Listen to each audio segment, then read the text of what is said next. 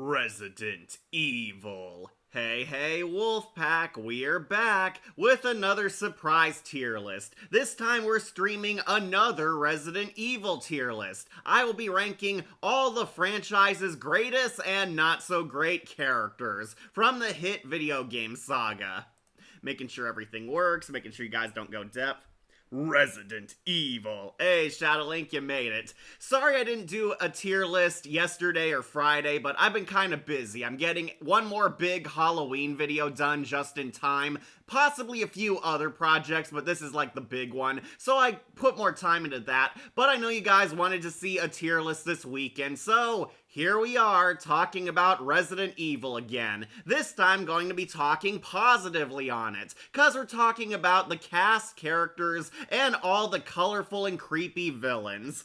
So, I love Resident Evil. It is a fun survival horror slash zombie action game. It's usually a zombie apocalypse story where we follow some kick-ass characters and diabolical villains battling for the fate over the world. Usually zombie outbreaks are involved, conspiracies, political thrillers, and a lot of cool kick-ass characters. The characters of Resident Evil are some of the best ever. Not just best characters in horror, but best characters in video game history. There are a lot of iconic faces here. Some of the top villains, some of the top heroes, and even characters who fought Marvel superheroes. Alright, making sure everything works. Looks like my mic's on. Yeah, got all the characters from Chris Redfield to Albert Wesker, all the way to Resident Evil 8, currently the last one. Resident Evil 9 is in the works, but I decided, hey, what the heck, let's do this tier list now to celebrate that game's upcoming release. Resident Evil 9 is allegedly coming out next year, but none of the primary characters we all know and love are going to be a part of it. I got everyone here. Yep, even Alice made the cut. But yeah, love Resident Evil. I have not played all the games, so some people want me to rank the games. Sorry, I haven't played a lot of the old titles. I've watched some on YouTube. I am familiar with all the memes and quotes. I've watched Phaelus review the movies. I've played some of the games. I've played a lot of the later gen ones. Resident Evil 4, 5, 6, the remakes. I've never played the original RE2 or RE3 Nemesis. I could only find those on YouTube. I am familiar with them, and I do know they are hit games. And I've never played the side ones too, the Umbrella Chronicles. My brother Wolf had the Umbrella Chronicle game where you play the multiplayer one. A lot of great characters from this series. A lot good, bad, and the ugly. Yeah, hi Alice. I'm very excited for RE9. Yeah, that's, I believe, Requiem. That one's coming up. There's no news if any of the classic characters we know and love are going to be a part of it. They introduced the daughter of one of the past characters from one of the old games. I believe Outbreak, like it's the main character's daughter or something. I'm looking forward to it, but at the same time, kind of disappointed that we haven't heard any news from the later characters. I believe Death Island was made to be a proper conclusion to some of them, like Chris and Jill and Rebecca and so forth. But yeah, Resident Evil has a lot of great characters, a lot of great villains, and a lot of them are iconic in the video game community, the horror community, and the Capcom community. Capcom used to make a lot of great games. They've been getting their groove back again as of late, but we're here to talk about the characters, the stars of Resident Evil. I'll be ranking all the major characters. Sorry if you're hoping one of the zombies or the iconic minions or bosses is on here. No, mostly got the named characters and all the characters who played an integral part of their stories, respectively. I'll be ranking all the RE characters I have on here from top best to bottom worst. So if this is your first tier list ever, we'll go over the rules and explain what a tier list is. I'm going to be taking each of these characters here and putting them up high or down low on these different categories. Up top, we have stars. These ones are the S tier, the best of the best, the best characters, not just of Resident Evil, but possibly of all time. Basically, the all-stars are going up here appropriately on stars. Underneath that, in the A tier, we have Jill Sandwich. These ones are good, not perfect. Have a lot of good qualities, definitely strong characters, probably have some misfires here and there. I might have a nitpick or criticism here and there, but overall I would say they are good. They're as tasty as a Jill sandwich. Then in B, we have Brave Rookie. These ones are okay. They're fine, they're average, they're adequate. They did a pretty good job, have a lot of good going for them, but an equal amount of bad. Some stuff held them back. They possibly didn't get much to do in their respective video games, or characters that were kind of one-shots. They were one and dones. Basically, they're okay characters. Then we have Noob Rookie. These ones a lot more flawed. I would say kind of Bronze Skull. There was a spark of hope there. They could have amounted to something great. They're not the worst ever, but kind of below average. They weren't all that stunning, brave, or kick-ass. Definitely going down lower. Then we have What is this? This character, complete misfire, complete dud, plain bad. They weren't all that great, not too much positive to say. I could see something there they could have amounted to an iconic character for the games, but ended up kind of a dud. But at rock bottom, we have You're Pitiful. These ones, garbage, the worst of the worst, the F tier, the 0s out of 10s, the ones who are Resident Alice bad, and I think you all know who's gonna go down here. But yeah, these ones, worst characters, they're bad, nobody likes these characters, or I possibly hate them more than others. But yeah, that's our tier list. I got all the characters you want to talk about, all the stars, all the characters from RE1 to the latest RE8. Sorry, RE8 is the cutoff at this one. I know RE9 is on the horizon, but we got a lot of characters to work with, and it's spooky season. Let's do this now. Talked about the movies, so I will reference some of their adventures in the movies, especially because the movies are kind of canon to the video games. Death Island especially is a continuation. But yeah, I'll be talking about the character, why they're good or why they're awful, and why they made history on their tier list. Alright, so, yeah, you know the drill. These are all the characters. Got some bosses in here, got some mutants and zombies, but mostly all the named characters who mattered. So we got a lot to work with. I suppose we should finally start this tier list. And let's start it with the main man you all know and love. Not Chris, Leon Kennedy. Leon S. Kennedy going on to stars.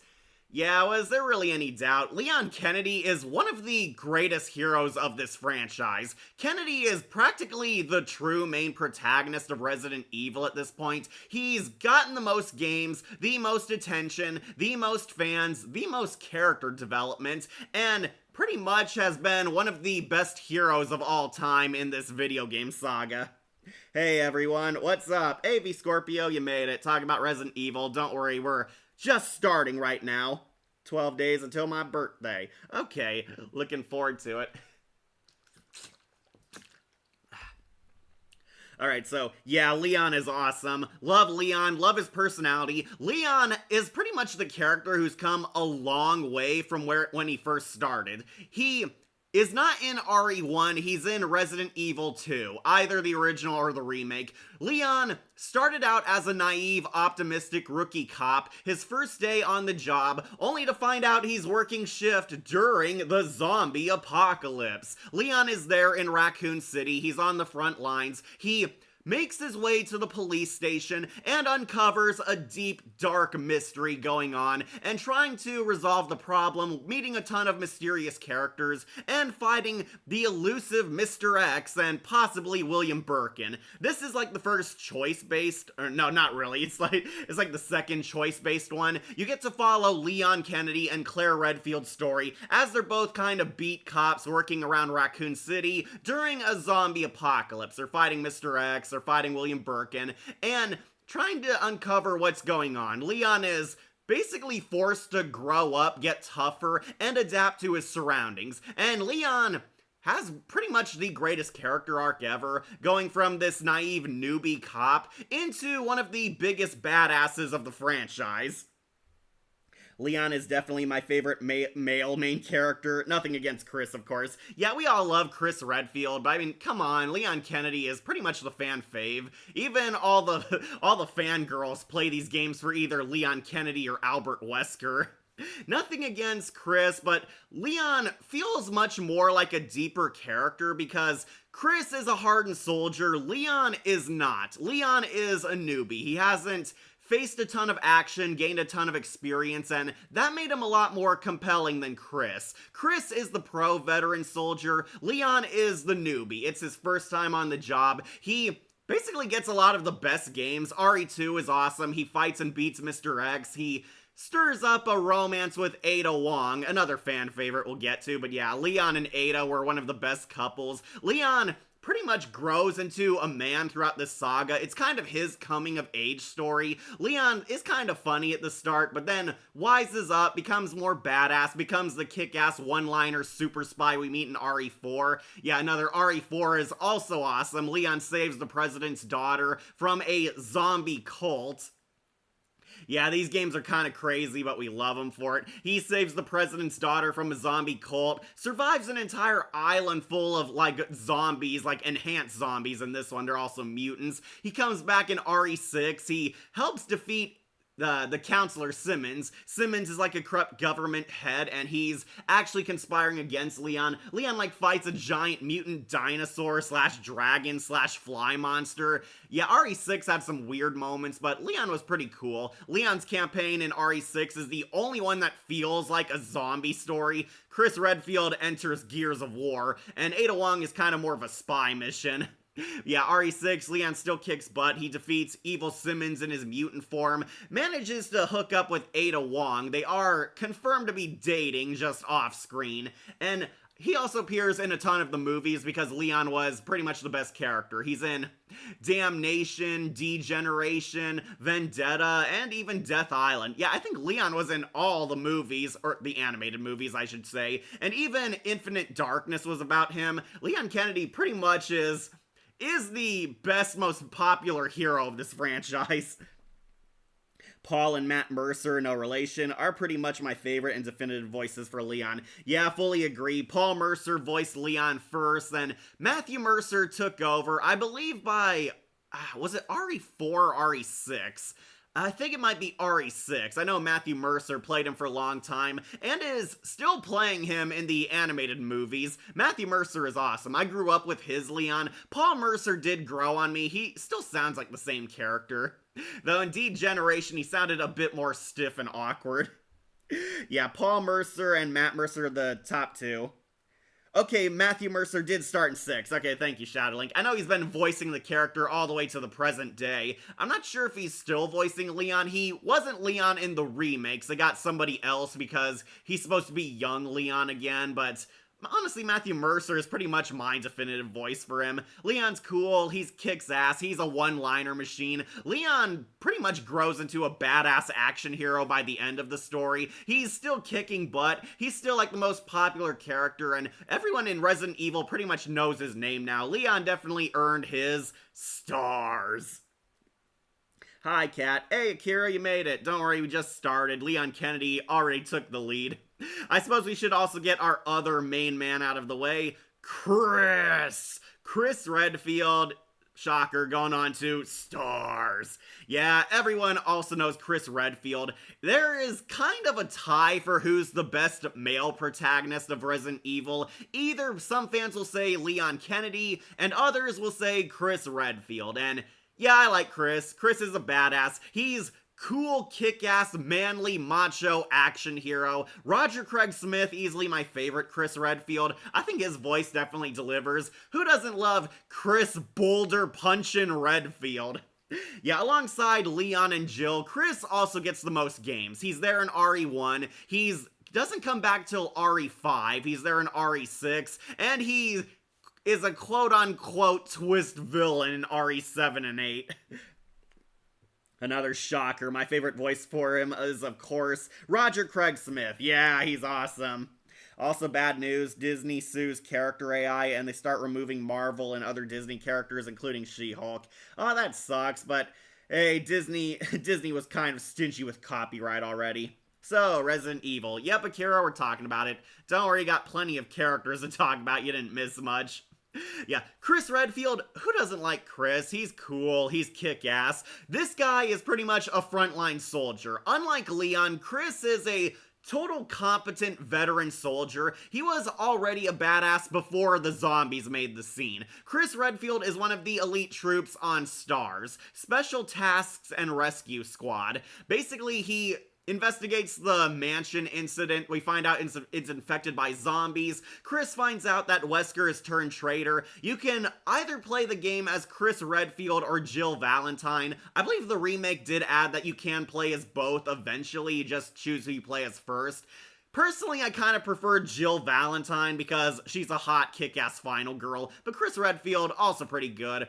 RE5 is definitely where I started to love Chris a lot more. Chris gets a lot more character development and is treated as a basically legend in the Resident Evil universe. RE5, I know some people hate this game, but personally I really like it. I know the story is really goofy, over the top, and it feels more like an action-adventure story rather than a horror, but it made Chris Redfield and Albert Wesker ultra badass. I really like them in 5.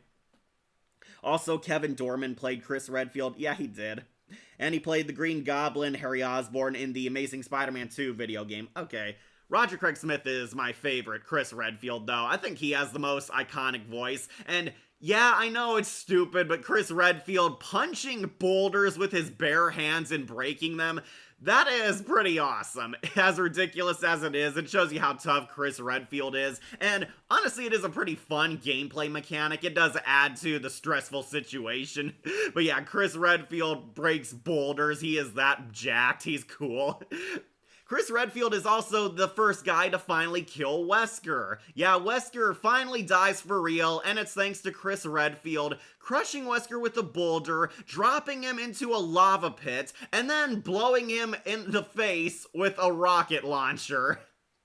Yeah, that is actually how Wesker dies in the games. Yeah, Wesker died, and it's all thanks to Chris Redfield. A little assistance from Shiva, of course, but yeah, Chris Redfield finally defeated the ultimate Capcom boss, Albert Wesker. Then he comes back in RE6, suddenly depressed now. He apparently lost his entire squad to, I believe, Carla Ramades, but she was posing as Ada Wong at the time. Nice. And the Garmin Nobile in Mobile Suit Gundam Hathaway. Also, Joe White played in the 2002 Resident Evil. And he also played Mr. Krabs in SpongeBob SquarePants Operation Krabby Patty. Oh, they didn't just get Clancy Brown, huh? I know Wentworth Miller played Chris Redfield. He was fine in RE Afterlife. Afterlife's a terrible movie, but it was cool seeing Chris and Claire Redfield together. Unfortunately, they get their asses kicked so Alice can save the day. And then we wouldn't see Chris in a movie ever again until the animated flicks. He, I believe, doesn't come back until Vendetta. Vendetta was like the first Chris Redfield movie. Vendetta is not a good story, but there's something very interesting seeing Chris Redfield is the one who's got his groove back and he's trying to help Leon Kennedy out of his depression. Yeah, in the RE6 game, it was kind of the polar opposite. Leon Kennedy was now the competent badass, while Chris Redfield was suffering depression. He thinks Carla Ramades is Ada Wong and is trying to kill her, believing Ada's the villain. We find out, no, she's not. Carla was given this weird treatment to make herself look like Ada Wong because her boss had a creepy fetish for her. Understandable, but still pretty weird. Okay, more rolls. Okay. So, Chris Redfield gets his groove back in RE6 thanks to Piers Nivens helping him out. Piers becomes Chris's new best friend, and if you know the twist, Piers doesn't make it in the end. Piers becomes a mutant, then supposedly dies. We believe he heroically sacrificed himself to save Chris Redfield down in the crashing underwater base, but Chris is given hope again and becomes the badass soldier we all know and love.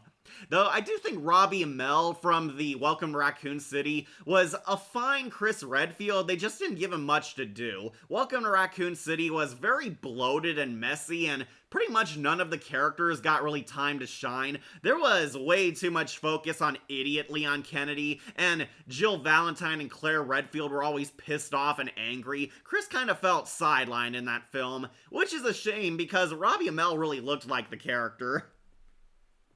Yes, Carla was the main villain of 6 pretending to be Ada, though she looks like her because, well, the other main villain is Derek Simmons, had an Ada obsession, and after Ada rejected her, yeah, Carla was turned into Ada Wong to satisfy Simmons' creepy fetish. I do remember that was a key plot point. Also, Kakashi's actor played Chris Redfield in Biohazard Pakislot. Also, his first actor is Scott McCulloch. Hey, Tails. Who was Richter Belmont in Castlevania Symphony of the Night.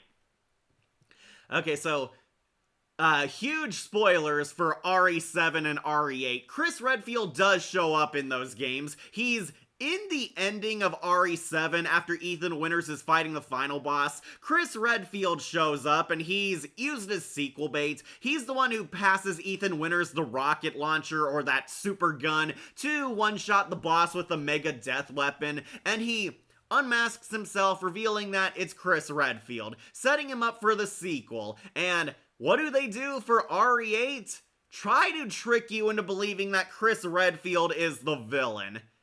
Yeah, like, pretty much everyone who's played this franchise, I didn't buy it. And this is kind of why Chris is behind Leon, honestly. Throughout RE8, Chris Redfield acts like a complete dick and, for no reason, tells Ethan, I didn't kill your wife, that was Mother Miranda posing as your wife. I've been trying to help you this entire time. And it is so obvious. Like, it is more obvious than the Arkham Knight twist. Like, is Chris Redfield evil? No, he's not. We all called it. No, he's not. He's undercover, and he's trying to stop Mother Miranda's evil villain plot. But for no reason at all, he acts like a complete dick towards Ethan Winters, like threatening him, dropping like mildly implied threats, implying that he has it out for Ethan, and it's like one of those R.L. Stine stories where he acts like sketchy AF, but really he's a good guy who's been trying to help save Ethan the entire time. Yeah, I didn't fall for that, yet nobody did. Anybody who's played more than 2 Resident Evil games knows that Chris Redfield is a good guy. People want Chris Redfield versus Stryker, RE versus Mortal Kombat. Really, Stryker? I thought Chris Redfield would have fought, like Jax or something. Like Jax or Johnny Cage. Someone who's better than Stryker, obviously, but yeah, I didn't buy that Chris turned evil in RE8, but yeah, he was a good guy all along, and he murders all the Universal monster zombies. It's a pretty cool level, though, later in the game, where you're just mowing down the werewolves and monsters, but yeah, Chris Redfield's a good guy, and he helps save Ethan Winters' daughter. Then he wouldn't reappear again until Death Island. Death Island was kind of a finale to all the main fan favorite Resident Evil character arcs. Chris and Jill help stop the evil Monster Man from destroying the world, and he and Jill pretty much hook up. If you don't know, there's supplementary material hinting that Chris Redfield and Jill Valentine finally tied the knot and got married. And honestly, I kind of like that. Chris and Jill were easily one of the cuter couples of Resident Evil. I know Leon and Ada are definitely the hottest. They're the alpha couple. But yeah, Chris and Jill possibly got married at the end of their game. Yeah, they hook up like after Death Island. Jill gets over her PTSD, and Chris is a good friend who's a shoulder for Jill to cry on. Also, I saw Buffy vs. Blade, and the fight is peak, and the analysis makes Buffy have more comics than Blade comics. I gotta see that still, so don't spoil it for me. But alright, Chris Redfield, he's an all-star. He's cool, he's kick-ass. Roger Craig Smith knocks out of the park. I think the new guy in RE7 and 8 did a fine job. He sounds like he's trying to be Roger Craig Smith, but yeah, he does sound like Chris Redfield at least. I'm not a big fan of the writing on RE8, especially how they did Chris, but this character, he's iconic. He even made it on Marvel vs. Capcom. Chris, Jill, and Wesker are in Marvel vs. Capcom, and that pretty much tells you how popular this guy is. He's going on to stars. Alright, let's finally get a girl up here. Let's talk about our Valentine, Jill. Jill, you're here too? Jill Valentine, going on to stars. And yeah, she's going above Chris Redfield, because who doesn't love Jill? Jill is cool, she's hot, she's awesome, she's a badass, and like Leon Kennedy, she also got some of the greatest character development all throughout the saga. Jill Valentine is pretty much a final girl character in the video game saga. She starts out as very spunky, naive, and friendly. She's the heart of her STARS team. Then, after the mansion incident, she gains a little PTSD, and we see her basically overcome her trauma and grow on her own. I think Nemesis is pretty much the game that solidified Jill as one of the greatest characters of this franchise.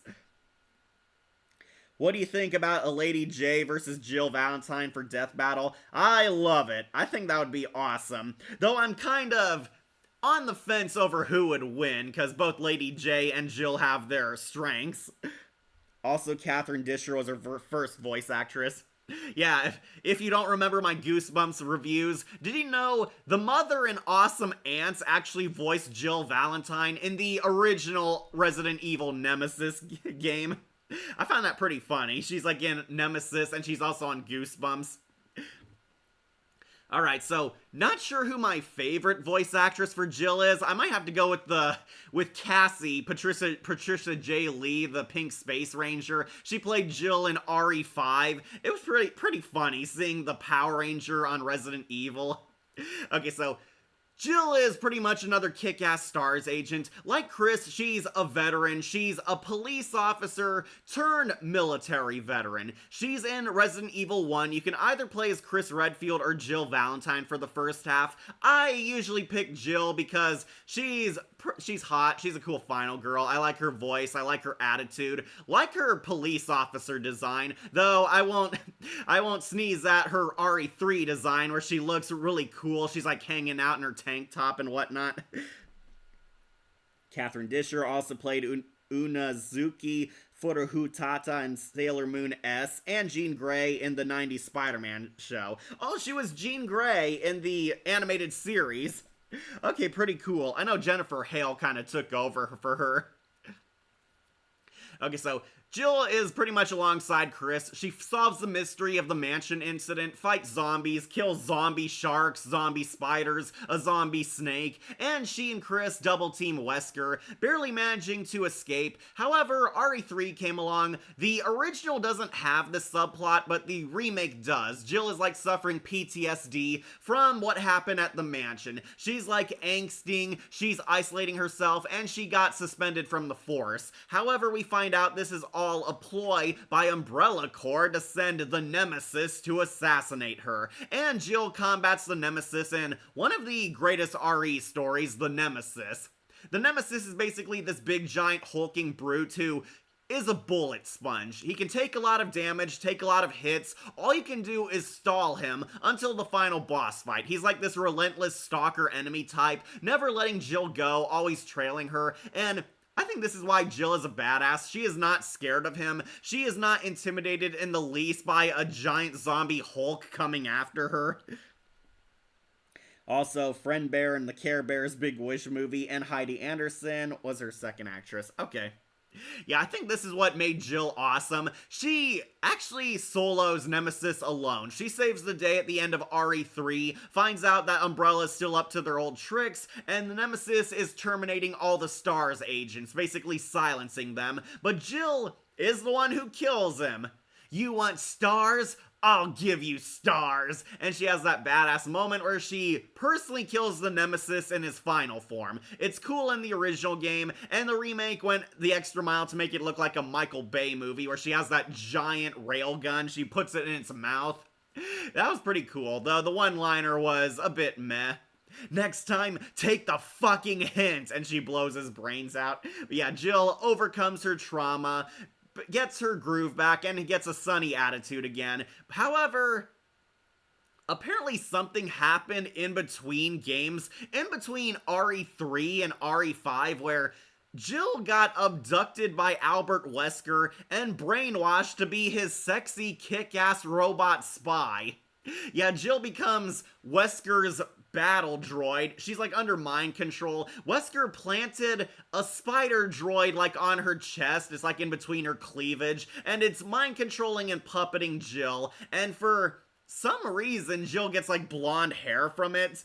Yeah, I never understood this redesign. I guess it made Jill look hotter, but yeah, Jill gets like blonde hair, looks like a robot Sonya Blade, gets that sexy Catwoman jumpsuit, and has a spider droid like planted over her heart. Patricia J. Lee is one of my favorite Jill Valentines, mostly because I love hearing a Power Ranger on Resident Evil. Also, Tara Platt, Jill Valentine actress, played Kaylee Belajonda on Justice League x Ruby. Superheroes, and Huntsman Part 1. Ikuku Tsukino in Sailor Moon Stars, Elizabeth and Mitsuru Kijiro in Persona 3, and Tamari in Naruto. Okay, that was her. Alright. Yeah, so she becomes like a brainwashed agent fighting with Wesker. You get that dual boss fight where Wesker has 7 minutes to fight. He and Jill basically double team Roger Craig Smith's Chris Redfield and Shiva. They're fighting in like a temple, and Chris breaks Jill free. He like rips the spider droid out of her chest after basically shooting and crippling her first. But yeah, Jill gets broken free from her brainwashing, and she saunters off to rethink her life, realizing how horrible it was being under Wesker's control, and how she almost killed her lover, Chris. She goes off, helps in parts of RE5, and weirdly, we do not get a follow-up on this until Death Island. Yeah, Jill does not reappear chronologically until the Death Island movie.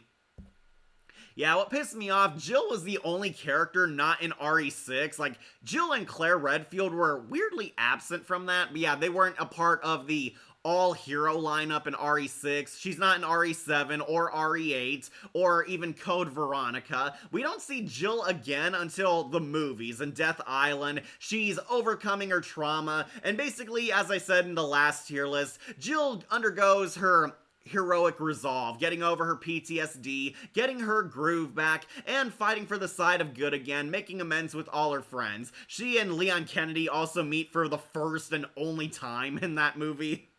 Pretty cool. Oh, and she was Esther in Ben 10 Omniverse. Never saw that one. Ben 10 Omniverse was not good. Yeah, Jill overcomes her PTSD, though weirdly they recycle her remake model for that movie. I guess because her remake model also looks super hot and much more up to date, but it was kind of weird how Jill seemingly hadn't aged since Nemesis, but yeah. Jill Valentine, she's awesome, and she's also in Marvel vs. Capcom 3. My brother Wolf loves playing as Jill Valentine. It's her look from RE5, though, so no classic Jill unless you get those DLC skins. Kari Walgren was her next actress, which is Granny Seiko and Dan Dan and DCAU Starfire. Yeah, Kari Walgren's been in a lot of stuff. She's also Kitana from the current MK games. Love Kari Walgren as Zatanna and Kitana. But anyways, yeah, Jill Valentine, she's awesome. We all love her. She's one of the best characters ever from this franchise. One of the best female characters in it. Though, there is one more above her, but we'll get to her later. But anyways, yeah, Jill Valentine, she rocks. She's going on to Stars. Okay, who to do next? Got a lot of characters to work with. I guess we should complete the Stars team. Let's do a bad character, Joseph Frost. Joseph Frost, you're pitiful. Yep, got our first bad character, Joseph Frost. Who is Joseph Frost? The first character who dies at the intro of RE1. Yeah, this is all this character does. He's set up like he's a badass, joins the Stars team on the mansion raid, and he's the first to die. Like, he's not even in a cutscene, he dies off screen. Joseph Frost only exists to be the first death in the game. Possibly his only highlight is he's the first death in the entire franchise. Yeah, Jill, Chris, Wesker, Barry, and Joseph Frost are dispatched to investigate the mansion, and Joseph Frost gets killed by the Cerberus dogs. Zombie dogs take Joseph Frost out, off-screen in the original. We do get a cutscene in the remake, but yeah, he dies. That's his big contribution to this entire franchise. Joseph Frost is the first character to die in Resident Evil. And that's all he's ever been known for. He doesn't even get a single hit in or go down fighting. He's pitiful. Oh, and she was Aunt May in Barbie Mysteries. Yeah, I don't watch the Barbie movies, Akira. Alright, let's get a good character. Barry! What? What is this? Oh my god! Hope this is not Chris's blood. Yeah, Barry Burton going on to Stars. Who doesn't love Barry? Barry is pretty much the meme machine. He's the one with all the iconic quotes and lines everyone repeats. The guy playing Barry definitely put his all into the performance, but he is remembered for being one of the unintentionally funniest characters in the franchise. Yeah, don't worry, purists. The first RE game is a big reason why Barry's up here. Barry is the cool old guy, the veteran soldier. He's a badass. He's a bit cynical in the remake, but he's the funny one. He's much more snarky in the remake, but in the original, he's like the most hilarious guy. He comes up with all these weird phrases that everybody repeats. You were almost a Jill sandwich. Take this lockpick, Jill. With it, you are the master of unlocking. Hope this is not Chris's blood. Oh my god. Yeah, this guy, he's hilarious. He says like all the quotes everybody repeats. Dan Paul is an American actor who provided the voice of Brad Vickers and Joseph Frost in the RE remake. Yeah, the first remake. Resident Evil is performed by Australian actor Greg Smith, who is credited under the name Gregory Smith. Okay, so Barry is cool, he's kick-ass, he's the veteran, he's the pro, he's the go-to guy they trust, he's kind of the leader once Wesker disappears. Wesker goes off on his own, but we find out he's working under his own agenda. Barry is kind of there on the sidelines, he's supposed to be the second in command, but Jill and Chris clearly look up to him more. Barry helps save the day, helps him fight zombies. He is pretty much the most useful teammate in RE1, always there backing you up. Unfortunately, he can die in the first game. This was rendered non-canon by the sequels. Barry is referenced in the remakes of RE2 and 3, but he doesn't make a physical appearance, I believe, until Revelations, one of the side games, one of the spin-off games. He returns. When is Albert Wesker? Alright, we'll do him after Barry. Yeah, he's in one of the side games, and Barry's still kicking ass, and even though he's a lot older, he's still really cool, really macho, really badass. Yeah, I love Barry. He's just a hilarious comic relief, and a cool veteran soldier in the remake timeline. Phaelus always cosplayed as him during his Resident Evil reviews, and yeah, it was a really good cosplay. Love whenever Phaelus dons the Barry outfit. But yeah, we'll put Barry onto stars. Oh, and he does show up in Nemesis, the original. In one of the alternate endings, Barry shows up and is driving the helicopter, lifting Jill and Carlos out in the golden ending. Yeah, cool to see that Barry's still kicking and still badass as ever. He's going on to stars.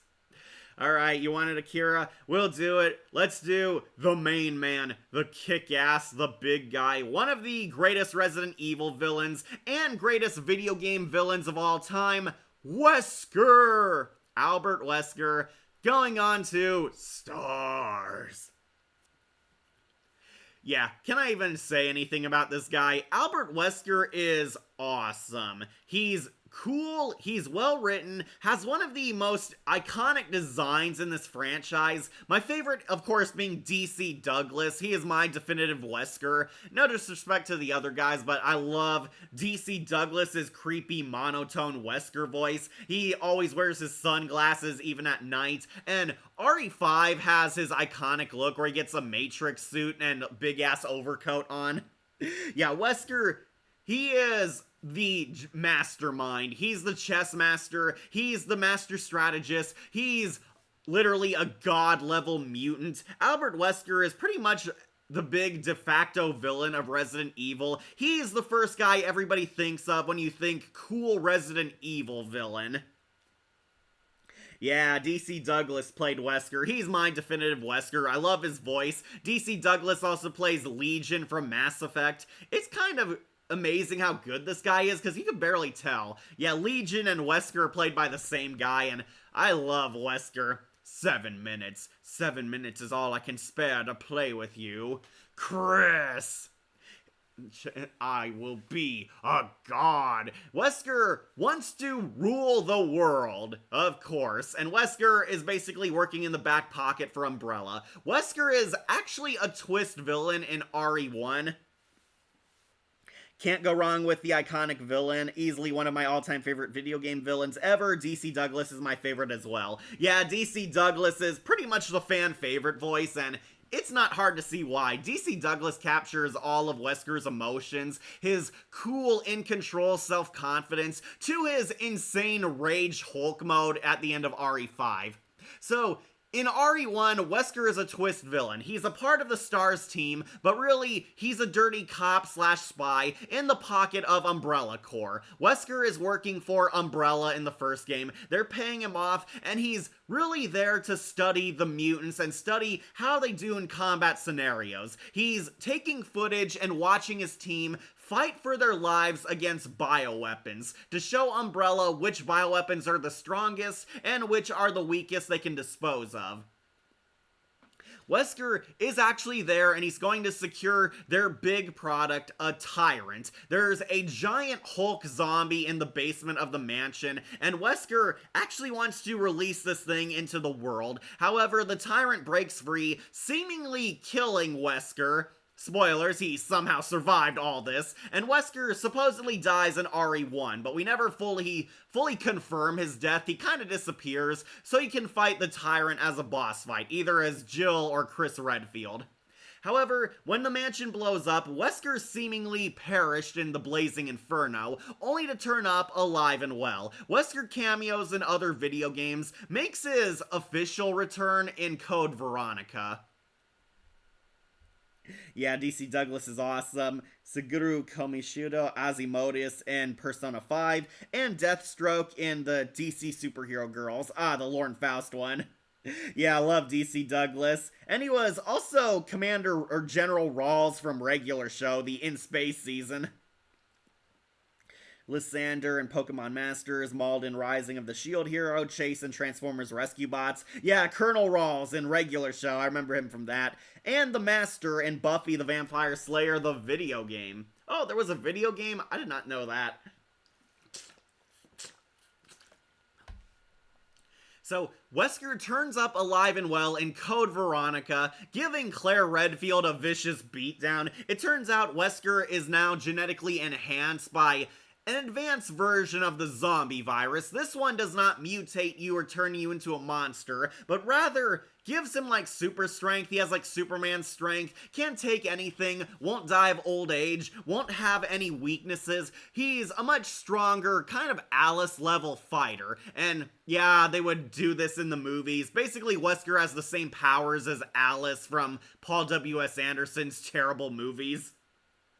Yeah, he shows up in Code Veronica, but he gets away in the end, revealing that this was all according to plan. He, I believe, cameos in RE4. He's Ada Wong's contact. Wesker and Ada Wong apparently know each other in this universe, but Ada Wong is kind of the Umbrella representative in 4. He wouldn't make his official return until RE5, and despite RE5's infamous reputation, Wesker is pretty much at his A game in this game.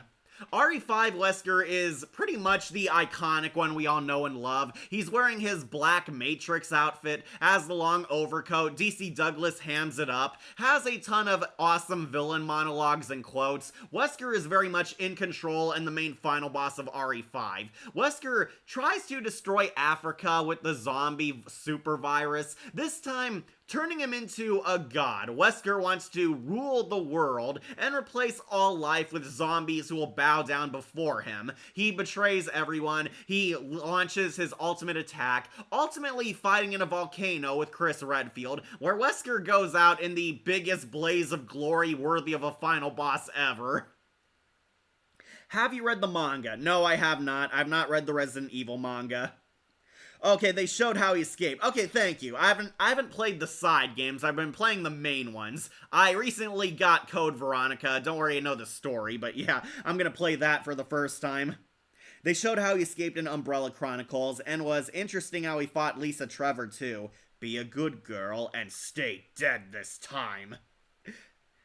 Semi-Steve in The Adventures of Chuck and Friends, and Edward Foster in RoboCop. Oh, he was in RoboCop. I didn't know that.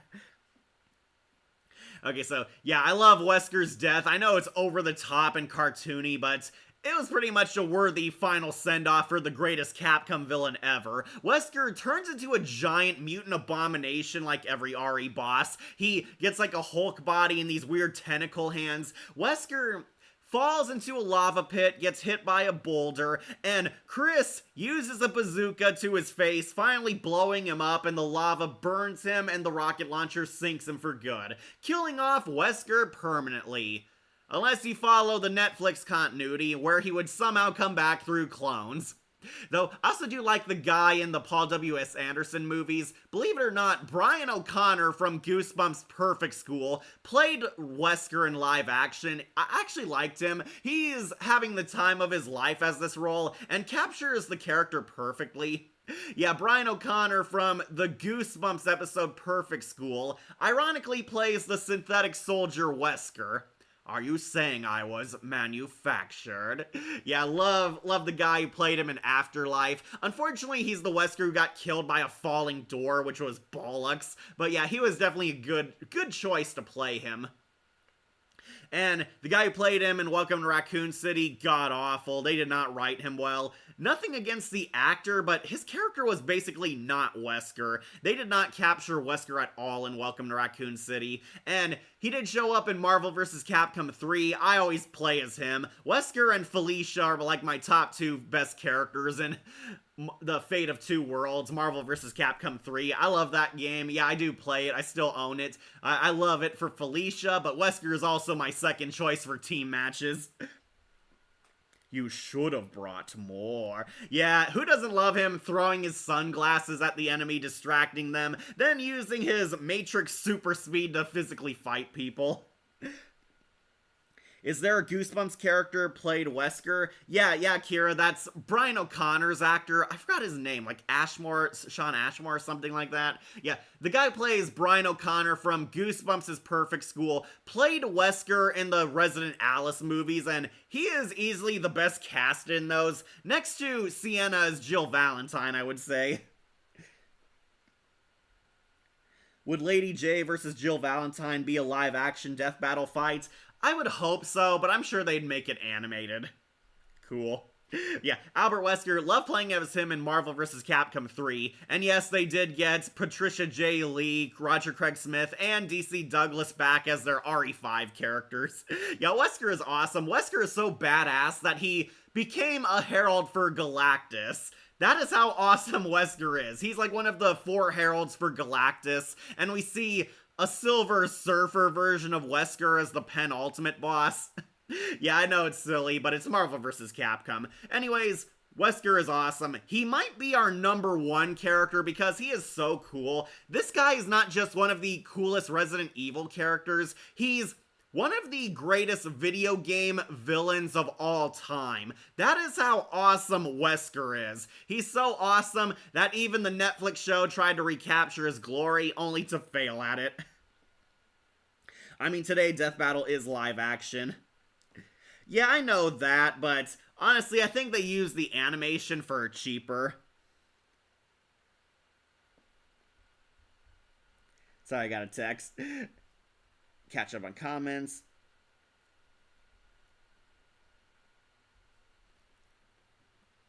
Okay, more roles of DC Douglas.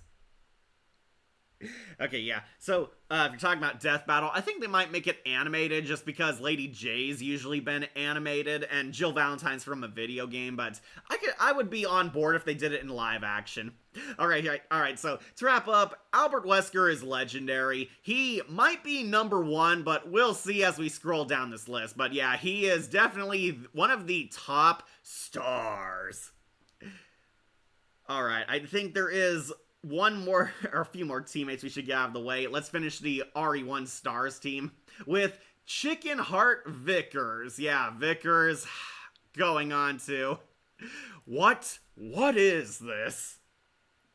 Yeah, sorry, I got another lame Stars member. This is Chicken Heart Vickers. He's the helicopter pilot escorting you in RE1. And then he chickens out and runs away once the zombie hostiles show up. Yeah, he drops off the Stars team. They get attacked by zombies. Joseph Frost is the first red shirt to die. Then Vickers takes off and abandons his team. And he doesn't show up again until later in the game. Like only Nemesis, Wesker, Jill, and Chris are in Marvel vs. Capcom 3, but not Leon Kennedy. Unfortunately, Marvel vs. Capcom 3 came out during the time RE5 and RE6 were huge. 6 was not finished in development, but RE5 was like breaking game records at the time, and it was a while since Resident Evil 4 was out, so I think they were afraid it wasn't relevant anymore. Adam Paul played him. So sorry. Hey, Tails. Yeah, Vickers chickens out, runs away, and he doesn't show up again until later in the game. Depending on what happens, he can crash the helicopter, or he gets a new one and flies you out of there in the happy ending. Yeah, Vickers does canonly live. He returns in RE3. In the original, he's killed by the Nemesis, which I kind of wish they kept in the remake. In the remake, Vickers gets kind of a different death. However, it's done to give him a redemption arc. Vickers actually shows up with Jill. They're like both a part of this self-help group. Vickers is the only guy still talking to Jill Valentine in the remake, and he gets bitten by a zombie, but heroically sacrifices himself saving Jill Valentine. And he's atoning for basically ditching Jill back in the RE1 game. He tragically dies off screen, but that's in the remake. In the original, he gets killed by Nemesis, and I kind of wish they blended these two deaths together in the remake. Adam Paul played him. Yeah, that was kind of surprising. He played the extra side characters in Invader Zim, like Chunk, Spoo, and the Taco Guy. And Pete and Spirit Stallion of the Cimarron. Okay. Wasn't Adam... No, that... Am I thinking the right guy? Was Adam Paul also Jesse in Breaking Bad? Yeah, Chickenheart Vickers redeems himself in the third game. He gets killed by Nemesis. I kind of wish they altered this in the remake where he heroically sacrifices himself slowing down Nemesis instead and apologizes for leaving Jill, atoning and buying her time by getting killed by the giant hulking zombie. But no, they didn't. Instead, he gets killed holding off like a horde of zombies. I guess it's like a one-man versus an army situation. But yeah, Vickers is basically known for being the cowardly teammate in RE1, and then getting his redemption moment in Nemesis. Vickers is dead, so unfortunately I do have to put him on What is this? Because he had like one good moment, and it's literally his death. Chris from the original RE1. No! Don't go! Mikado Suzuku in Tokyo Revengers, angry video game nerd. Wow, what an asshole. That's right, he did play that one. I remember he got one of the CD games from Japan.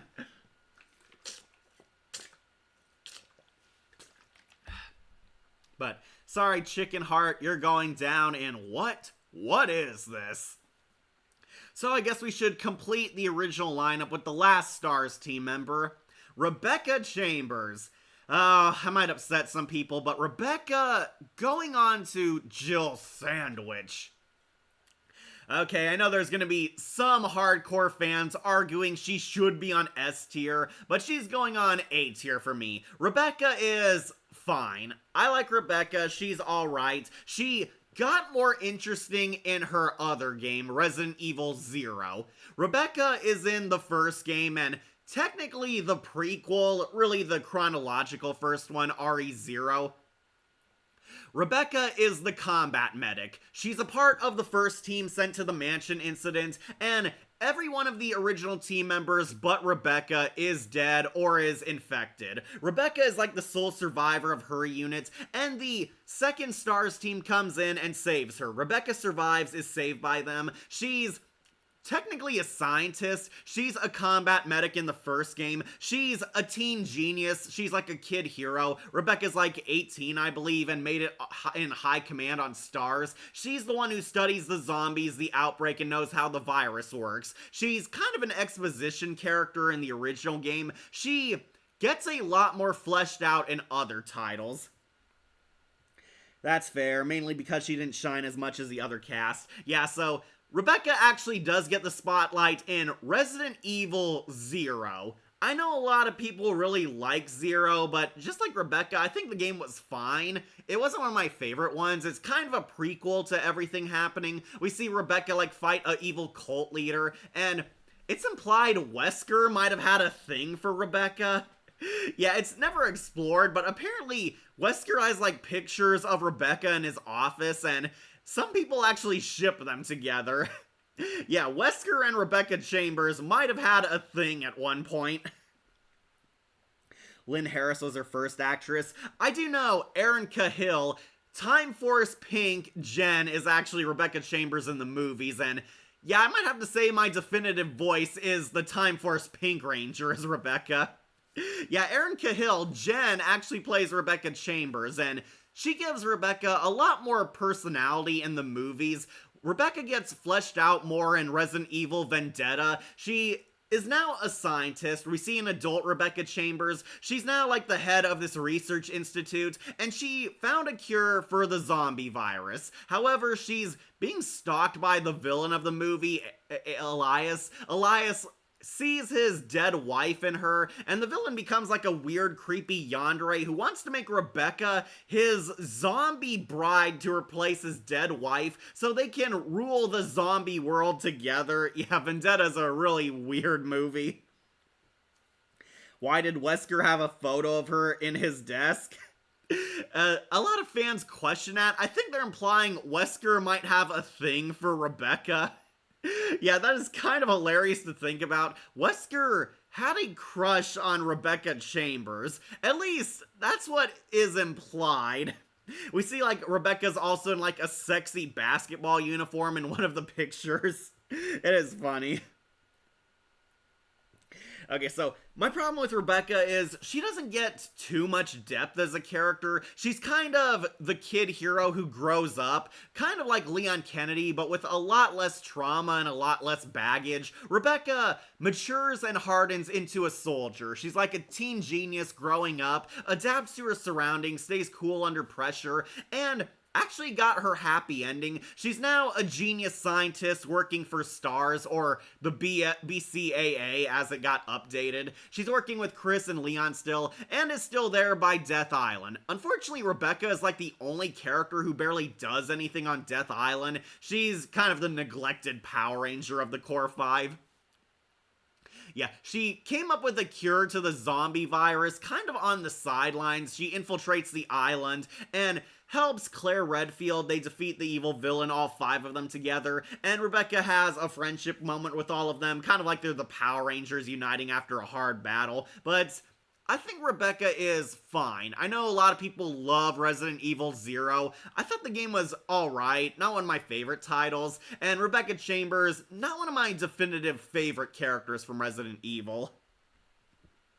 Yeah, Stephanie Sheh was her second actress. Love Stephanie Sheh too, though I like a Pink Ranger in Resident Evil. Why did Wesker have a photo of her in his desk? Rebecca and Wesker sitting in a tree.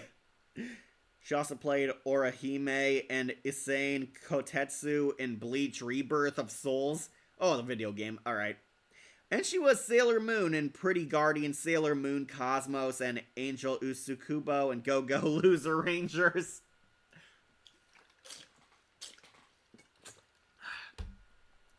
Alright, so I know a lot of people love Rebecca, but to me, she's alright. She's just heavily overshadowed by these superior characters, but we'll put her on A tier. She's as spicy as a Jill sandwich. Alright, I think we completed the stars, team. Alright, got one more big main character, Chris's sister, Claire Redfield. And Claire, yep, going on to stars. We'll put her above Barry, but below her big brother. Claire, whatever. Yep, we finally reached Chris's sister, Claire Redfield, introduced in RE2. She's the secondary protagonist alongside Leon Kennedy, and yeah, I like Claire. Claire is awesome. She's cool. She's sassy. If Jill Valentine is the Daphne Blake, Claire Redfield is the Velma. She's smart, she's competent, she's got a very sharp tongue, and she's not afraid to face the monsters. Allison Court played her. Yeah, Allison Allison Court played Claire Redfield. Since RE2 onward, Claire Redfield has had like the most consistent voice actress all throughout this franchise. I believe Allison also voiced her in most of the movies. It wasn't until the RE2 remake that they finally recasted her. But who doesn't love Claire? Claire is cool, she's smart. I would definitely say she's a lot more spunky than Jill Valentine. Claire Redfield has a much stronger spine than Jill. She's not afraid to get her hands dirty, is very much a beat cop, has a lot in common with her brother Chris. They're both very hard-headed, not afraid to get into the action, not afraid to risk their lives to save the day. Okay, so Claire's in RE2, and exactly like Leon Kennedy, she's kind of a cop growing up in this hardened environment. Unlike Leon, Claire has a little more experience under her belt. Claire is trying to investigate what happened to her brother Chris, finding out that he was sent to the mansion incident, and uncovering the twist that Umbrella Corps is evil and they caused a zombie outbreak. She fights the evil Chief Irons. Claire fights William Birkin in most of her scenarios. Mr. X is after Leon Kennedy. William Birkin is after Claire, especially more prominent in the remake. Oh, and she was Jubilee in the X-Men. Yeah, kind of sad she had to step down from the role because Jubilee should be played by an Asian actress and not a white chick. Yeah, screw you, it's voice acting for a reason.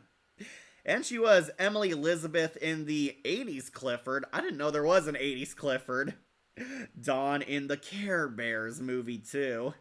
Oh, she was in that. Okay.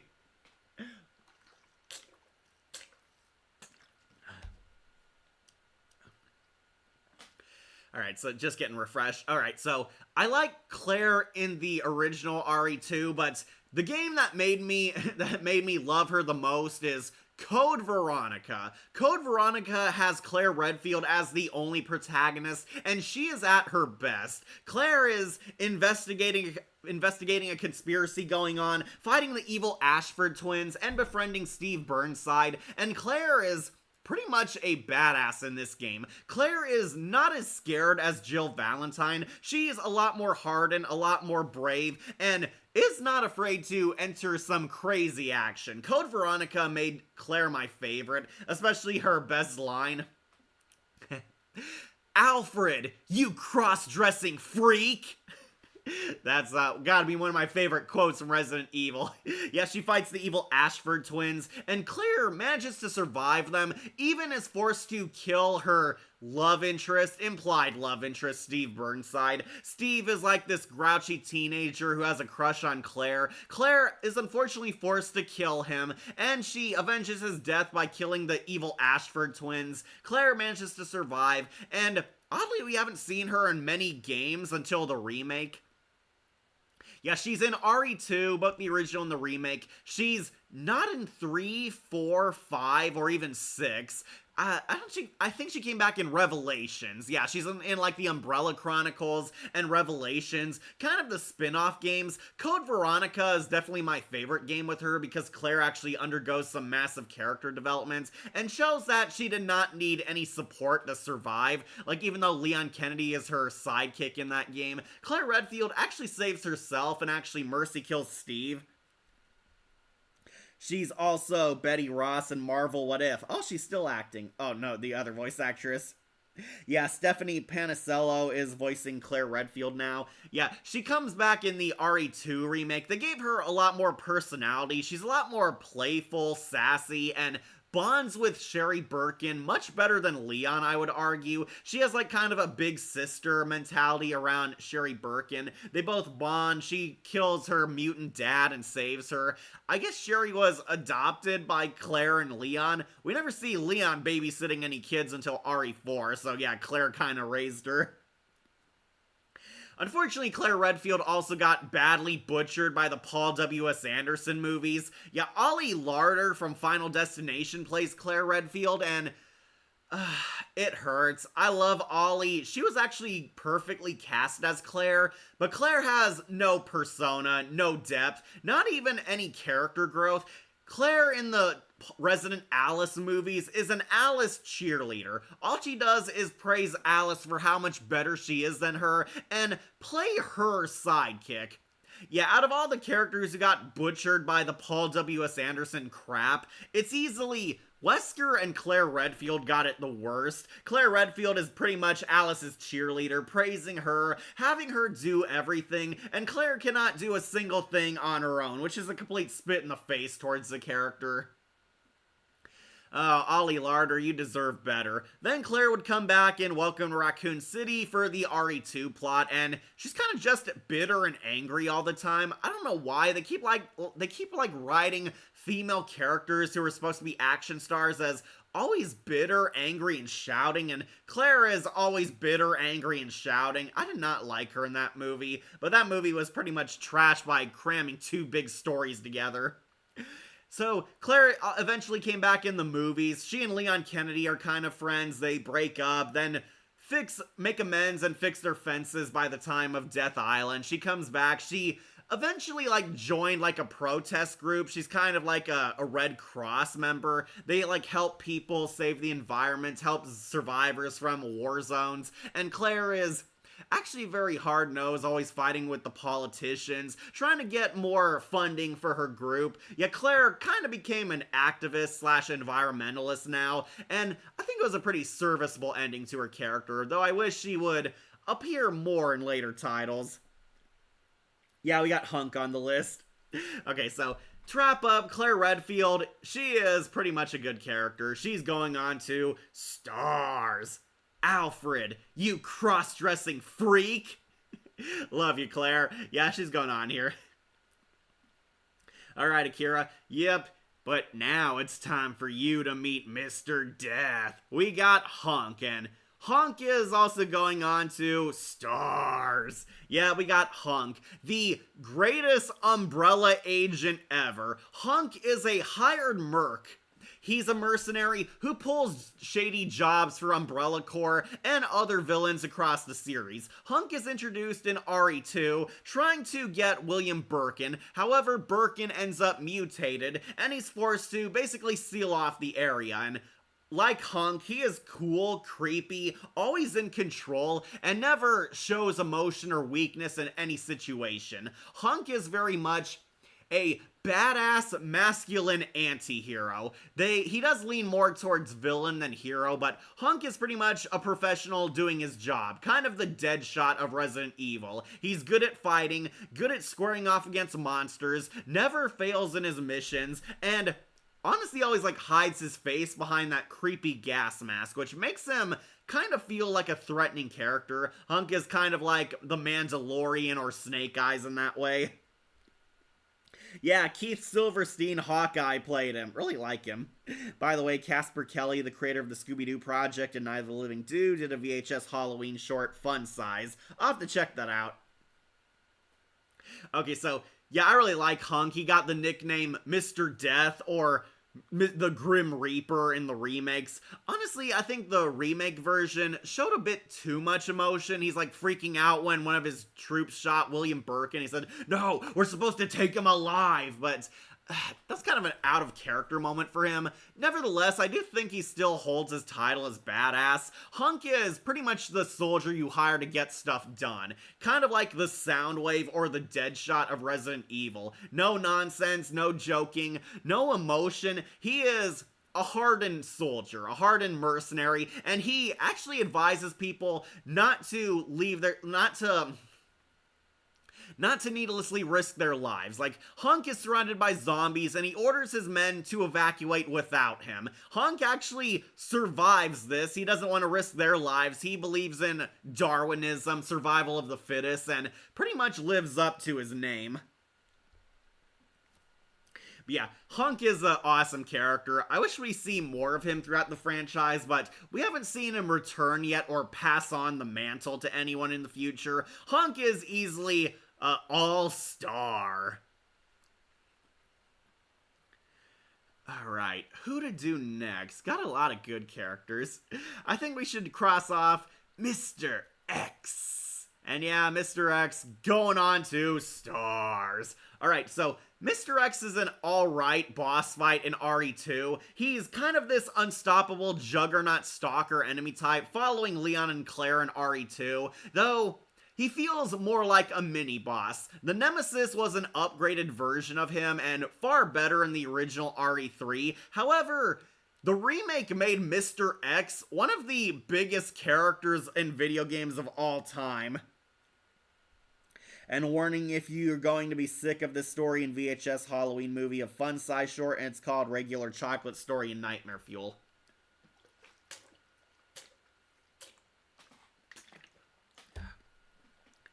Sorry, getting some water. Alright, so the remake pretty much made Mr. X one of the best characters ever. He is scary. He is persistent. He's a huge bullet sponge, and he never really makes any sounds. Like, not even grunts of pain or anger. Mr. X is this giant silent Hulk wearing a creepy trench coat and fedora hat, always stalking Leon Kennedy and Claire.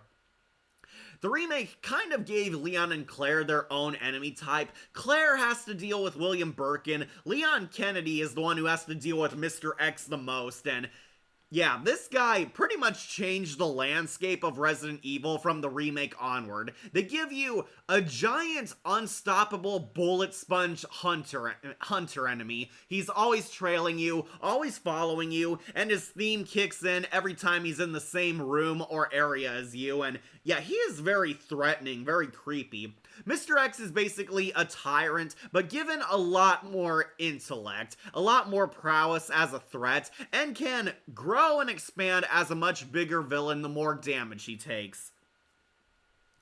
Yeah, Mr. X is also known as the TOO Tyrant. Yeah, he's a tyrant. The tyrants are basically Hulk-sized zombies, and Mr. X is one that was given a lot more upgrades and intelligence. He is very persistent, and he's going around killing any survivors he comes across, and Leon Kennedy is unfortunately a thorn in his side. He's always chasing Leon, and he eventually becomes a giant mutant boss fight where Ada Wong helps Leon Kennedy by giving him the rocket launcher to finally slay the giant tyrant. But yeah, who doesn't like Mr. X? He is very unsettling, very creepy, and every time he's following you, that's when your adrenaline goes up. All fear raises to the roof. He is a very creepy boss fight, and for that alone, he's going on to stars. Speaking of which, we should also get his upgraded brother up here, Nemesis. Yeah, let's talk about the big guy. Nemesis is going on to stars. Yeah, this is Nemesis. He's pretty much an upgraded version of Mr. X. He's a super tyrant, and a very creepy, deformed one at that. I know the remake kind of damaged his reputation, but I still think he's pretty awesome. Nemesis shows up in Resident Evil 3, aptly named Nemesis. Nemesis is the tyrant dispatched to kill Jill Valentine and the STARS operatives. Original or remake Mr. X is a terrifying threat. Yeah, he is. I might have to go with the remake just because the graphics made him a lot more creepier. But speaking of creepy, we also have Nemesis up here. Yeah, Nemesis, despite the remake kind of downgrading him, he is going on to stars. Nemesis is dispatched to assassinate all the STARS operatives, namely Jill Valentine. He's completely stalking her, trying to kill her, trying to end her. Nemesis is pretty much the boss throughout the entire game. He shows up, fights in multiple parts, and the more Jill damages him, he upgrades and adapts his tactics. Unlike Mr. X, Nemesis can create more zombies, can influence others, and actually like pounds anything in his way, friend or foe alike. I know the remake kind of downscaled him. He's like held back and restrained, and Nemesis can't follow you everywhere like he does in the original. Do you think he still has a have to pay college debt even as a tyrant? Probably. Damon Dayoub played him. Yeah, while the remake of 3 did ruin Nemesis, still made history as a terrifying stalker threat in the original RE3, and who can forget that legendary dialogue of his? Stars! Yeah, believe it or not, Nemesis was also the only character Paul W.S. Anderson got right in his movies. I do defend Resident Evil Apocalypse is the only good Anderson movie because they got Jill right and they got Nemesis right. Nemesis looked so good in live action. They actually had practical effects and makeup on him, and yeah, he looked like his game character and acted like him. Yeah, imagine that. Out of all the characters Anderson got right, it's the stupid brute obsessed with killing agents. Yeah, Damon Daoud played him. He played Lazar Azaloy in Call of Duty Black Ops Cold War, and Greg Berger played him. I know Greg Berger played him, I believe, in the original. But yeah, I will give him credit because the original made Nemesis one of the most iconic, monstrous boss fights of all time. He is creepy, effective, and essentially the Resident Evil Terminator. Like, nothing stops him. He keeps chasing after Jill Valentine, killing everyone and everything in his path. The one good thing the remake did is it showed that he could actually mind control zombies. He plants Las Plagas things into them, and they turn into his minions trying to help him kill Jill. Eventually, he absorbs so much damage that he can't control himself anymore, and Nemesis turns into this giant freaky blob monster, forcing Jill to finally fight and kill him. His final boss form is a lot more effective in the original, but he looks very creepy and visually stunning in the remake, and Jill finally kills him, either with a bazooka or a railgun through his face. Another neat thing in the original RE3, you have the option to fight him in many encounters. If you're brave, you'll get a nice weapon upgrade if you survive.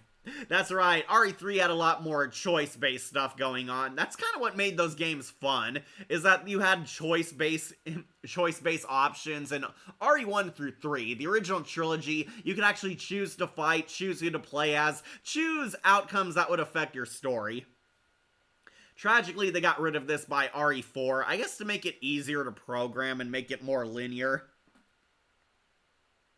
Yeah, I know Greg Berger was Grimlock in Transformers. And Hammer Toes and Batman the Brave and the Bold. Oh, that's right, he was in that. Yeah, so unfortunately the remake kind of took some stuff away from both the game and Nemesis. Namely, Nemesis is not as present in, ironically, the third remake, and a lot of the choices and even some levels are gone. Everybody was pissed that the clock tower level was gone, and the graveyard is also gone, which is unfortunate because the graveyard also had that really cool giant worm boss. But yeah, nevertheless, I will say Nemesis is a really cool character. This guy is like one of the iconic monsters of Resident Evil, a giant unstoppable zombie Hulk Terminator. He's cool, he's kick-ass, and he did come back in Marvel vs. Capcom 3 also, which is kind of funny, but he's not as great to play as because he's kind of a slow glacier tank character. Yeah, personally I prefer Wesker Jill in the Marvel vs. Capcom games, but Nemesis is still cool. I'll give him some credit. Unfortunately, he slid back down a few, but he'll still go up on stars. Alright, a lot of characters to work with here. Now it's kind of a free-for-all. I think, who should we knock off next? Got a lot from RE7, but all throughout the course of the games. I know who we should get off. Leon, help! Ashley Graham going on You're Pitiful. Yeah, let's talk about Ashley. Ashley is the president's teenage daughter. She's a damsel in distress captured by Sadler and his zombie cult in RE4. And basically, it's Leon's job to rescue Ashley. And she is pretty much the definition of an annoying damsel in distress. Alright, so I actually don't have hatred for the damsel in distress character, but Ashley is one of the worst examples. She is annoying and useless at that. Ashley is one of the most infamous characters of this franchise, and if you play the classic RE4, it is not hard to see why. The reason why the mutant button exists, exactly, V Scorpio.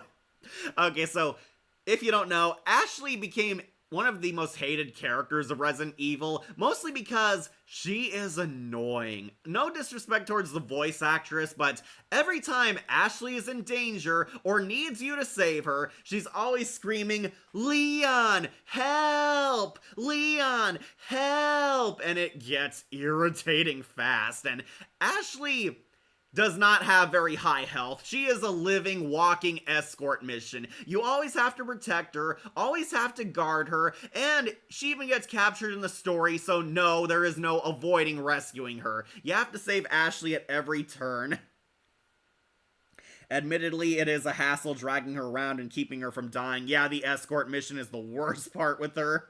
Yeah, she did improve in the remake, I'll give them that, but she's still kind of annoying, but in a different way. So, mercifully, they update Ashley in the remake. She's no longer crying and constantly screaming for Leon's help. She does provide some use, but I did not want segments in the game to play as her. They give her kind of the Mary Jane gameplay from Insomniac Spider-Man, where Ashley has to like sneak around and fight enemies and try and save herself.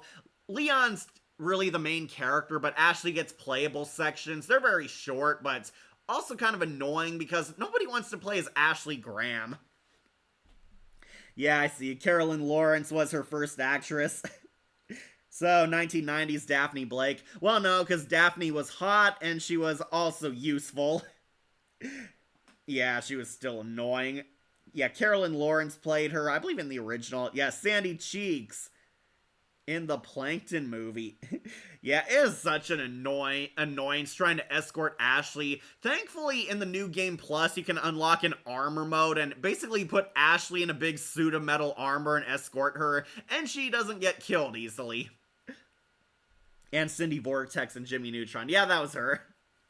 Yeah, nobody likes this character. The remake did improve her, but she's still not very interesting. Still not that well developed, and I think they kept in she has a crush on Leon Kennedy, which is kind of weird because she has like a very vague age. I believe Ashley is supposed to be an adult, but you cannot tell in either of the games. She's like a teenager, and she wants to hook up with Leon Kennedy by the end. It's kind of squicky, honestly. Thankfully, Ada Wong's there to be Leon Kennedy's better love interest. Genevieve Buchner was her and the new actress. Talk about Lady D next. Alright, we'll do it. Let's just wrap up Ashley. But yeah, Ashley is basically a damsel in distress. You save her, rescue her multiple times, and it's implied she grew up by the end of the game. She takes the hint, adapts to her surroundings, and is joking with Leon in both endings. She and Leon either leave on the jet ski. Sorry, messed up my words there, yeah. She and Leon take off in a jet ski in the original, kind of a James Bond style ending, or in the remake, they leave in a boat, or a military boat, or chopper. But yeah, Ashley, not a good character. Even with the remake trying to fix her, she is still one of the most irritating characters of this franchise. She's easily going on, "You're pitiful." Hey, I didn't miss anything, did I? Talked about some of the main characters, Monica. You missed a whole slew of S-tier characters, knocking off the bad one, Ashley Graham. Sorry he wasn't there last time. It's okay, Monica. Alright. Let's do it. We'll talk about your vampire waifu, Lady D, from RE8. And yes, don't worry, Lady D going on to stars. Yeah, we'll talk about the vampire waifu, Lady D. Lady D is one of the main villains from RE8. RE8 takes place in a haunted area where you fight Universal Monsters versions of the BOWs. Mother Miranda has a bunch of houses in her area, populated by the rich, influential families she's raised. One of them being Lady Dimitrescu, or as we call her, Lady D. She's basically a zombie vampire and a giant to boot. Lady D is like 10 feet tall, very huge, has big assets, we'll say, and basically she's kind of a cross between a vampire and the succubus.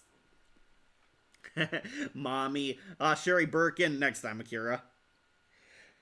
Aw, man, I miss Nemesis. Sorry, Monica, we wrapped up Nemesis. Now we're on the new Nemesis, female Nemesis, Lady D, and yeah, pretty much everybody loves this character for the exact reasons you can assume. The one thing I don't like about Lady D is, honestly, her personality. She has this, like, hate boner towards men, but at the same time wants to mate with them. Yeah, she's kind of a conflicted succubus character. Oh boy, am I going to get hate for this. I think Lady D isn't that attractive and kind of overrated. Oh, really, Shadowlink?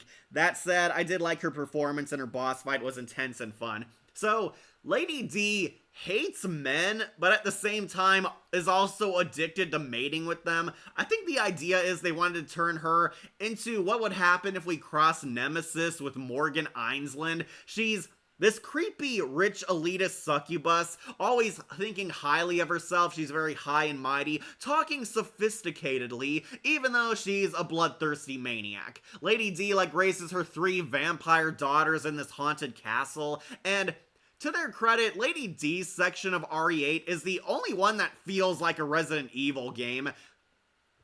She basically takes the place of Nemesis and Jack Baker, watching you, stalking you, and is a bullet sponge, chasing you around the castle, has this, like, creepy Freddy Krueger claws, and eventually when you finally get a good stab into her, she turns into a zombie dragon.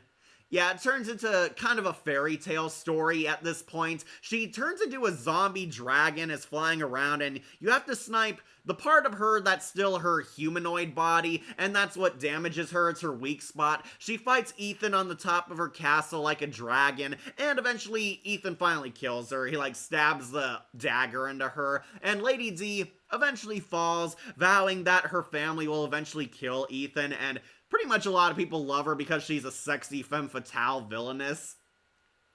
I can see the appeal, but she's not my top Resident Evil waifu. Jill Valentine and Ada Wong are much more perfect, but I see the appeal. I think she is pretty cool. She is a very threatening boss fight and pretty much became the face for RE8 when it was new.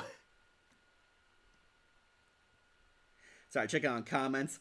But yeah, sorry, Lady D Sims. I have Jill and Ada as my RE waifus. Yeah, Jill Valentine and Ada Wong, way hotter than Lady D. I'm not apologizing. Love me Ada Wong and Jill Valentine. Maggie Robertson played her when Lady D was inspired by Elizabeth Bathory, played Lilith by Grand Blue Fantasy Relink. She's in Resident Evil. She's the Lust. She's Lust, like from Full Metal Alchemist. Yeah, pretty much. Has that creepy lust claws, the sophisticated manners. She walks around her castle trying to stalk and kill Ethan Winters. She is very threatening, though a lot of people love her because they wanted to hook up with her. And people want a death battle. Oh, Lady D versus Lust from Full Metal Alchemist. I could see that working. Though I would figure Lady D versus Sindel would be more popular. Also, I don't find Alcina attractive or scary. If anything, I find her design cartoony. Also, this my vampirus waifu. Really, Lady D, huh? There's much more sexier vampires out there, Akira. Also, Jill Valentine and Ada Wong, way hotter, much hotter than Lady D. I don't care what anyone says. She's also based on the Haikishaku-sama, the 8-foot woman, aka female Japanese Slenderman, because she's very tall and she can pop out of nowhere. Okay, that is pretty cool. Yeah, sorry, my knowledge is kind of limited to the Universal monsters they're parroting, because I'm more familiar with that horror than the Japanese horror. But yeah, she's kind of this huge, like, 10-foot tall, attractive woman, very pale skin, has these sharp lust claws, and she turns into a giant dragon, which automatically made her a pretty cool boss fight. Lady D's section of RE8 is easily the best, though personally I do like the dollhouse a bit more, but it felt more like Silent Hill than Resident Evil. Nevertheless, I'll put your vampire waifu on 2 stars. Alright, speaking of which, we should also bump off our last main character, Ethan Winters. Ah, boy. Goodbye, Ethan Winters. Ethan going on to Brave Rookie. Yeah, let's talk about the man without a face, Ethan Winters. We finally made it. Ethan Winters is the main protagonist of RE7 and RE8. Ethan Winters is the first-person shooter protagonist, and we kind of never see his face. You can see it online. They released what it looked like, uncovered by shadows, but Ethan is kind of a mixed bag as a character. There are parts I like about him. I do like RE7. RE8 I thought was fine, but Ethan Winters as a character, kind of hit and miss with this guy. Todd Soley only played his role. Okay. So Ethan Winters is a very hit and miss protagonist. Some things he does very well. RE7 is a really cool game. RE8 has some highs and lows, but Ethan Winters is a character easily the most boring protagonist we've ever had. Ethan, as far as we know, is a normal guy. He investigates the disappearance of his girlfriend, Mia. Mia disappeared in the woods somewhere, and Ethan follows her trying to desperately save his girlfriend, and gets roped into a Resident Evil adventure, and what made RE7 so fun is it's basically the Texas Chainsaw Massacre and Evil Dead combined, with Ethan Winters as our Ash Williams, or watered down Ash Williams. He's more like Ash from the first Evil Dead, not so much the second and Army of Darkness. The man without a face, without a family sometimes, Jack Krauser. Oh, we'll do him next then, Akira. Chris second picks to continue the Redfield bloodline with his sister. I do get what you're saying, however, I won't deny he gets Father of the Year going through hell in RE8. Yeah, he does. RE8, his daughter got abducted, and he's fighting Universal monsters to save them. Unfortunately, Ethan is not a very deep character, and one thing that kind of made me hate him is, in RE7, when he tries to save his girlfriend, Mia, turns into an Evil Dead Deadite zombie, and he kills her, and has no reaction to it. Ethan Winters kills the woman he loved, the person he came here to save, and he barely reacts. He's like, what the hell? That's how you react to being forced to kill your own zombie girlfriend? Fortunately, Mia's not alive, but he could have reacted emotionally earlier. But yeah, he gets taken hostage by the Baker family, and they're trying to force Ethan to become their new relative. Apparently, the Baker family adopts people into their family, and those who try to escape die. Ethan, of course, tries to escape, but he's a lot more hardened badass. In RE7, he's trying to save his girlfriend. He eventually does so. Then RE8 gave him some more character, fleshed him out a lot more, and he fights a bunch of Universal monsters to save his daughter. His daughter was taken by Mother Madeline and somehow chopped up into parts. Yeah, it's not explained well, but his child is a Resident Evil BOW. She was turned into apparently these weird parts that are separated in a bunch of tubes and bowls. He's going after containers that have a part of his daughter, and if he collects them all, he can reassemble her because his daughter is a mutant. His daughter is a mutant, basically, and yeah, it is kind of weird. I do not get how this works, even after playing the game, but yeah, the daughter, I guess, is a liquid creature because, yeah, he collects all the containers. He does win points for Father of the Year. He manages to save all his daughter's parts, kills all the monsters. Then we get to the twist. Ethan has been dead this entire time, and he's really Mold. Yeah, the Mold is a nickname for one of the new RE mutants. Ethan was infected by Mold and was killed when the Baker family abducted him, and has somehow been living a normal life this entire time until Ethan finds out he's a Resident Evil monster. He's a BOW himself. He's been infected all along, and he dies fighting Mother Miranda, saves his daughter, and yeah, Ethan Winters pretty much dies at the end of RE8. He only lived for 2 games, and he heroically sacrifices himself, saving his daughter. It's a shame Bruce Campbell never played Ethan Winters. Yeah, he should have. That would have been funny. Yeah, he wins points for Father of the Year. I will give him that. You know, I might bump him up to an A at least. I do like him more than Rebecca Chambers. Alright, Ethan fans, you win. I'll put him up on A tier. But he's not going on to S tier. Ethan is a mixed protagonist. He is fearless and loves his family, but doesn't have that much else. Yeah, that's kind of the problem. Ethan feels kind of underdeveloped as a person. Doesn't have much going on in his life like Jill Valentine or Claire do. Another plus I'll give for Ethan is his twist revealed in the climax of RE8. He was molded the whole time and has been dead since the start of RE7. Not sure how he lived his life like a normal human or none of the agents detected that he was infected. But yeah, Ethan is a mutant the entire time, and he dies fighting Mother Miranda.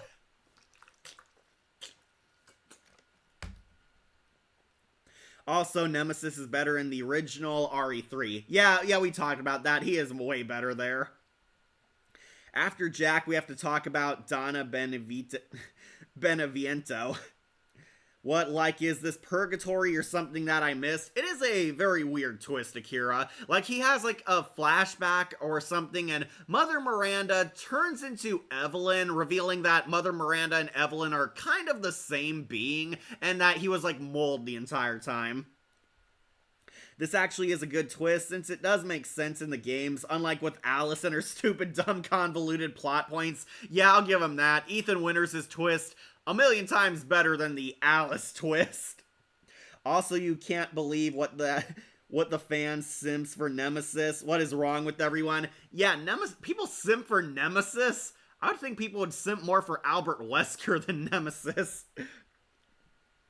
But okay, yeah. Ethan Winters, I'll give him an A. I will give him an A. For RE8, he goes through hell to save his child, so definitely a strong role model for fathers everywhere. However, just kind of missing some personality to make him interesting, and they never show you his face unless you go online and find all the shadows wiped out. But yeah, Ethan Winters, alright, I'll put him on Jill Sandwich. If he's dead, how did he conceive? How did his blood flow? Yeah, that's what kind of confused me. It's not explained very well, but he's a Resident Evil mutant after RE7, and he apparently had a normal human-looking girl, and she looks human, but no, she's actually a mutant. It's not explained well, but yeah, apparently he had the working parts to seem human. Alright, you want the ghost girl.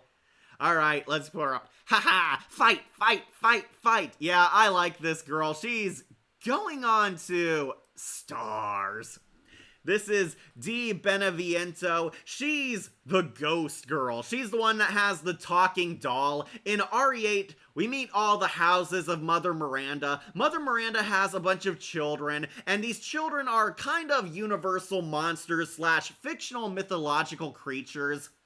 She is the ghost and the creepy doll. She doesn't show her face in the actual game. She's like wearing a veil. She looks like the woman in black, always concealed but behind like a hood or a veil in a funeral outfit. However, the doll does all her talking. She has kind of like a girl Scarface doll, and the doll is pretty hilarious. Wait, where's Vincent from Survivor? Oh, is he not on here? I guess he isn't. Oh, well, I haven't played Survivor anyway. Yeah. Okay, saw you, Kira. Okay, so, talking about her. So, I do actually enjoy this section of RE8. However, I understand what the fans don't like about it. So, Ethan has to go to all these different places in the area, all these kingdoms, and explore the family's houses. And basically you go into a different place and encounter different breeds of monsters. After you escape Lady D's house, you go to the doll house. And this place feels more like a Silent Hill level than it does a Resident Evil area. Yeah, the puppeteer, easily the scariest villain and part of RE8. Creepy dolls and a demon baby. That doesn't suck and is actually scary. Yeah, I like her section way more than Lady D's section. I know everybody loves Lady D because of the sexy vampires, but The doll girl, way creepier. Her doll is like really funny, really silly, and has this psycho vibe. The doll like conveys her voice and emotions for her while she kind of walks around. Mrs. Beneviento herself is kind of a ghostly figure. She doesn't talk. She's usually silent. She's always around the dolls, and the dolls speak for her. She's like a doll collector. You investigate her mansion, and this has one of the creepiest enemies there. There's a giant mutant baby. Like, Ethan experiences these Silent Hill nightmares about his fears of fatherhood, and the fear monster manifests as this creepy, deformed giant baby who wants to literally eat Ethan. Yeah, the baby is kind of the primary enemy in this house. It's always chasing Ethan, trying to eat him, and those cries are pure nightmare fuel. Paula Rhodes played Angie the Living Puppet. Okay, she was really funny. Haha, fight, fight, fight, fight. You'll never escape, Ethan. Come play.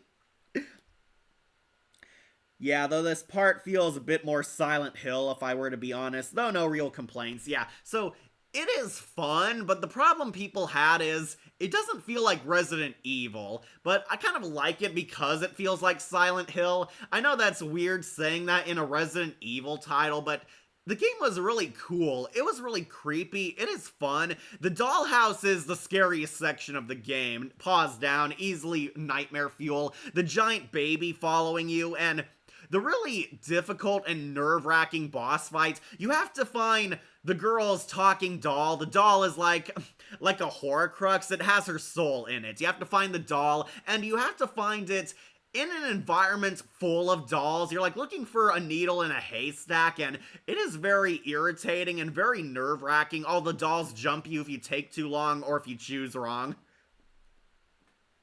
I believe, like Lady D, she's based on a Japanese folktale of a killer doll named Alice who will call you, and every time you answer the phone, she will come closer to you and do what Chucky would do.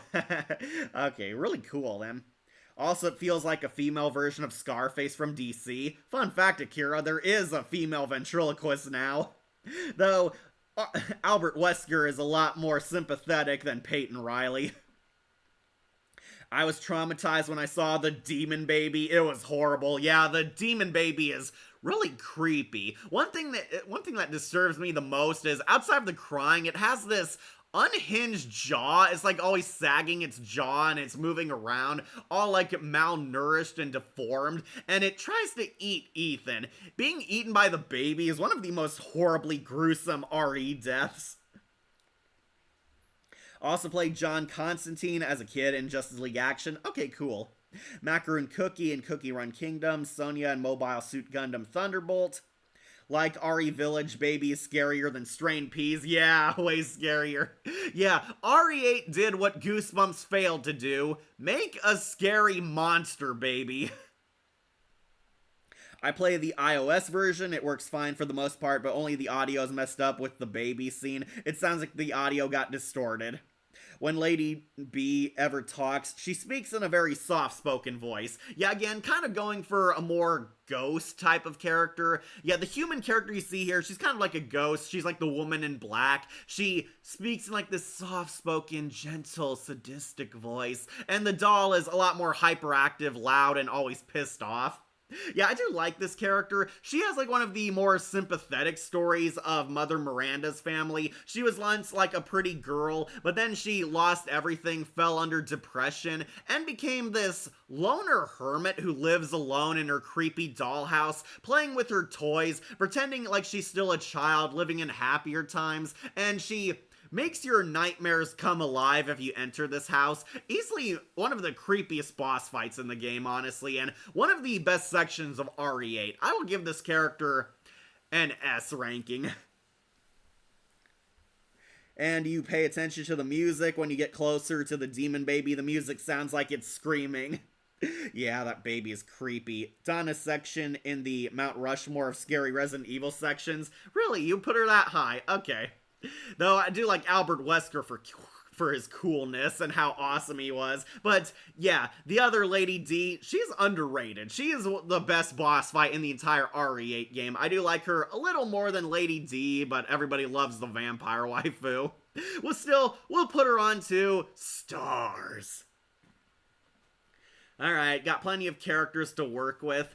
Gotta use my first restroom break, but guys, cast your vote in the chat or comments below. See who you want next. We got a lot of characters to work with. I'll try to fit them all here, but I'll be right back. Give me a break. Tell me who you guys want to rank next.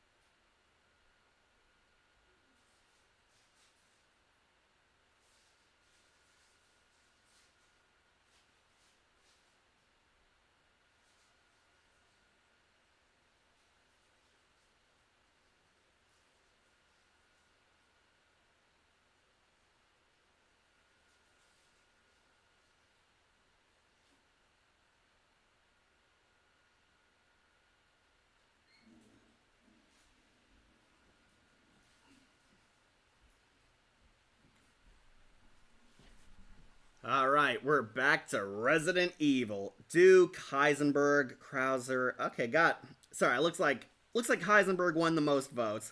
Her house is terrifying, and the monster baby is one of the all-time scariest RE monsters. Fully agree, Ira, fully agree. Duke, Hauser, Carl. Alright, looks like Heisenberg won the vote. Alright, checking where he is. There he is. Goodbye, Ethan Winters. Heisenberg, aka Nick Cage. Alright, might upset some people, but Heisenberg will be going on to Brave Rookie. Yeah, I know, he's going on to B tier, but how could you hate him? He's basically Nicolas Cage as Frankenstein's monster. Alright, so I liked Heisenberg for the most part up until his section of the game. And yeah, this is where Heisenberg kind of started losing points for me, especially because he really does not fit with Resident Evil. Okay, so Heisenberg, alongside the other Lady Ds, he's one of the heads of Mother Miranda's houses. He is basically Frankenstein's monster. He's a cyborg. He's made up of mechanical parts and corpse pieces, and he acts like Nicolas Cage. That is the big appeal about this character. He sounds like Nicolas Cage. Oh, Ethan Winters, here to save your daughter, huh? Really funny. Neil Newborn is his actor. Okay, he did a pretty good job acting-wise. Unfortunately, the character is kind of what I have a problem with. Heisenberg is the Team Starscream of his Resident Evil forces. Heisenberg is basically the backstabbing, treacherous second-in-command of Mother Miranda. He wants to remove Mother Miranda from the picture and take over the area. He tries to ally with Ethan Winters for an alliance where they can save your daughter and kick out Mother Miranda, but obviously he's untrustworthy, leading to a weird boss fight. I think he's more like Hugh Jackman from Pan with the appearance from Van Helsing. Imagine Nick Cage played him in live action. That would be pretty cool, especially because Heisenberg's already an old guy, so Nick Cage wouldn't have to put on makeup. I wish Ethan had listened to him. Yeah, it would have helped the game end faster, but yeah.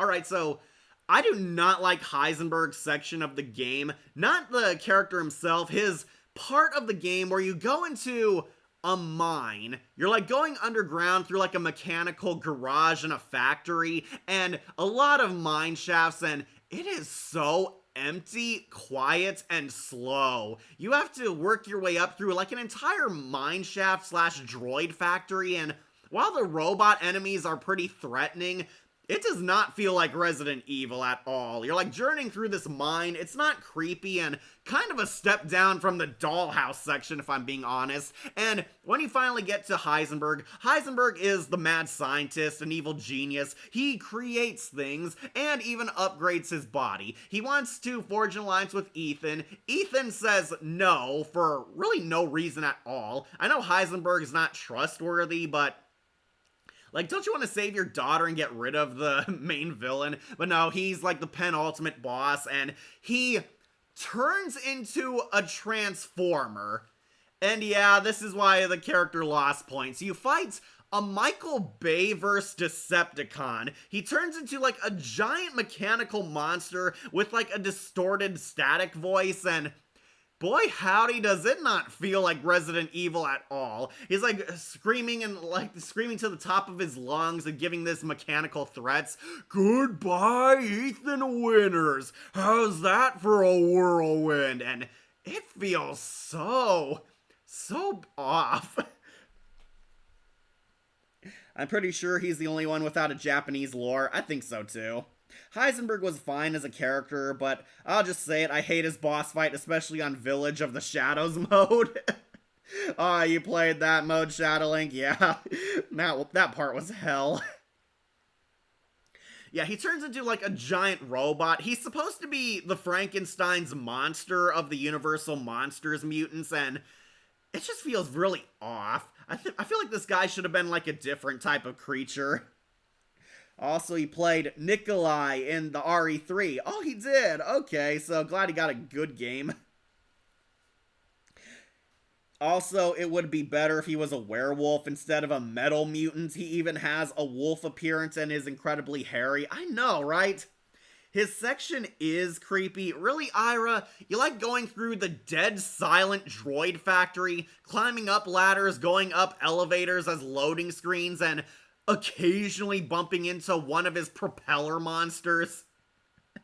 I just found it slow. It was slow and boring and a huge step down from the dollhouse. The dollhouse is like the highlight of this game. And then you get an empty swamp and then a factory. And the factory is slow and boring. Also, he is funny. I will give you that one, Akira. He is kind of funny, but that's mostly thanks to the Nicolas Cage persona. It's a shame that no Ghost Rider reference. Yeah, he should have turned into like a flaming skull at one point. I think they made a huge misstep with Heisenberg by the end of his section. He starts out really cool. He is funny, I'll give you that. I do like the Nicolas Cage voice he's going for. And the design is not too bad, but they chose a really poor monster he was supposed to be, and a really poor final boss fight. I do not like his boss fight. It feels anti-Resident Evil. It feels like a boss fight you'd see in Fall of Cybertron. Not Resident Evil, but yeah, he turns into a giant robot. You eventually kill him, and yeah, that's kind of the end. He blows up in a blaze of glory.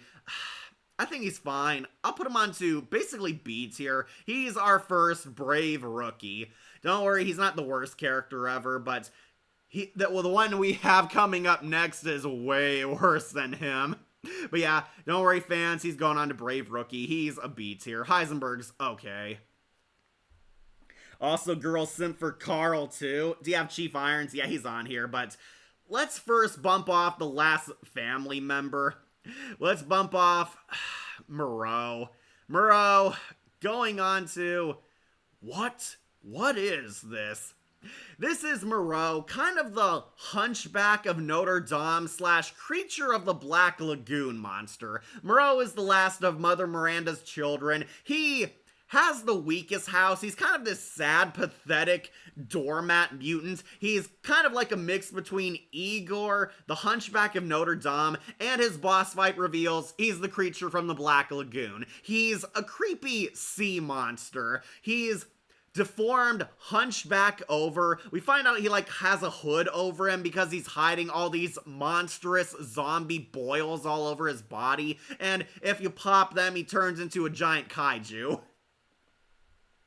Why can't Carl be a giant werewolf instead of a metal mutant? He should have been.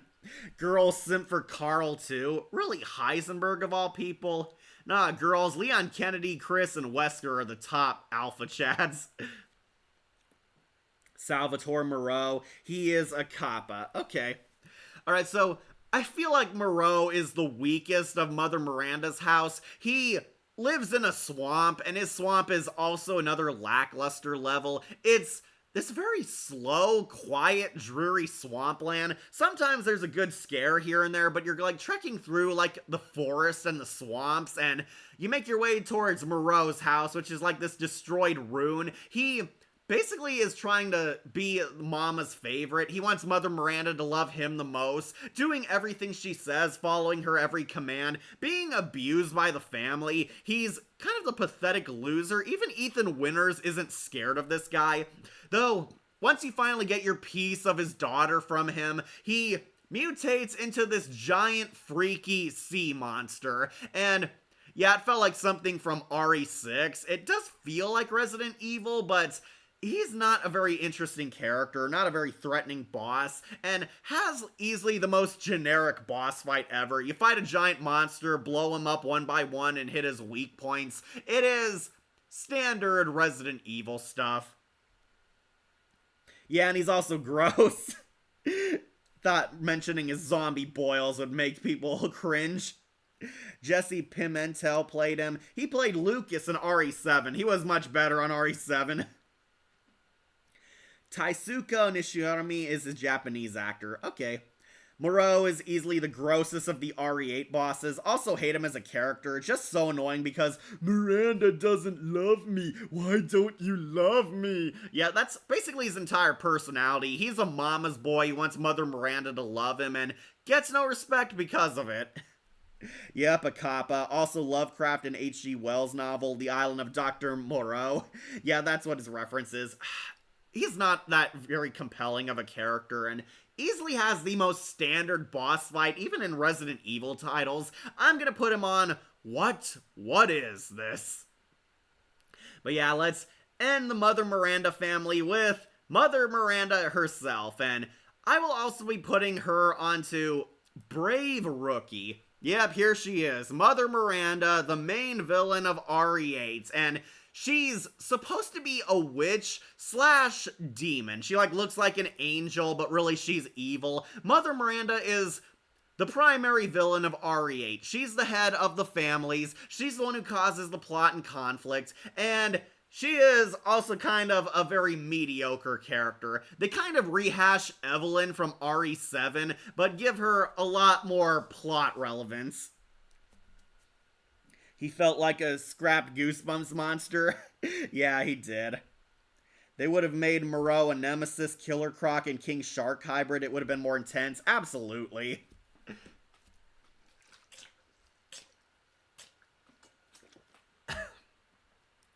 Alright, so I know Mother Miranda has a huge fan base, and I can see the cinematic flair of her form, but as a character, I really didn't care for her. I thought she was weaker compared to, her children. The other two girls were much more well-developed and cooler. Mother Miranda basically wants Ethan's daughter to make her a part of her family. It is kind of a rehash of RE7. They're adopting new family members, but she wants Ethan's daughter because she is perfect to act as her new vessel, and Ethan is trying to save her, where you have to collect her final piece from Mother Miranda. Miranda reveals that she's been watching Ethan the entire time. She transformed into multiple characters, namely the weird hunchback old lady, the homeless lady who's been following Ethan, giving him warnings, trying to send cryptic messages towards Ethan, and slowly guiding both of them towards her ultimate end goal. Michelle Lucas played her, Kelly 087 in Halo 5 Guardians. The worst Halo game. Okay, so she turns into basically another giant monster. She looks like an angel, but slowly turns into a demon, turns more hideous, trying to be this corruptor towards Ethan and his daughter, and she's the one who reveals that Ethan has been a mold mutant the entire time, that she kind of wants Ethan and his daughter to be a part of her family. Somehow she turned into Ethan's wife, and got killed by Chris Redfield. We find out this was not true. She was posing as Ethan's wife, apparently for weeks, to hook up with Ethan and take their baby away, but Chris foiled her plans, and Chris comes back to foil her plans all over again, where Ethan gets into the final boss fight with Mother Miranda, and it's fine. It's fine. It's not one of my favorite parts of the game. Honestly, it feels kind of like a rehash of the RE7 twist, where it's just this crazy girl who wanted to have a family to call her own, and Ethan and his daughter were kind of the new recruits to it. It's kind of a repeat, and not as satisfying as the other boss fights you did. Sayaka Kinoshita is her Japanese actress, and Mother Miranda's design is what the Haunting Hour Goodwill Toward Men angel should have been. Yeah, much more creepier angel. I like her design, but that's about it. She's kind of just Evelyn 2.0. Not very compelling as a character, and she's kind of on the sidelines enacting this mystery plot, so we don't get to watch her as much as her children. But yeah, I'll put her on to B tier. She was fine, though Evelyn much, much stronger. So I'll put her on to Brave Rookie. So I believe Ira wanted the Duke. Alright, we'll talk about the fat salesman. The Duke going on to Jill Sandwich.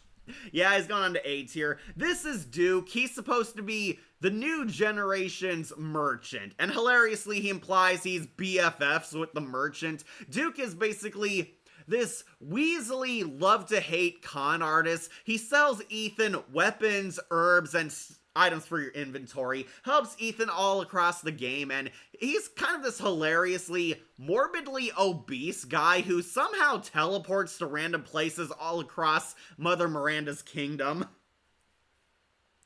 Like, think Haunting Hour, think, yeah, I know who you're talking about, the Goodwill Toward Men angel should have been her.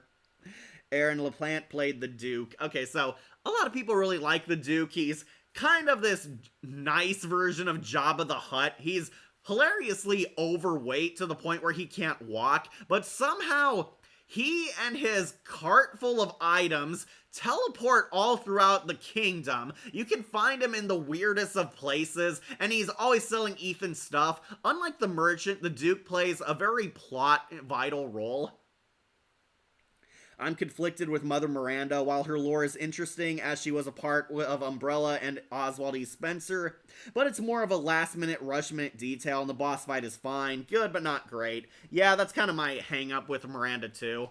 We're on the Duke now, Shadowlink. What are you buying? Yeah, we got the new generation's merchant, and I think he's also pretty funny. He's cool, he's very smart, calculating. We find out the Duke is selling items to Ethan because he wants Ethan to take down Mother Miranda and her corrupt houses. He wants him to help liberate the kingdom. And the Duke is low-key helping in a resistance by selling weapons and items to random people, one of them being Ethan. And he's the one who gives Ethan the jar with a fragment of his daughter in it. Yeah, it's a really weird game.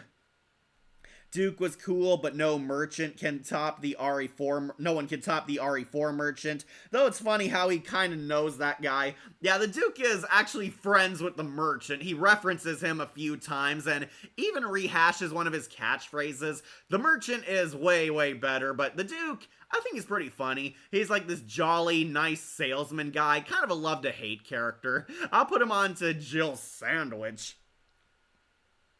Also played E123 Omega in Team Sonic Racing, and Senju and Naruto Shippuden. Yeah, Aaron LaPlante, he did a pretty good job.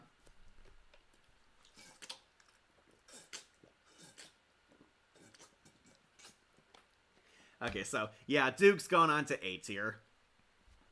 Speaking of which, we should also get the original out of the way. Where are you? Where's the merchant? I know he's on here. There he is.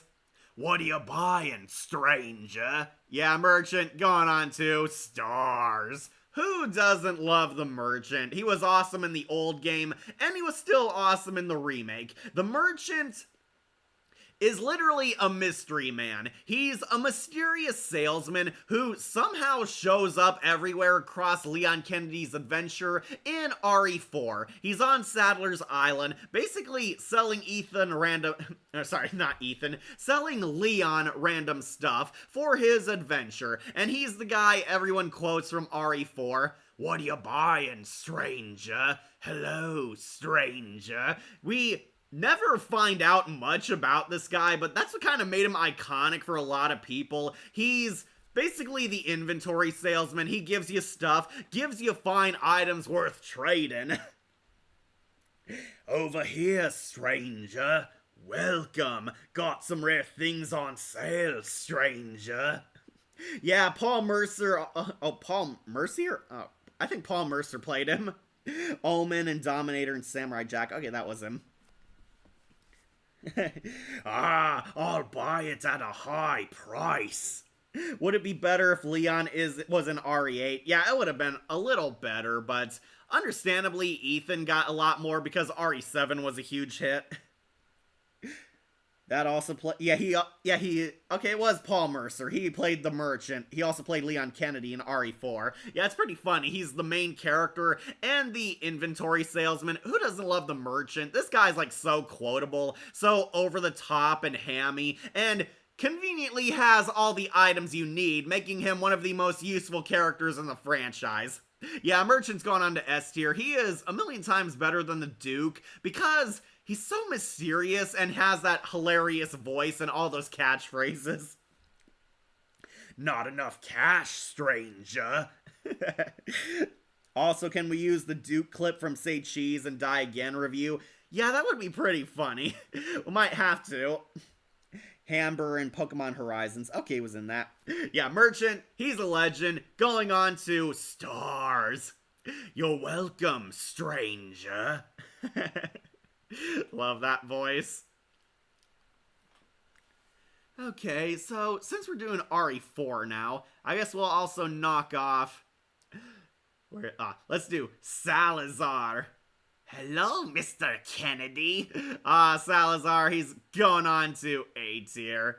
This is Salazar, the weird, corrupt little person general serving in Sadler's cult armada. And Salazar basically has two different personalities. If you play the original RE4, he's a campy, over-the-top, mustache-twirling supervillain, though in the remake, they tried to make him a lot more creepier. He's a far more sinister, mischievous, diabolical character in the remake, but I love him. He's hilarious. I love both. Love his over-the-top personality, his larger-than-life showman persona, and like the Merchant, he's also very quotable. No thanks, bro. Renee Mujuka played the OG. No thanks, bro. Okay, so I think Salazar is pretty hilarious. Not gonna lie, the remake did his boss fight a lot better. I think his boss fight was too easy in the original. He basically turns into like a blob monster in the original. He's like stuck to a wall, always fighting at you, kind of like this hellish looking wall. It's looks cool, but also isn't very threatening. The remake, he turns into a dragon. He turns into like a flying demon, then slowly becomes a fire-breathing dragon. Again, kind of like Lady D in a way, but I honestly liked him. He was pretty funny. Salazar has like this very creepy and disturbing crush on Ashley, wants to like keep her hostage, and hates Leon Kennedy because he's an American. Love how Leon just insults and puts Salazar down a lot. Yeah, that is funny. You can't escape me, Mr. Kennedy. I'm sending my right hand after you. Your right hand comes off? Just such a stupid joke, but the way they deliver it makes it so funny. He was Titanium Titan and El Tigre. Oh, he was in El Tigre. I didn't know that. Yeah, I love Leon. Always taunts him, always puts him down, but that's what kind of makes him funny. He's trying so hard to be Leon Kennedy's arch nemesis, but Leon does not take him seriously, and it's not hard to see why. You know, there was a Japanese comic book of RE8. Nemesis is way more hardcore in the comic. He even stitched in his own face because he was shot in the head after he was created. Wow, that is cool. And he's Newt in the Tom and Jerry show. Marcio Morena played him in the remake. Yeah, in the remake, they tried to make him creepier. I could not get over his weird Beethoven hair. He has like one of those weird old-fashioned powdered wigs from the Washington era. It just looked really ridiculous, but he does have a much cooler boss fight in there. I love that he considers himself high and mighty. He has like a Napoleon complex, always looking down on Leon, but Leon always cracks jokes at his expense, always puts him down, and is ultimately the one who kills him at the end after Salazar bragged how untouchable and unstoppable he was. Sadly, he's only in one game, but I'll put him onto Jill Sandwich, just for his humor alone. Don't worry, he'll likely be outclassed by other characters. Both ways that Leon hurts him were great. In the original, he throws his knife at his hand. Yeah, and he screamed like a little girl. Though in the remake, Leon just goes all out and shoots at Salazar like crazy. Yeah, that was also funny. He's like Lord Farquaad's brother. Yeah, pretty much. He's kind of like Lord Farquaad. I'll put him on Jill Sandwich. Okay, Akira, you wanted to see Krauser.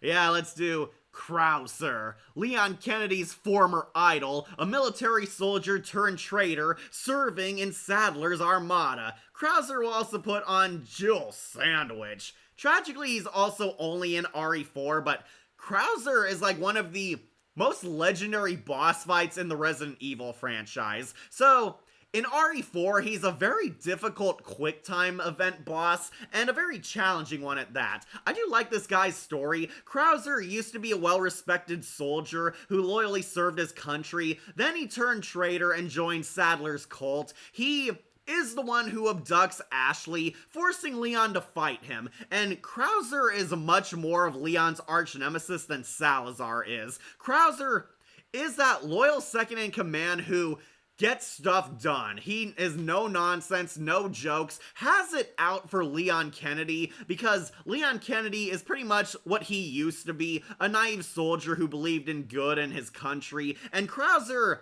has a really epic boss fight in both RE4s. Been a long time, Conrad. Jim Ward played him. Yeah, pretty good too. He's Hugo Strange in Batman vs. Two-Face. That's right, he was in that. Get my second water.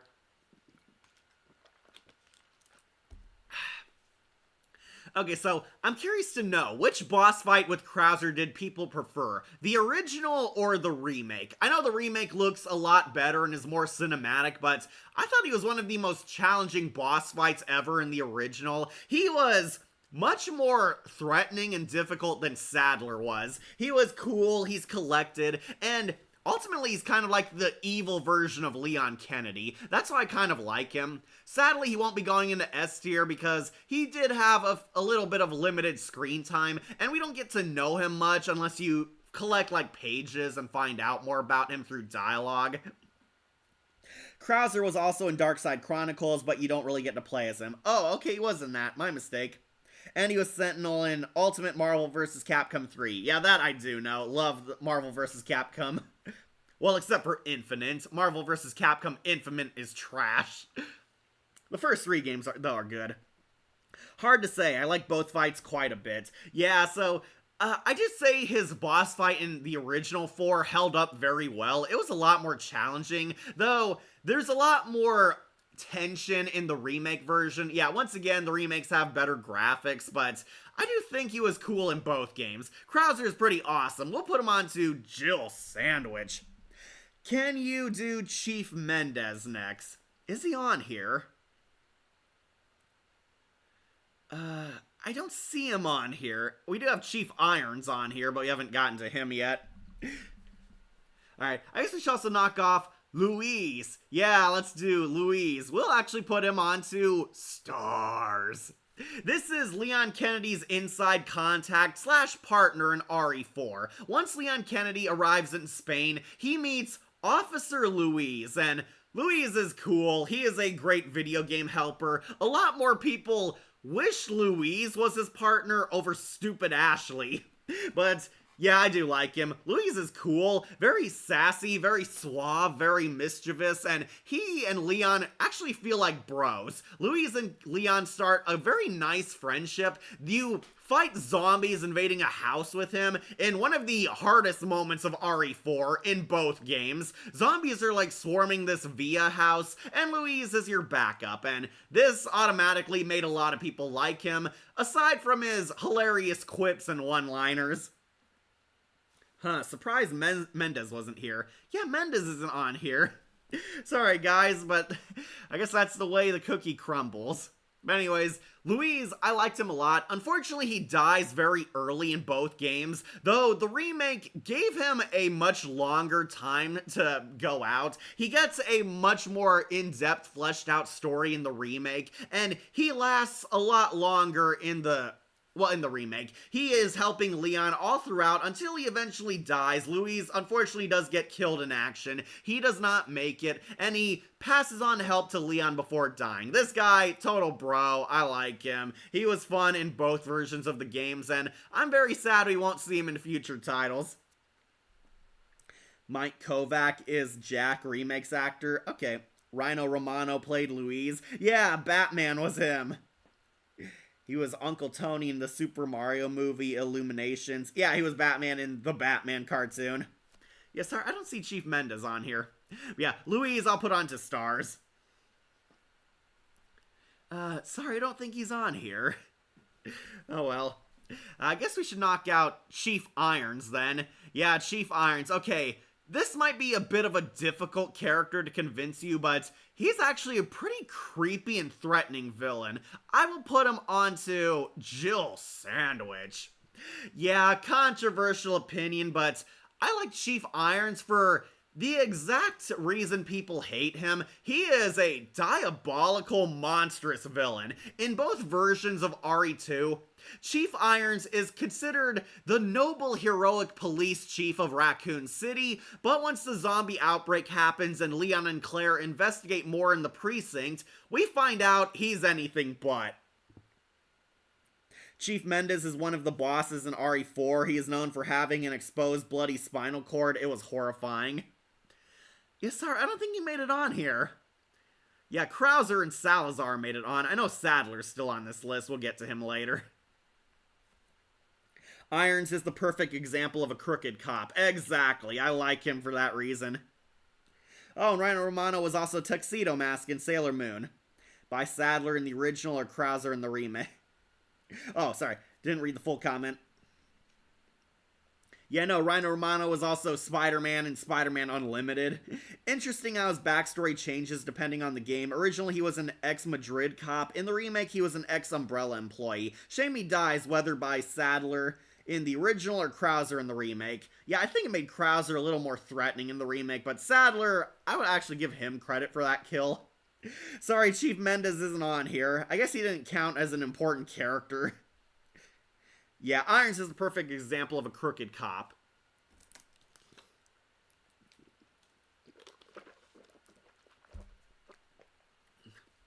Okay, so, won't lie, I think Chief Irons is a little better in RE2 because he does a better job hiding his evilness. In the original, Chief Irons pretends he's this noble, heroic cop. He pretends he's a good boss, pretends he cares about people. We get subtle clues that there's something off about him.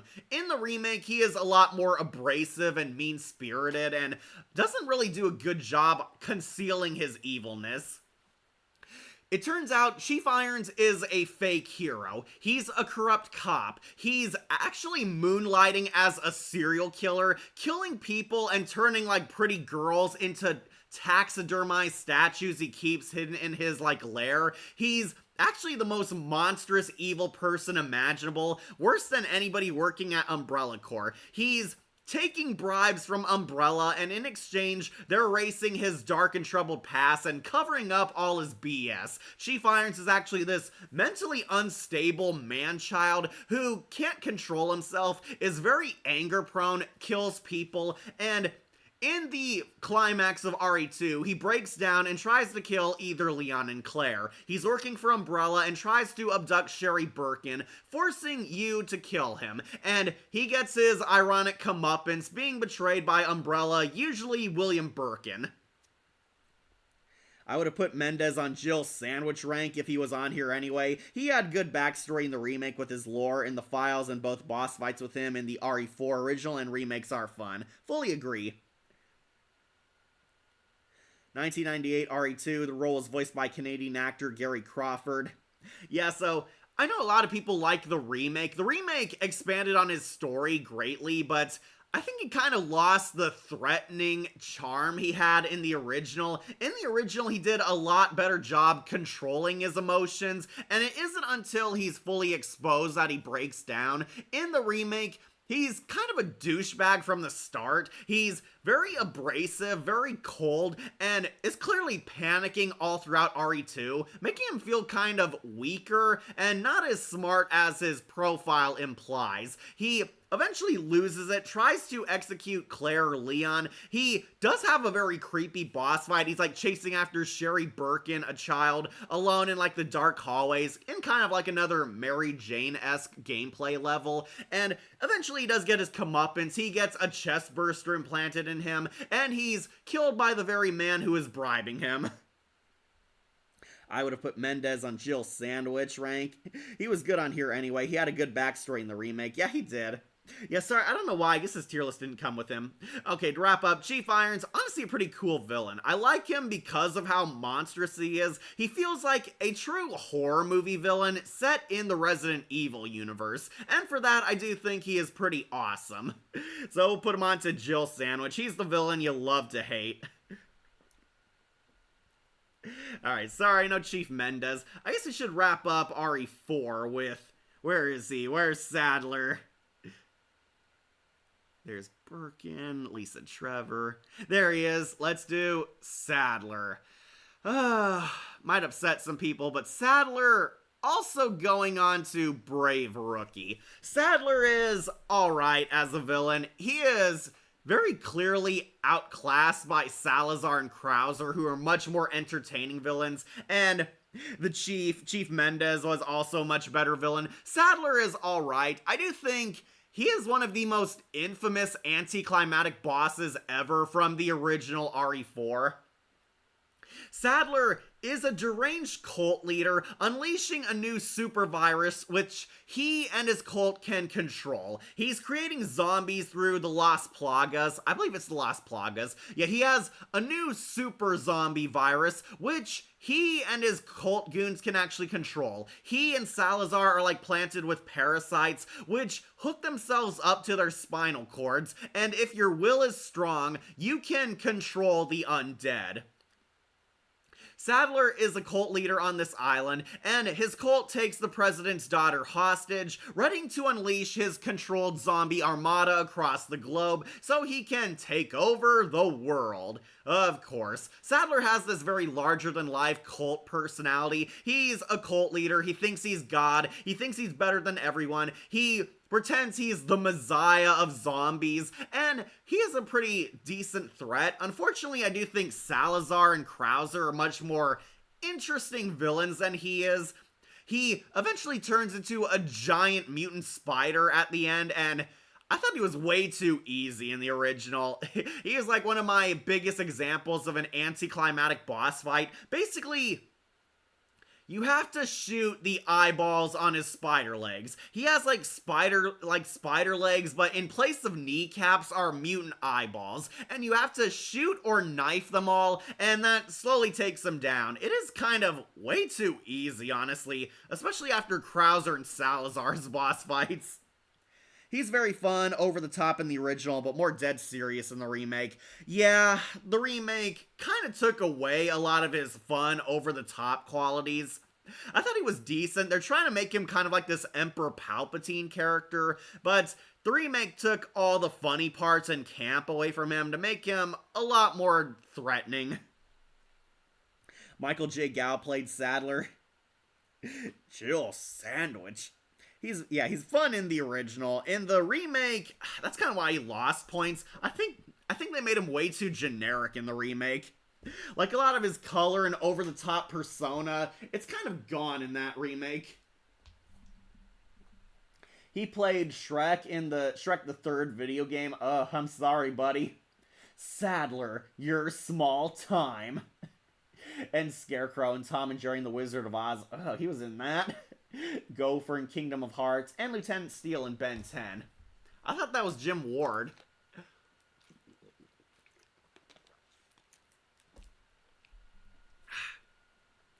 Okay, so one thing I will say, the remake did improve his boss fight. He's a lot creepier in the remake, and his mutant final form is really epic. It's really cool, it's larger than life, just like his persona used to be, and the giant mutant spider is given a freaky makeover in the end. I will say that definitely won him some points, but unfortunately I do kind of miss the campy, over-the-top Adam West supervillain Sadler he was in the original. The remake took away his personality but improved his boss fights, while in the original, he was a fun character but had the weakest boss fight. Agreed, the original RE4 Sadler fight was too simple, at least was a bit of a challenge in the remake, though much harder no matter which version you play as Ada in the separate ways. Yeah, he was much better there. Okay, so I'll give Sadler a B. I like him more than Heisenberg's boss fight in both, but yeah, it's kind of sacrificing character to improve the gameplay, but in the original he had a funner personality but the weakest final fight. Yeah, that's kind of why I'm at odds with this character. We'll put Sadler onto B tier. Not the worst ever, but he's adequate. Alright. If we're finishing RE4, I suppose we should also knock off Hunnigan. Yeah, alright, we'll put her also onto Brave Rookie. Alright, so Hunnigan is also an alright character. She's Leon Kennedy's Oracle, the Felicity Smoke, the tech girl. Hunnigan is basically the person guiding Leon Kennedy. She's basically working from the safety of her office back in Washington. She's on Leon Kennedy's communicator, always telling him what to do, help guide the player, and Leon Kennedy mildly flirts with her because Hunnigan's like a sexy nerd girl. Tragically, Hunnigan hasn't done too much. She's in RE4 and RE6. Abraham Lincoln in The Adventures of the Book of Virtues. Wow, that long ago. And Christopher Jane is his remake actor. Never heard of him. Alright, this is Hunnigan. She's basically working behind the computer, guiding Leon Kennedy, giving him intel, updating him, and helping Leon Kennedy with the thinker, the brain teasers, the thinking questions, helping him with puzzles, and Leon Kennedy, like, mildly flirts with her. She looks so much prettier without her glasses. That's kind of mean of you, Kennedy. So, I think she's fine. She's a lot more interesting in RE6. She mostly is just the mission control in RE4, helping Kennedy, bantering with him, telling you where to go. In RE6, she's given a lot more character. She's still working as Leon Kennedy's inside girl, contacting him and guiding him. She's the one who finds out that Simmons is a bad guy, and secretly helping Leon Kennedy take the corrupt politician down. You know, you're cute without your glasses. May I remind you that you're still on duty? Story of my life. Love you, Leon. Sally Safadi played her. Wasn't there a female copy of Albert Wesker? Yeah, she's like in one of the other games. I don't think she made this tier list.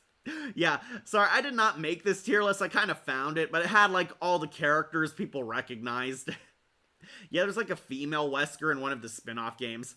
Okay, so Hunnigan is fine. She's alright. She's funny. Has some funny banter with Leon Kennedy. Doesn't get involved in any action. I kind of wished Hunnigan reappeared in Infinite Darkness. She should have taken over Claire Redfield's role, especially because Claire doesn't really do anything action-packed in that series. Instead, Claire is kind of the inside girl working in the office solving a mystery, when it would have made sense if they brought Hunnigan back for this and had Hunnigan and Leon reunite just in time for RE6, but no. I think Hunnigan's alright. She's funny. We'll put her on to B tier. She is the French worker in Creature Commandos. Which one? Nancy Metcalf and Scooby-Doo and the Gruesome Gourmet. Oh, she was in that. Okay. Yeah, you're all right, Hunnigan. All right, I think that completes RE4 finally.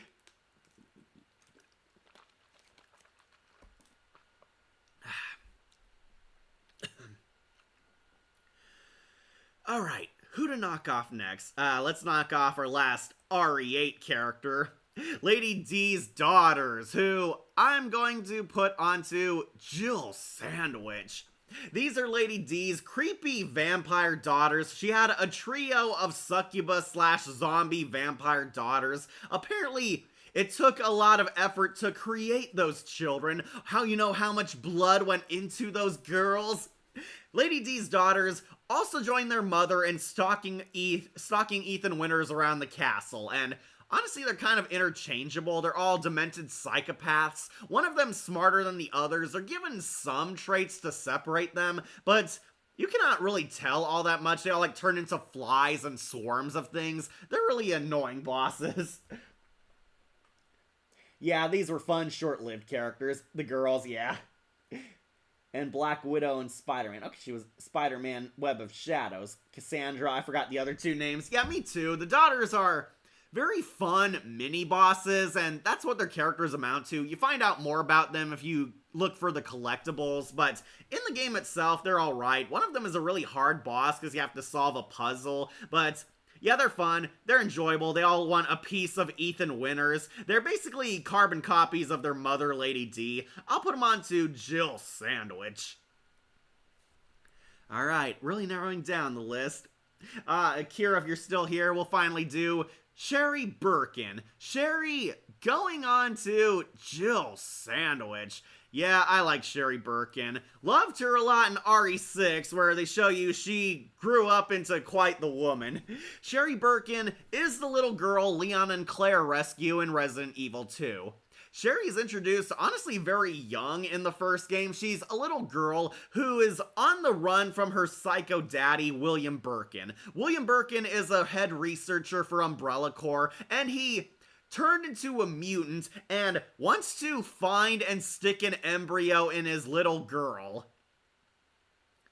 Yeah, sounds really weird when you say it out loud. He wants to turn his daughter into a super mutant like him. Sherry Birkin is being hunted down by her own parents in RE2 to turn into a mutant, and she seeks refuge with Claire and Leon. And basically, whoever you choose has to babysit her, and she's kind of the kid character you escort. In RE2, the original, she's kind of a simple character. She's lost and scared and basically is the morality pet for Claire and Leon. The remake kind of gave her a little more persona and depth. She's bantering with Claire and Leon, treats them like her family, sees Leon as a father figure, and sees Claire as kind of a big sister. She's cute and adorable, and of course you want to save her. Though I do love Phaelus' running gag where you can actually shoot her. Shut up. It's finally over. Yeah, you can actually shoot Sherry Birkin, but don't worry, she can't die. It's programmed to protect her. Laura Bailey played her. Oh, she did. Okay. Oh, she played one of the sisters. Cassandra, Daniela D, and Nicole Tompkins played her. Oh, Beta. She played Jill Valentine in Resistance. Oh, she did. Laura Bailey. Not that was Helena who Laura Bailey played, Akira. Yeah, Laura Bailey played Helena. Helena Harper, Black Widow, Rise Kujuko, Lust, and Telltale Catwoman. Yeah. Her first role was on RE Darkside Chronicles. Okay.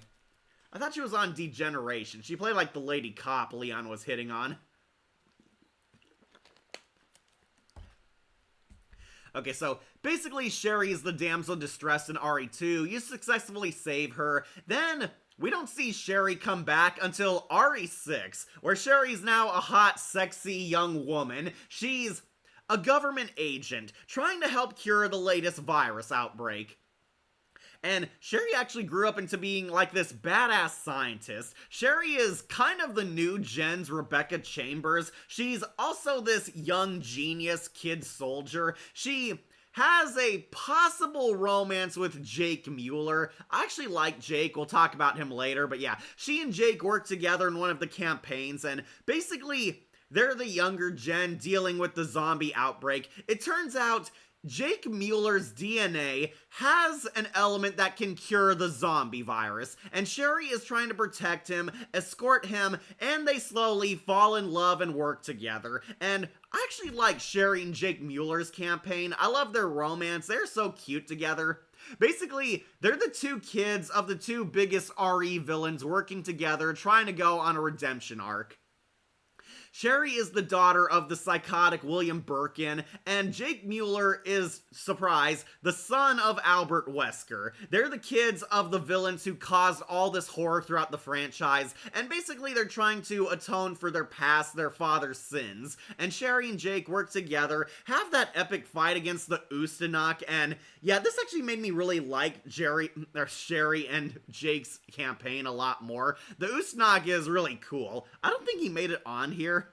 Yeah, Ustanok isn't on here. That's BS. But yeah, Sherry actually gets through to Jake. She's kind of his morality pet, convinces him to become the good guy, convinces Jake to change his ways and become a more noble anti-hero. And for that, I really like Sherry. Sherry eventually gets his DNA, and Jake lowers his price down because she touched his heart, and they fall in love. Unfortunately, we haven't seen Sherry and Jake reappear after RE6, but yeah, Sherry gets a happy ending, and she actually helps save the world from the recent zombie outbreak.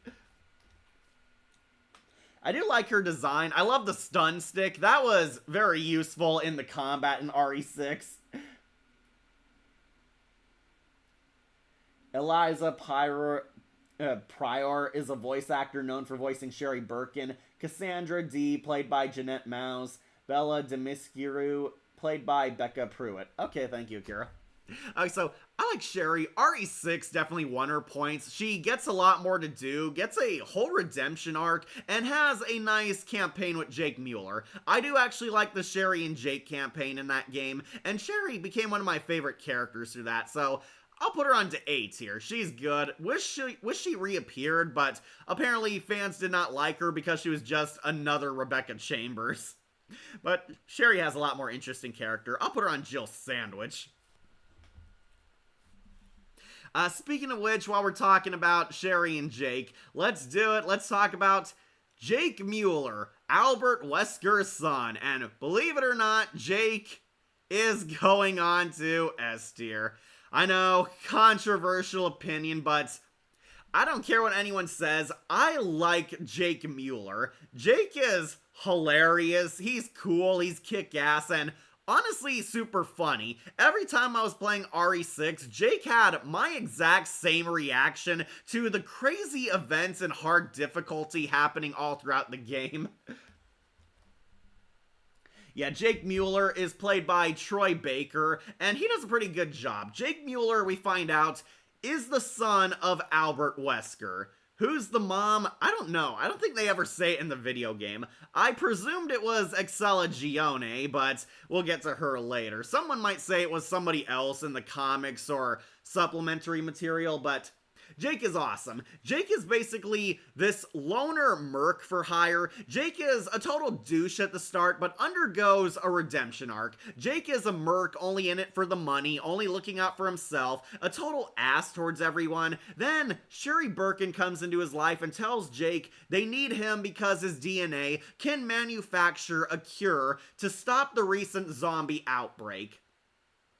Jake agrees for an insanely high price to make a ton of money, and he and Sherry work together only to get attacked and are forced to work together and survive, being hunted down by Carla's forces and especially the Ustanok. The Ustanok is basically a new nemesis monster, a giant hulking brute who is very much out for Jake's blood. It's trying to kill him, trying to capture him. The Ustanok works for Carla, and Jake and Sherry basically fight him all throughout the game, learn more about each other, and Jake actually undergoes a very nice redemption arc. He goes from this jerk who cares about nothing to feeling sorry for himself, to hating his dad, to realizing that Sherry's right, he should fight for something greater, he should become a better person, and if he really hates his father, to stop following in his footsteps, to cast the memory of Wesker aside, and become a much better person than he was.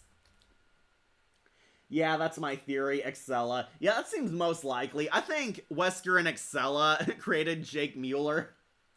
Also, Jake Mueller was voiced by the one and only Troy Baker. Yeah, Troy Baker in his first RE title, and he does a pretty good job. I found him really hilarious. Jake, always has a chip on his shoulder, and he has the perfect reactions to the insane world of Resident Evil. Every time something weird happened or the game difficulty went up, he would always be like, "Oh, you gotta be kidding me," or "What? That's not fair. Oh, I'm getting real sick of this guy." And he had my exact same reactions while playing RE6. That's why I kind of relate with him. I think Jake is underrated. I'm kind of shocked we haven't seen this character again.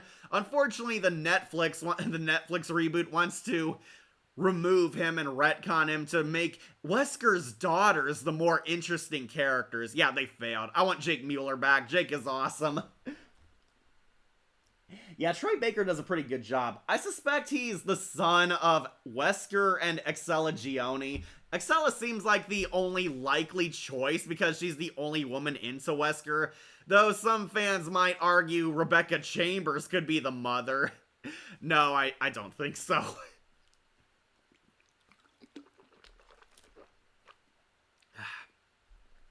Alright, speaking of which, I do like Jake and Sherry's romance. They had a really cute chemistry together. Jake is basically the mysterious bad boy. Sherry gets through to him, changes his ways, and by the end of the game, Jake becomes an actual hero.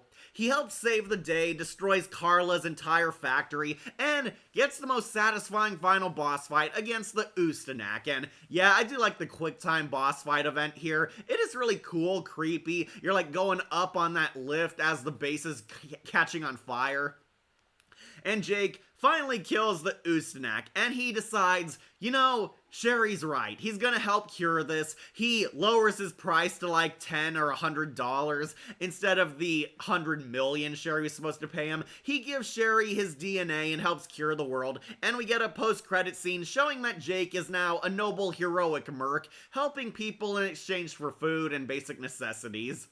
Yeah, I like Jake. He's cool. He's kick-ass. Troy Baker is definitely at his best as this character, and I hope he comes back. I'm one of the few people who wants to see Jake Mueller back in a future RE title, because he deserves a lot more screen time. Agree. Yeah, Troy Baker's awesome. Yeah, I'll put Jake onto stars. If you're watching this, Capcom, bring Jake Mueller back. He deserves more. Alright, who should we bump off next? Got quite a few characters, honestly. I suppose we should bump off Piers. Alright, we'll do Piers Nivens. Going on to Jill Sandwich. I think Piers is honestly a decent character, pretty underrated. Piers is Chris Redfield's new partner. Chris Redfield is suffering PTSD and depression. He's completely given up and getting totally wasted at a bar in the middle of nowhere. Piers tracks down Chris Redfield because he needs to recruit him to fight the zombies one more time. Chris is pretty much a loser at the start of RE6, wasting his life away, getting drunk, and trying to wash his woes away at the bar. But Piers comes in, and Piers is essentially a rookie version of Chris Redfield. He is kind of a younger version of Chris, a new recruit who needs the best to help him stop the recent zombie outbreak. And Piers is supposed to be Chris Redfield's morality chain. Exactly like Sherry Birkin, Piers brings out the best in Chris Redfield, helps him get out of his funk, get his groove back, and become the hero we all know and love again. And I did like Piers. He's really cool, very supportive of Chris, actually fights and defends Chris's decisions, and calls him out when he makes a bad call. However, what put him onto A tier is his mutation. Near the end of the game, in the final moments of Chris's campaign, By the way, Chris's campaign in RE6 is the worst one. Too much Gears of War-like and honestly very irritating and hard, but at the end, Piers gets an upgrade. He turns into a mutant, gets like this weird giant monster claw that can shoot out giant frickin' laser beams, and Piers becomes a total badass here. Eventually, Piers turns into a mutant, actually tries to fight the mutation and helps Chris defeat a giant annoying boss fight, and ultimately, Piers sacrifices himself to save Chris Redfield. Piers knows he's done for, knows he's not gonna make it, and forces Chris out because Chris is needed. Chris has reason to live, Chris has to continue fighting, and Piers sacrifices his life to allow his mentor and hero Chris Redfield to live. Some fans are theorizing that Piers might still be alive or may come back, but he's like left in this underwater base and it blows up, though some people argue the mutation could have protected him. But I kind of like the end of his story the most. Piers pulls a noble heroic sacrifice and gets through to Chris. He helps Chris get his groove back, helps Chris get his idealism back, and through his death, he inspires Chris to keep up the fight. Chris Redfield becomes the hero we all know and love again, and Piers' death would be referenced again in Death Island, where Chris talks to Jill Valentine about how he wanted to save Piers but failed him, and he wants to basically avoid repeating history and save Jill Valentine. And through Piers, I guess that indirectly helped Chris and Jill Valentine save their romance. So good on you, Piers. Piers was an interesting character, basically the angel to Chris in RE6, trying to make sure he doesn't go down a dark path. Shame he does end up dying in the end of Chris's campaign. Yet there's a theory that he might have survived. We don't see him like fully dead on screen, but I mean, the base was kind of blowing up and sinking. I do think he's dead, but I would not be surprised if Capcom tried to bring him back too. Christopher Emerson played him. Yeah, he did. He also played Prince Varen in LEGO Adventures Clutch of Power. Okay, so I think Piers is awesome. Love a supportive best friend. He's going on to Jill Sandwich. Alright. Speaking of RE6, let's bump off Helena Harper. Where do I want to put this character? Helena honestly might go on to Brave Rookie. This is Leon Kennedy's new partner in his campaign, Helena Harper, played by the great Laura Bailey. And I easily recognize Laura Bailey because it's her same tough girl voice she does in everything. Helena is a Secret Service agent who becomes instant best friends with Leon. It's implied she grows a crush on Leon Kennedy too, because Leon is the ultimate chick magnet, but she's your co-op partner in his campaign. Helena was secretly a mole working for Simmons, trying to sabotage Leon Kennedy in exchange for her sister, Deborah. Deborah became an RE mutant, and Helena's trying to save her. She spends like 2 chapters straight angsting about her sister. Deborah, where's Deborah? We gotta save Deborah. It gets kind of annoying. Helena is basically your typical tomboy. She's rough and she's tough. She's pretty but doesn't act feminine. She treats Leon Kennedy more like one of the bros, but it's kind of hinted that she might be developing a crush on Leon. She sort of undergoes a redemption arc too. Yeah, there's a lot of redemption arcs here. She's kind of the Jake Mueller to Leon Kennedy's Sherry, basically.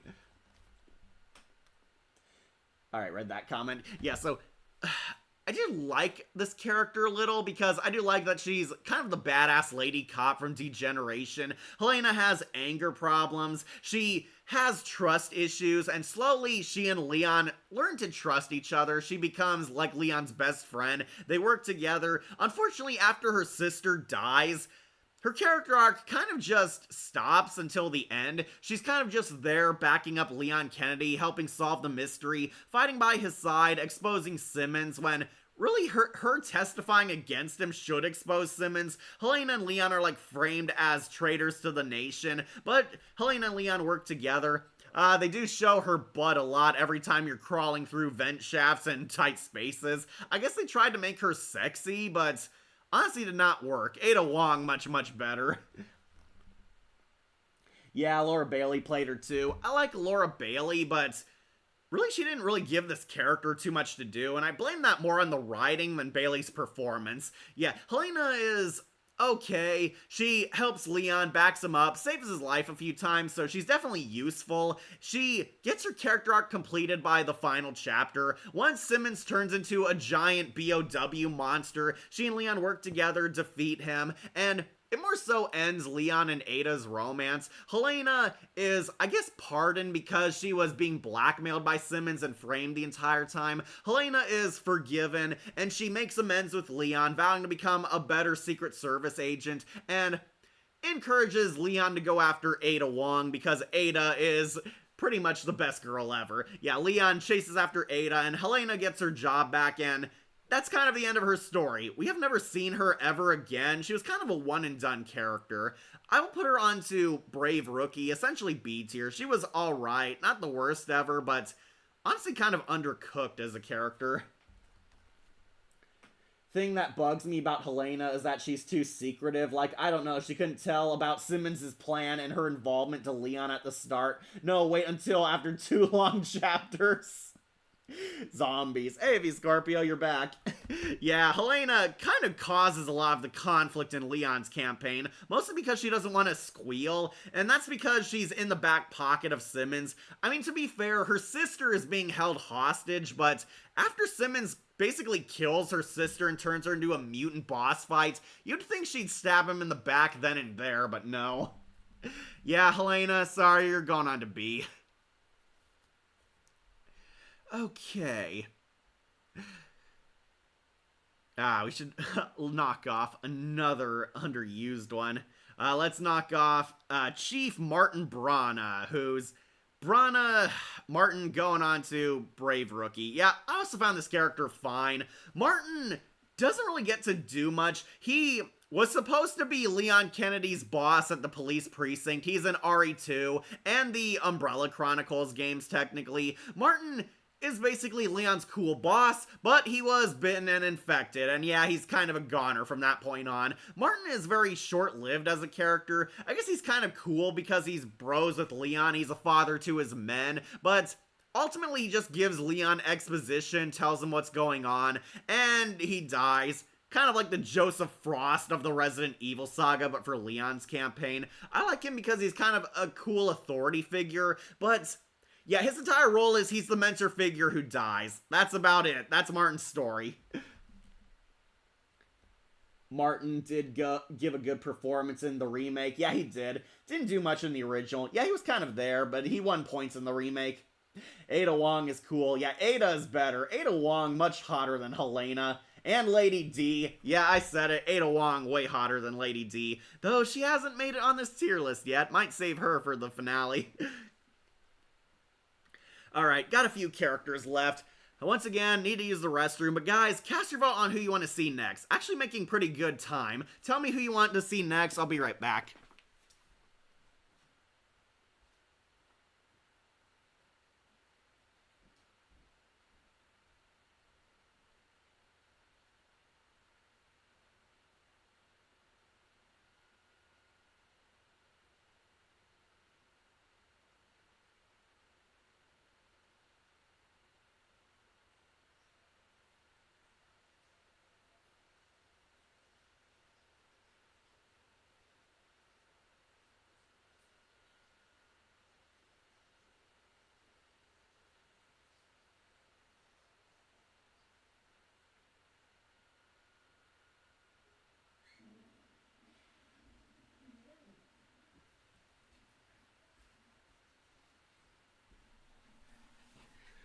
Wesker! Alright, we're back. Who do you want? Excella, Lisa Trevor, save Ada for last, definitely. Let's finish the RE3 characters with Carlos and Nikolai, plus there's William and Annette Birkin from RE2. Okay, didn't finish 2 and 3 yet. Yeah, kind of going out of order for fun. Alright, looks like people want either Lisa Trevor, I know, I love Excella too, but yeah. Alright, we'll do Lisa Trevor. Lisa Trevor, the tragic monster. Going on to Jill Sandwich. I'll put her under Krauser. This is Lisa Trevor, one of the saddest monsters in the entire franchise. Lisa Trevor was once a little girl, experimented on by Umbrella, and turned into this really hideous, deformed, hunchback monster. She looks like a creature from Silent Hill, honestly. Lisa Trevor, very sad character. This is one of the most depressing backstories ever. She kind of cameos in the original game, but is a full-blown boss fight in the remake. The remake pretty much made Lisa Trevor super popular. Lisa Trevor was one of the children of the Umbrella scientists, and they turned her into a guinea pig. And Lisa wants to find her mother, crying for her mom. She has the mind of a child, but the body of a horrific monster. And she's been lost in the mansion's catacombs for like several decades, like 20 to 30 years down there, craving her mom. Eventually, the STARS team stumbles across her, and she becomes a very difficult boss fight. Yeah, as hard it is, you do have to put her down, you have to fight her. Lisa Trevor dies falling down a well, and this character was one of the more underrated characters from RE1. Let's finish. Okay, read that line. You want Excella, huh, V Scorpio? We'll do her later.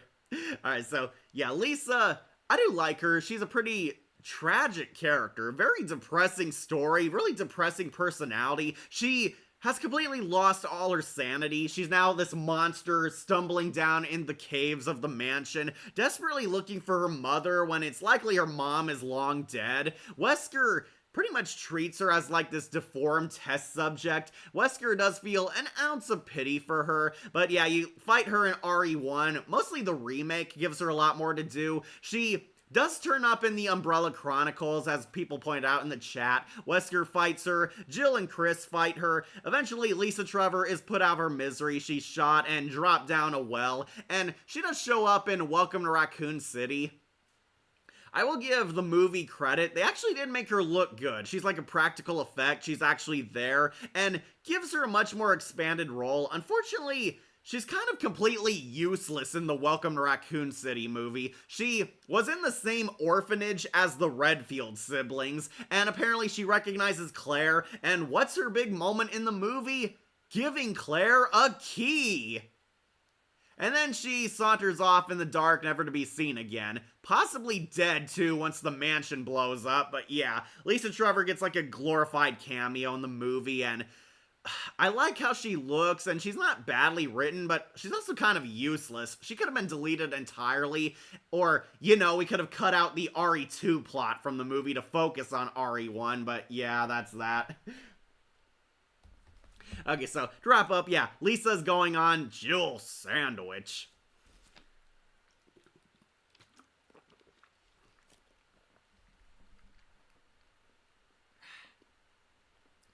Okay, V Scorpio, you want Excella Gioni? Okay, we'll do Excella Gioni, Wesker's girlfriend slash mutant monster. So, I actually do like Excella. I'm gonna put her onto Jill Sandwich.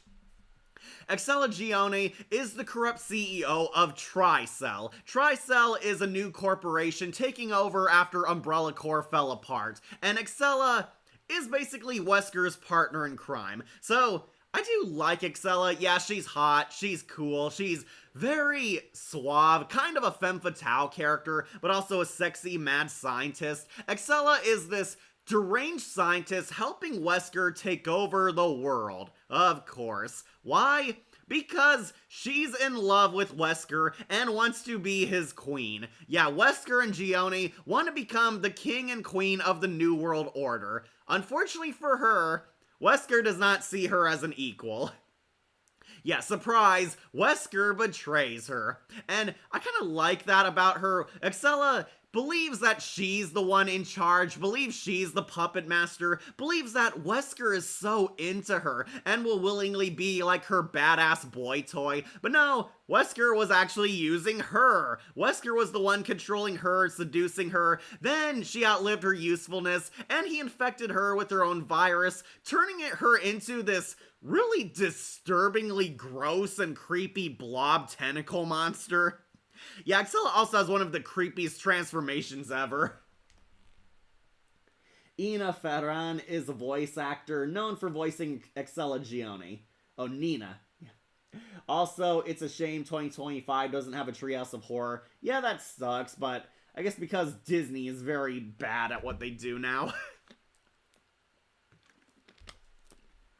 Okay, so yeah, I like Excella. She's hot, she's cool, she's suave, she's kind of the Baroness to Albert Wesker. She does act very suave and superior to everyone, kind of a classic throwback to the love to hate villains from the old Resident Evil games. I do really like her design, and believe it or not, she actually is secretly badass. Excella is one of the playable characters in the Mercenaries Unite game. Yeah, you could actually play as her, and hilariously, in her sexy dress, she still kicks ass and does like Black Widow moves.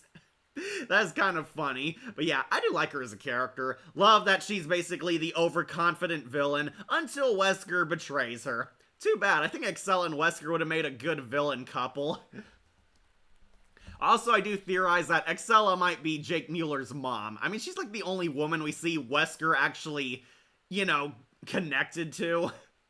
Yeah, we see Excella and Wesker definitely were friends with benefits. I'm very certain Wesker and Excella were mating behind the scenes.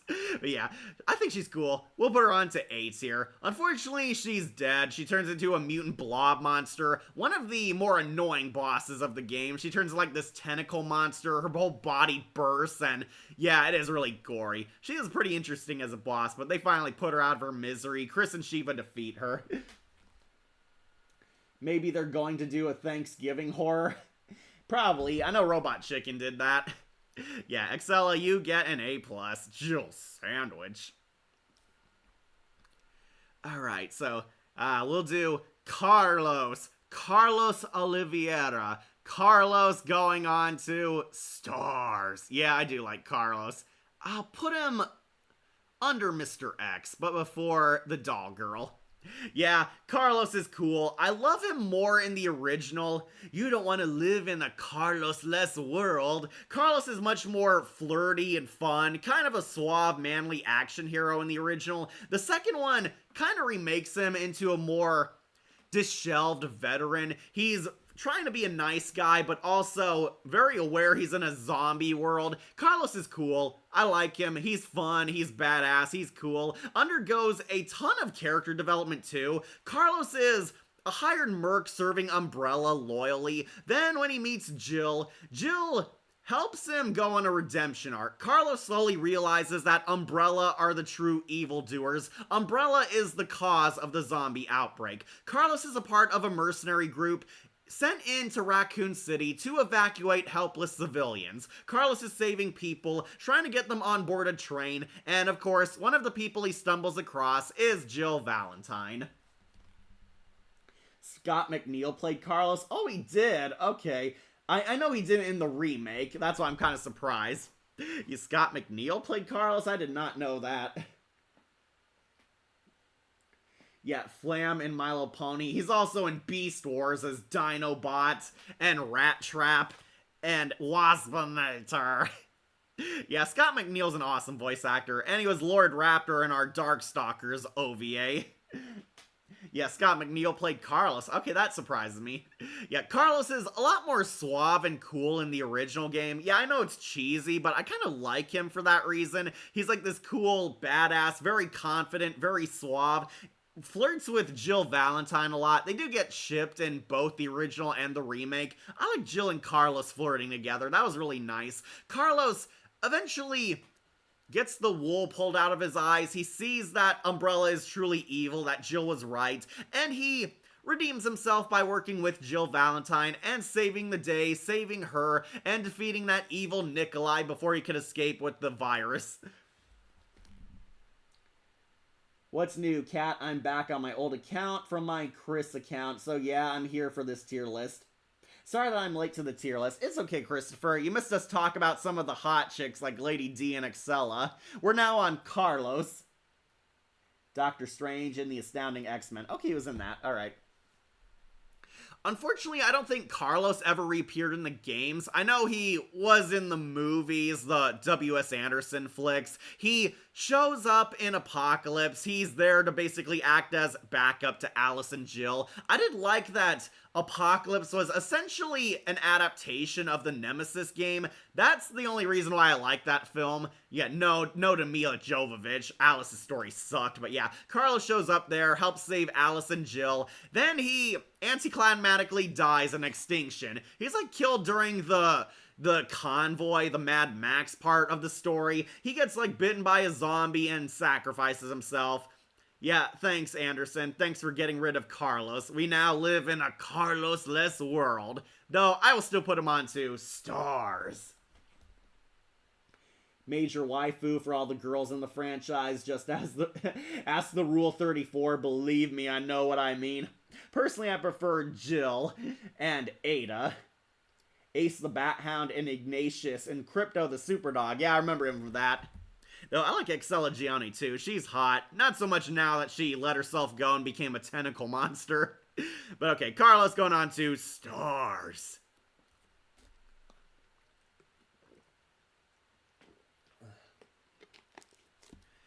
Okay, did we get rid of all the RE3 characters? No, we got one more.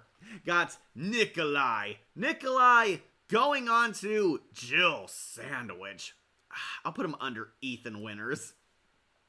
I might also put him under Piers. Alright, so we meet Nikolai. Nikolai is one of the mercs with Carlos's group. They're escorting civilians out of Raccoon City. However, we find out Nikolai is a dirty, corrupt soldier. He's actually hired by Umbrella Corps to steal a vaccine for the zombie virus and is conspiring against Jill Valentine and his buddy Carlos. Nikolai gets a lot more character in the remake, though in the original he was definitely very threatening, very suave and cool. In the original he was more so like a James Bond villain. In the remake, he's a lot more darker, creepier, and sketchy. Kind of that dick that hides in the back. Nikolai is another love-to-hate character. Yeah, that made him cool. Sorry, catch up on comments. Gideon Emery was Carlos' second actor. I personally never got the hate for Carlos. He was fine. I think it's because a lot of people ship Jill Valentine with Chris Redfield, and Carlos hitting on Jill and setting up an alternate romance. I think that's what people hate about him. Though, also his weird hairdo in the remake. That was really bizarre, but I got over it. Yeah, I think a lot of fans did not like Carlos because the remake did kind of downgrade his redemption arc, though I think it's because a lot of people saw him as an obstacle between Chris Redfield and Jill Valentine's romance, because Carlos was obviously attracted to Jill and flirting with her, and they implied that they hooked up, or at least banged at the end of the original RE3. Nikolai is a great love-to-hate character, I agree. Isn't it weird that Irving sounds like Rat Trap from Beast Wars? I don't know if it's the same actor. Yeah, Scott McNeil was in the original RE3, so it might be him. He was Captain Boomerang and Copperhead in LEGO DC Supervillains. I still gotta play that. Poseidon in God of War 3, and Lot Dodden in Star Wars The Clone Wars. That's one of the Viceroy's Nemodian people. Okay, so Nikolai's fate is a little different in the remake. They give you kind of this Call of Duty Black Ops moment where you have to shoot him before he kills Carlos, and depending on where you shoot him, you can either kill him or let him live. Nikolai low-key kind of gets away in the remake. In the original, he died. In his standoff with Jill and Carlos, he does get killed. In the remake, they leave his fate kind of open-ended. I believe they were going to have a DLC with him in the future, but I'm not sure if that happened. Did it ever happen? I never played any of the DLC. All I got was the one with the multiplayer game.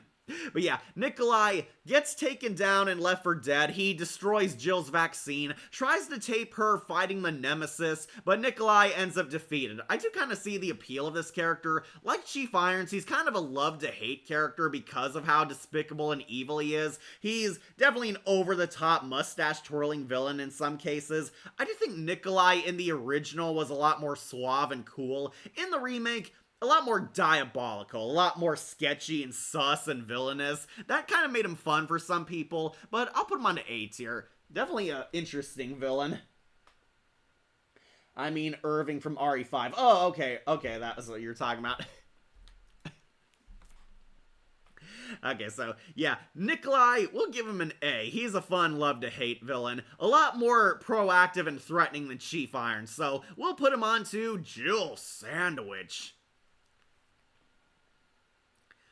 Okay, got rid of all the RE3 characters. We got a few more RE2 ones. Let's do William Birkin. Birkin is going on to Stars. I'll put him under Carlos. This is William Birkin, Sherry Birkin's evil mutant monster father. William Birkin is one of the head researchers for Umbrella Corps, and basically it's his fault the zombie outbreak happened. They lose control of the zombie super virus, and it's unleashed upon Raccoon City. And basically everything that happens in RE2, RE3, and unfortunately Death Island all happened because of him. He loses control of the virus, Sherry Birkin is found, and we find out she's actually the daughter of this guy. She ran away from him because Daddy is a monster.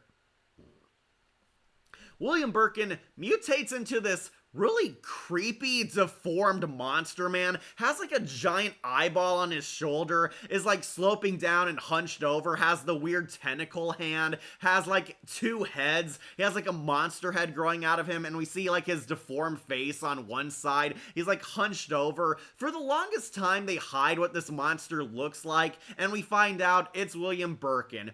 He was once a man. I was once a man. William Birkin is turned into a monster and he's trying to mutate his daughter, killing Claire and Leon because they're in the way. Nikolai is more better than the movie version of himself in the second movie. Oh yeah, absolutely. He had like, what, 2 scenes and then he died? Yeah, they gave Nikolai's role to the corrupt bodyguard working for Mr. Ashford.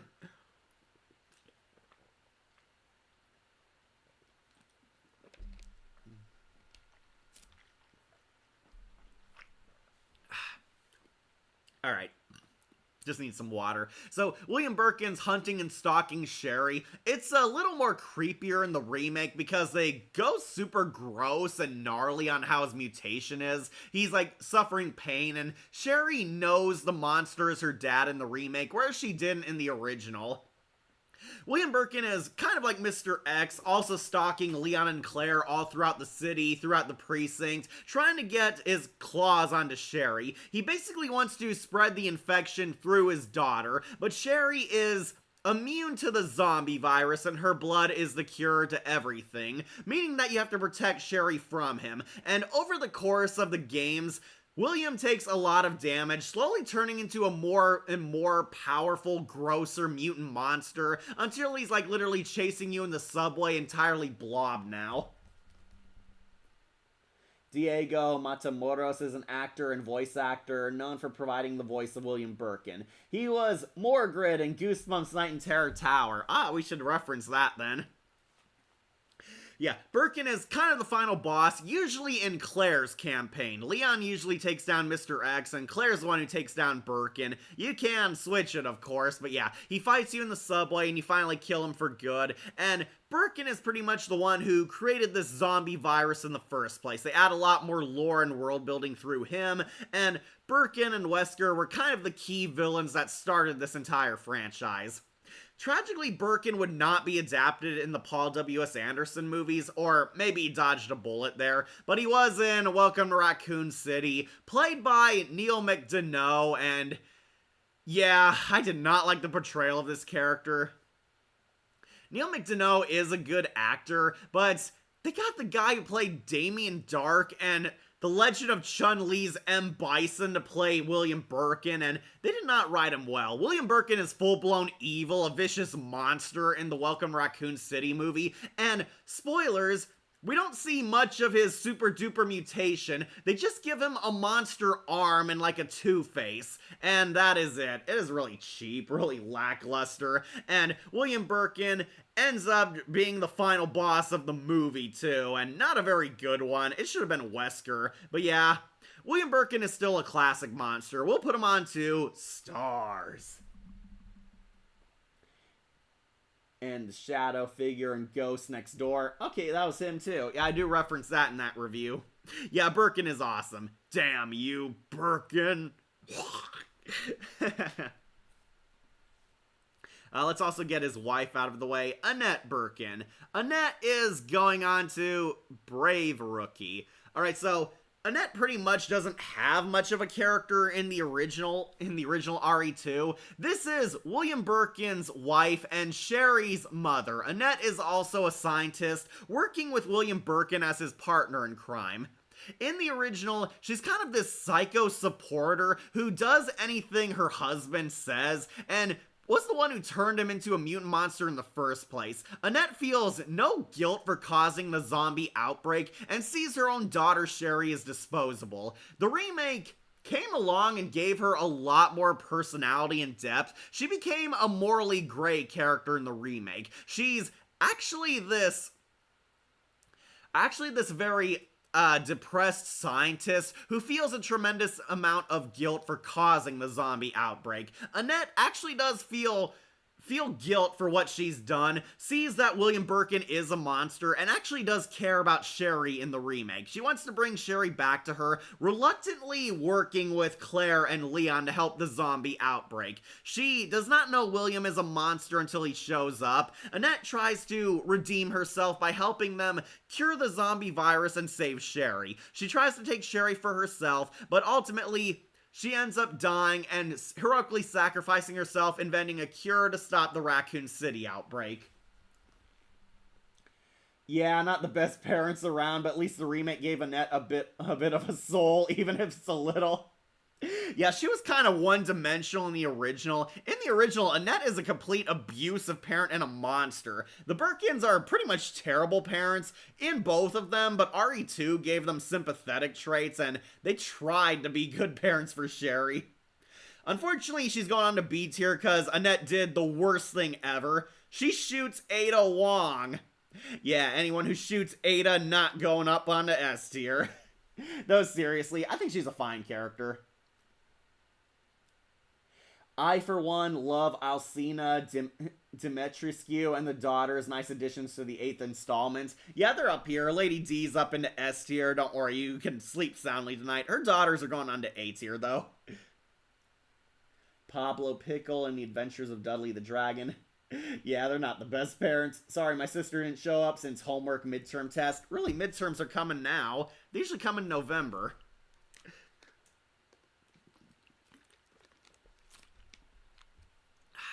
Sorry, Annette, you're going on to B. You shot my waifu. Okay, aside of the one girl, we got rid of most of the RE2 characters. Got rid of the RE3 characters. I guess we'll get rid of our last RE5 character, Shiva. And Shiva going on to Jill Sandwich. Yeah, I'll put her above Krauser. Shiva is Chris's new partner in RE5, and yeah, she's cool. She's pretty much the head of the police in the Africa division. Shiva works for the BCAA, and is working with Chris Redfield to stop Wesker and Excella, and she's basically Chris's partner in crime. She tragically doesn't get too much to do, but I liked her. She's cool, she's sassy, she gets stuff done. She is actually kind of the kid sister to the teammates. Her team likes her. She's very friendly, outgoing, soft-spoken, kind of like Jill Valentine, until the real Jill shows up. She's cool, like her, love those DLC outfits they gave her. She was obviously made for fan service, but that's what made her very cool. She is hot. I do like her. Really kick-ass. We finally got a black woman in a Resident Evil title, and yeah, she's fun. I do like her. Which version of Ashley you prefer, classic RE4 or the remake? Ah, my waifu. Love me some Shiva. I love Shiva too, though Ada Wong is definitely high class. Basically like Ahsoka Tano vibes, if you will. Yeah, that's Shiva's persona, kind of like Ahsoka. She's a tomboy, she's a girly girl, but she has a heart. She's not afraid to get her hands dirty, not afraid to shoot Excella or Wesker in the face, and she helps save Jill Valentine. Karen Dyer played Shiva. I do like Shiva. She's cool. She's fun. didn't get too much to do, but I think she's a fine supporting character. Basically, Chris's partner in crime, they both kick ass, and she helped take down Albert Wesker, so obviously there's a lot to love there. Unfortunately, we have not seen her ever again in the franchise after RE5. I'm not sure why, but RE5 was like kind of controversial for some. Some people really hated that game, so Shiva was unfortunately left behind, and I do wish we got to see more of this character. Shiva should come back in future titles because she is a whole lot of fun. Yeah, as the chat points out, the Ahsoka Tano of Resident Evil. We'll put her on to Jill Sandwich. Karen Dyer played Shiva. She did a pretty good job. Okay. Next, I think I'll bump off... let's bump off Mia Winters. Mia going into Noob Rookie. Yep, got her first one in this slot finally. This is Mia Winters, Ethan's girlfriend turned wife. This is the girl who disappeared in RE7, and... well, honestly, the twist made me really hate her. Mia is at first kind of a damsel in distress character. We find out she's actually being held hostage by the family, being forced to become its newest member, and this is because Mia is at fault for the events that happen in RE7. It turns out Mia is working for Umbrella Corps, or was working for them. She was working on this research boat, and unfortunately, they caused a virus outbreak. It infected this little girl called Evelyn, and Mia is turned into like a half-human, half-mutant hybrid, and is taken hostage by the Baker family. Evelyn is trying to make her own monster family, and Mia is held in a cage down there until Ethan saves her. And then we find out she's a Deadite. She goes crazy and hacks off Ethan Winters' hand, and is kind of like a were-mutant. Sometimes she turns into a monster and she turns back into herself, and we find out Mia is pretty much at cause for everything that happened in RE7, and indirectly RE8, because she created the super virus that turned Evelyn into a monster. I would love to see what she has to bring to the table for the remake of RE5. If there's a remake of RE5, I heard they might not remake it. Honestly, I want to see a remake of Code Veronica, but I'm sure they're not going to remake that for unfortunate character reasons. Just hope they don't ruin her. Me too. I'm sure they'll turn Shiva ugly like a lot of video game girls. A mold and a mold monster. Played Elena in Street Fighter X and Taken. Ah, Mia, she exists. Not much character her, honestly, aside for being supportive.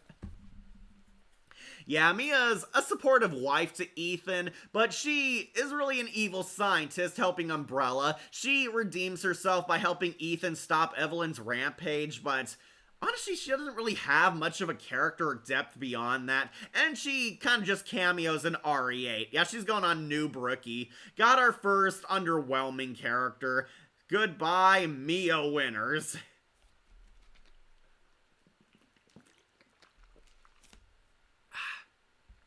Speaking of RE7, let's do Jack Baker. And yeah, Jack going on to Stars. We'll put him under the Merchant, though, because the Merchant is a classic.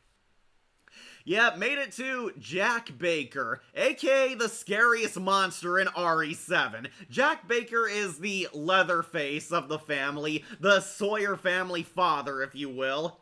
Jack Baker, really creepy, really relentless, and super hilarious and disturbing. Jack is the twisted father of Evelyn's makeshift family, and one of the most difficult challenges in the game. Basically, you explore the Baker's family mansion, and Jack stalks and hunts you all around like the Nemesis slash Mr. X. Yeah, we got another bullet sponge unstoppable stalker enemy. Like the Nemesis, like Lady D, like Mr. X, Jack Baker is the relentless hunter, always going around the house searching for you. He takes a lot of hits and damage, but it doesn't even slow him down. He just briefly pauses, then gets back up to hunting Ethan, and yeah, he has some of the scariest moments in RE7. There's a reason this guy is like the fan favorite villain from that game.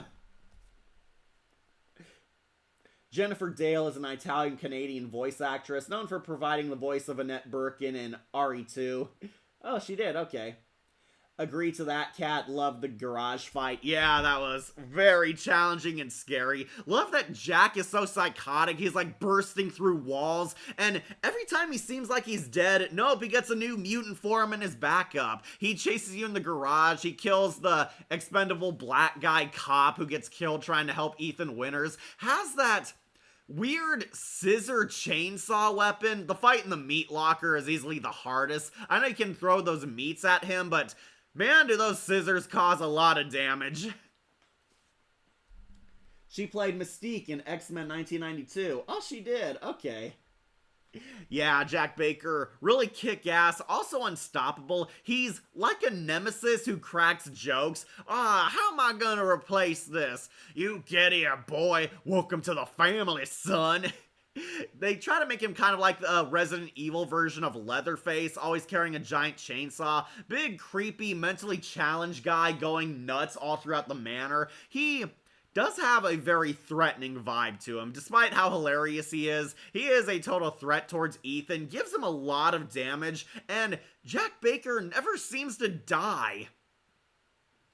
Like, every time you kill him, it's only temporary. He dies in the garage, gets back up, dies in the meat locker, gets back up, dies for the third and final time so his other relatives can be boss fights. Nope, he comes back, turned into a giant blob monster chasing you in the farm, and then he still didn't die. He comes back in a DLC where his brother, played by the same actor and same model, comes back to fight Jack Baker once more and save Zoe. And yeah, this guy became an instant classic fan favorite, and it's not hard to see why. He's cool, he's creepy, he's funny, and a very challenging horror boss. Even in the end of the Zoe DLC, is still fighting him. Yeah, this guy never dies. That's how scary he is. Talk about a persistent foe. Jack Baker pretty much has many forms as William Birkin. Yeah, he keeps getting a new mutant monster form and getting back up, and he finally dies in a DLC where you fight his twin brother. Yeah, Jack proved to be so popular that they brought the guy back to be a boss in a DLC, and there's a good version of Jack Baker. His brother comes in and he saves Zoe. Zoe unfortunately got screwed over in the original choice-based ending, so they gave a DLC where you can rescue Zoe because everybody loved her and she was a lot more likable than Mia was. But yeah, Jack Baker's brother saves Zoe and I guess adopts her, and finally kills his evil psychotic zombie brother for good. Other than the light novels, do you consider the characters in Outbreak memorable? Honestly, I'm kind of on the fence about it. Some are, but some aren't. And Diane Brockman in The Twilight Zone 1988, Arcelina is dying. Yeah, even the end of the Zoe DLC is still fight him. How to Kill a Monster from Goosebumps would be proud. Yep, Jack Brand is a voice actor known for providing the voice of Jack Baker. He did a pretty good job. Yeah, I can see why people love this character, and yeah, what the heck, we'll put him onto S tier too. He is the best of the Baker family. Alright, unfortunately not so much Margaret Baker. Margaret, going on to Brave Rookie. Yeah, Margaret is not as scary as Jack, and honestly her boss fight is more annoying. Margaret is the insect mutant monster. She's Jack Baker's wife and the mother of the family. Margaret does have her creepy moments here and there. I do think the jump scares with her jumping through the windows and you like turn on the lantern and are face close to her are creepy.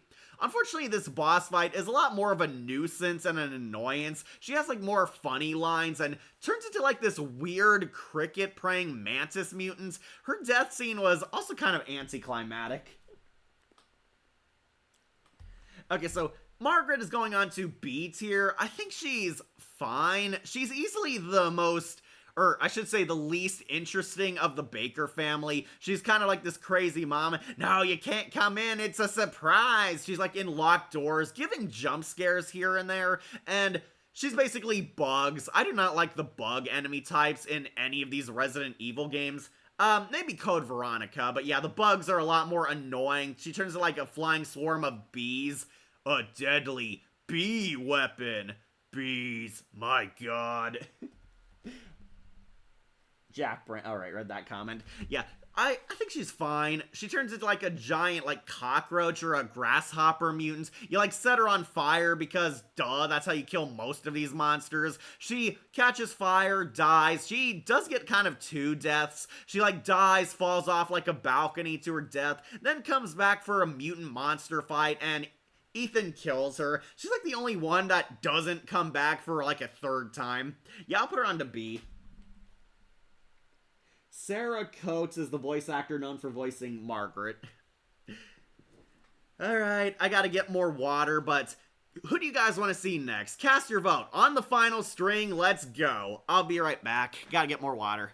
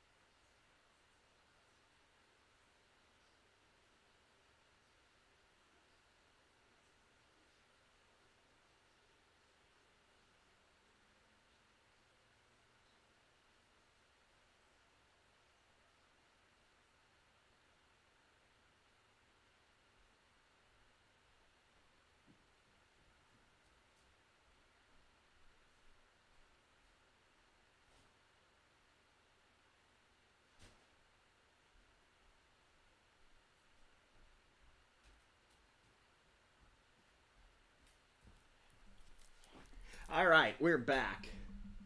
Lucas Baker, Moira Burton, Margaret Baker. Alright, I guess we should get the Baker family out of the way. Alright, we'll do Lucas Baker.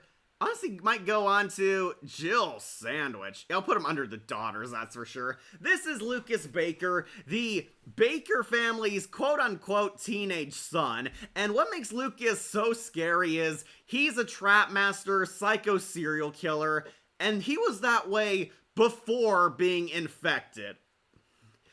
Yeah, Lucas Baker was a deranged lunatic before he became a mutant monster. He was adopted by the family and is kind of the troublemaker. Lucas is a sadistic psychopath who makes a lot of annoying jigsaw levels for you to explore. Yeah, I know the trap area is very annoying, but Lucas as a character, I found him very creepy, very threatening. He likes to mutilate himself. He cackles insanely. Tries to be kind of like this Jigsaw slash Riddler type of boss, challenging you to take on his traps and challenges, going through death-defying trickery, a lot of death-defying death traps like from Saw or something, a lot of explosives. He likes blowing stuff up, and he tries to basically murder Ethan through his death traps.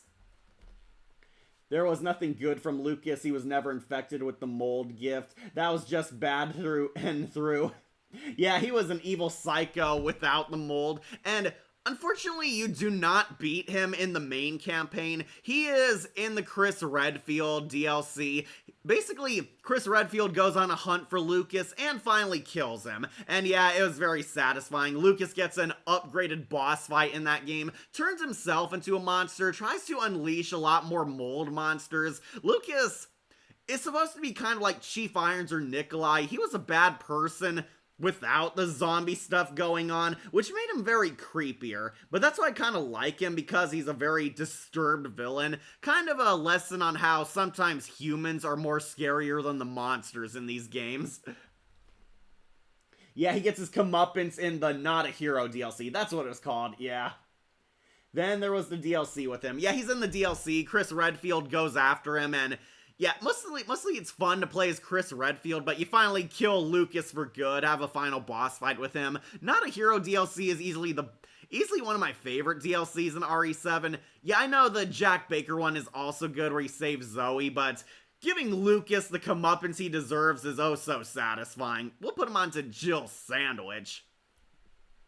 And let's end RE7 with Evelyn. Evelyn, much better than Mother Miranda. She is also going on to A tier. I'll put her under Lisa Trevor because I like Lisa Trevor's boss form. Okay, so Evelyn is the twist villain of RE7. This is a little girl who was experimented on by Umbrella Corps. However, they accidentally mutated her too well, and Evelyn broke free, went on a rampage, and tried to form her own loving family through the Bakers. And in a very hilariously bizarre twist, Evelyn was the old grandma sitting in a rocking chair, popping up all around the mansion the entire time. Humans are more of a monster than the actual monsters. Yep, like her character. Jesse Pimentel played him. Nice jump scares with her. Yeah, so there's this like very creepy elderly grandma. She looks like a corpse, and it's a reference to the Texas Chainsaw Massacre with Grandpa. Grandpa Sawyer is like this decaying old corpse sitting in a rocking chair, can barely move. Apparently, the grandma was not just a dead body, and it was popping up all throughout the house because it was Evelyn watching you. Evelyn, a million times better than Mother Miranda, that's for sure. She is a creepy little girl taking the form of the dying grandma because she wanted to force her own happy family through her monstrous mutations. Ethan kills all the Bakers and eventually fights Evelyn, revealing that she's actually this superpowered little girl. Kind of looks like Samara from The Ring, or an American version of her, and she turns into a giant deformed blob monster where Ethan is given the super gun to finally kill her. Paula Rhodes played Evelyn. It was Granny all along. Yeah, it was a hilarious twist. Kind of dark, but yeah, it's kind of more funny than scary. But yeah, dead grandma was actually Evelyn the entire time, and she's been watching Ethan and her family through this old woman avatar. No, she's actually a little girl who was experimented on and tried to make her own happy family to make the bad memories go away. Unfortunately, in a similar vein to Lisa Trevor, you're forced to kill her, and Ethan uses the giant rocket launcher gun to kill Evelyn's final form. More better than the old Alice in the final chapter? Oh, absolutely. Yeah, Evelyn I think is pretty cool. She is a nice twist villain, but Jack Baker just stole the show, which is why he's up higher. Nevertheless, we'll put old lady twist villain onto Jill Sandwich. Alright, final few characters.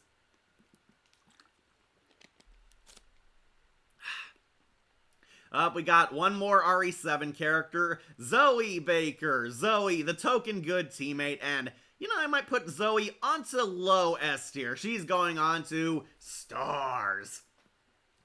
Honestly, Zoe is everything Mia should have been. An actual likable, helpful character. Zoe is the abused daughter of the Baker family. She's pretty much the only one who still has her sanity in the Bakers. She's a hostage. She's like hiding in her room, contacting Ethan through the radio and communicating with him, telling him what to do, where to go, and acting as his inside eyes.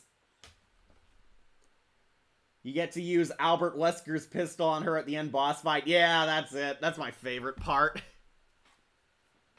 Okay, I like Zoe. She's so pretty, but she's also very likable, friendly, helpful, and honestly, I think Zoe should have been Mia's character because she actually feels like a person and is helping Ethan survive this. Zoe Baker is so endearing and very sympathetic. She doesn't like being here, and she's trying to help Ethan basically kill her family so she can escape and be free. And Zoe, super helpful. Unfortunately, she gets screwed over if you try to rescue her. You have the option of leaving with either Zoe or Mia, and I think most of us would probably pick Zoe because she's more likable, but if you pick Zoe, she dies. She gets completely screwed over in that ending, and thankfully it's been rendered non-canon. She is still alive. After she helps Ethan escape, she can't leave the house, but Jack Baker's twin brother comes in, and they give Zoe a well-deserved happy ending. Zoe is like left behind at the mansion in the canon ending, and Jack fights his evil psycho brother and helps Zoe finally get cured and escape. Love Zoe, love the prequel tape showing how the madness started through playing her. Giselle Gilbert played Zoe. Are you gonna do a Simpsons Halloween tier list? Gotta wait a little later. I might do those like around Halloween though. Gotta get closer to the holiday anime night.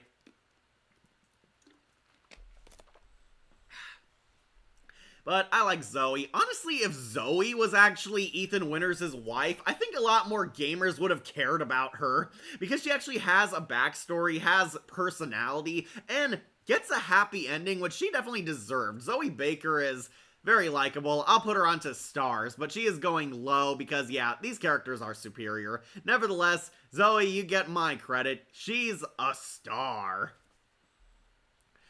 Alright, completed the RE7 characters. We got one more from the Ethan Winters timeline. Rosemary Winters, and she's going on to Noob Rookie. This is Ethan and Mia's daughter, Rosemary, and Rosemary is a non-character. She shows up in a post-credit scene. She's at the end of the credits. Zoe is Ethan's daughter, all grown up, like visiting her dad's grave, and they tease that she's going to become a new character in future Resident Evil titles. And unfortunately, we haven't seen her since. Rosemary's pretty much like her mom, a non-character. Going on to Noob Rookie. Evelyn is a pretty good one-off villain, very sinister and creepy with a nice little backstory. Wish her boss fight was better. Yeah, Jax was definitely the S-tier boss. Love me some Excella from RE5, great boss when she went all Ouroboros. Yeah, I love Excella. She's gone on to A tier. Would have put her onto S tier, but unfortunately she thought she was better than Albert Wesker, and she was quickly proven wrong.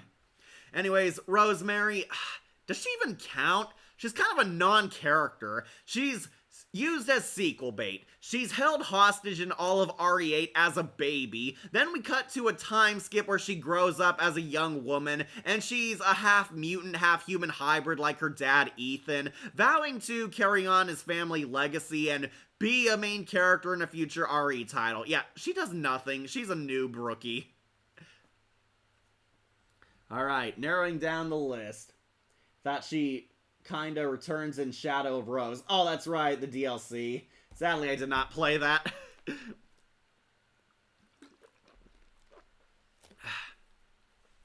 Alright, next we'll do Parker. Parker, also going on to Noob Rookie. Yeah, I might get some hate, but I don't like this character. He's a generic copy of Barry. He's like Barry Burton. He's the funny guy. He's the soldier who's seen it all, cracking jokes and one-liners, and honestly, I don't like that they tried replacing Barry Burton instead of just bringing Barry back. Parker's not one of my favorite characters. He's not the worst ever, but did not care for him. He's going on a Noob Rookie. Speaking of which, Jessica. Jessica, the only villain to get away with it. Jessica, I'll put on to Brave Rookie. Yeah, Jessica is the sexy twist villain. I believe they're from Resident Evil Revelations or one of the Umbrella Chronicles. It's one of the side games. Jessica is like this deep diver trooper who wears a weirdly sexy deep diver suit. She's like missing her leggings, but I guess to show off how hot she is. Jessica is like the friendly sniper, but in twist, she turns out to be a villain and was stealing another sample of a Resident Evil virus, and she's the only villain who completely gets away with it. Interested that Zoe was your guide in RE7, has a good character to her, and you felt sorry with what Zoe went through. Yeah, I do. I'm glad she got a happy ending. Jean Diane Tirado is an American voice actress who played the role of adult Rose. Can't wait to see what she has to bring to the table in RE9. It was nice to see her get to speak her dad to her dad in the DLC. Agree, since there are many Treehouse of Horror stories. Yeah, I might save that one for later. Outside of RE, she has provided English voices for numerous anime, including Lutz from Ascendance of a Bookworm, Teru Sakaruda from Castletown Dandelion, and Kokoro from Darling in the Franxx. Not played RE Revelations or Revelations 2, but seen Let's Plays on it. Looks good. Jessica was high time simping for Chris. Yeah, she was totally into Chris. Unfortunately, Jill Valentine is the best girl, and glad Chris ended up with her. Jessica is fine. We haven't seen her since she got away with it, but that's really it. She's pretty much a sniper, she loves Chris, and she turned out to be the twist villain. She could have been a great character, but ended up kind of meh. I'm gonna put her on to B tier. Speaking of which, also gonna dump, I know some people might be upset, Moira. Also going on to Brave Rookie. I'll put her above Hunnigan at least, but under Helena. This is Barry Burton's daughter, Moira Burton, and I think she's fine. Yeah, that's really it. She's okay. She really didn't do much for me. A lot of people apparently liked her, but I think it's because she's funny. Moira is the tomboy badass soldier, kind of a female version of her dad, Barry Burton. She and her dad work together on a case. She, I believe, is in the Umbrella Chronicles or Revelations, one of the spin-off games. And Moira, didn't really do much for me. She didn't really have much of a character. She's just following in her dad's footsteps, trying to be a competent soldier, and in her RE title, she saves the day herself, trying to be exactly like him, only to rise to the occasion and do just that.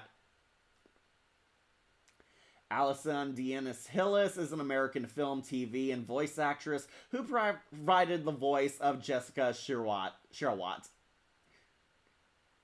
Yeah, so the Revelations games, not really my thing. I was not really into them. I watched them on Let's Plays. Yeah, I did kind of cheat for this. Honestly, I played like a lot of the main games. The only side game I played was Code Veronica, because I was interested in Claire's story. Moira Burton, I think, is fine. I'm gonna put her on to B tier. She's an okay character, not one of the all-time hits or classics, and obviously Capcom thinks the same, because we haven't seen Moira return in a long while.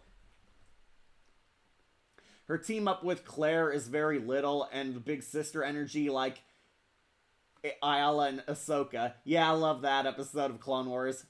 I like Moira fine. Okay, yeah, she's kind of B tier. She was Vicky Vale in Arkham Shadow. Oh, that was her. No, that was Ollie Hillis as Karin in Naruto. And she was Lightning in Final Fantasy. Yeah, I love Ollie Hillis. She's a great voice actress. Love her as Liara, though. And Black Cat, of course.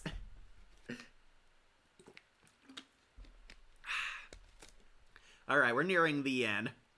Let's do the Ashford twins.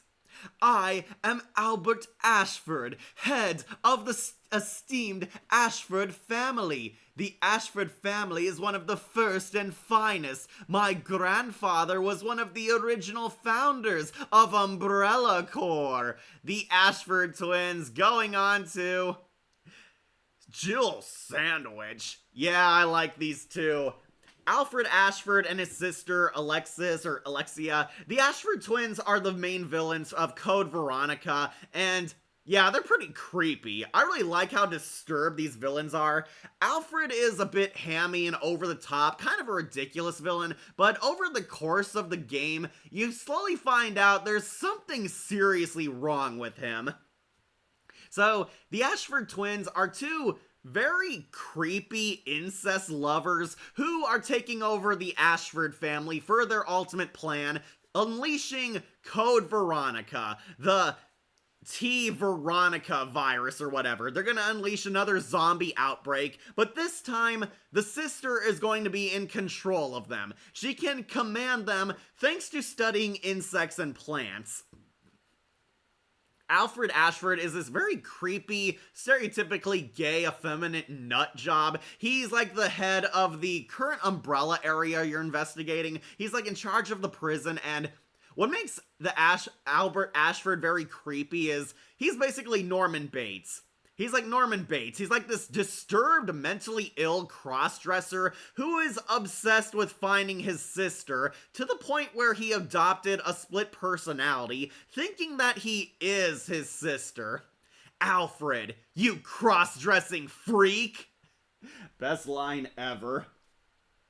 Alexia and Alfred, yeah, these twins are very creepy villains. Alexia wants to be queen of all, with Alfred being her loyal soldier. Yeah, so in a very disturbing reveal, the Ashford twins are into incest. They kissed each other. There's like family photos of them torturing animals and then making out. They are set up in some of the movies but never followed up on.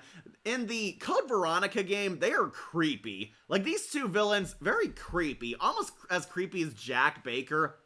Alfred at first is the main villain for almost like 90% of the game. He's like a creepy Norman Bates type of villain, very psychotic, unhinged, a huge mood swinger.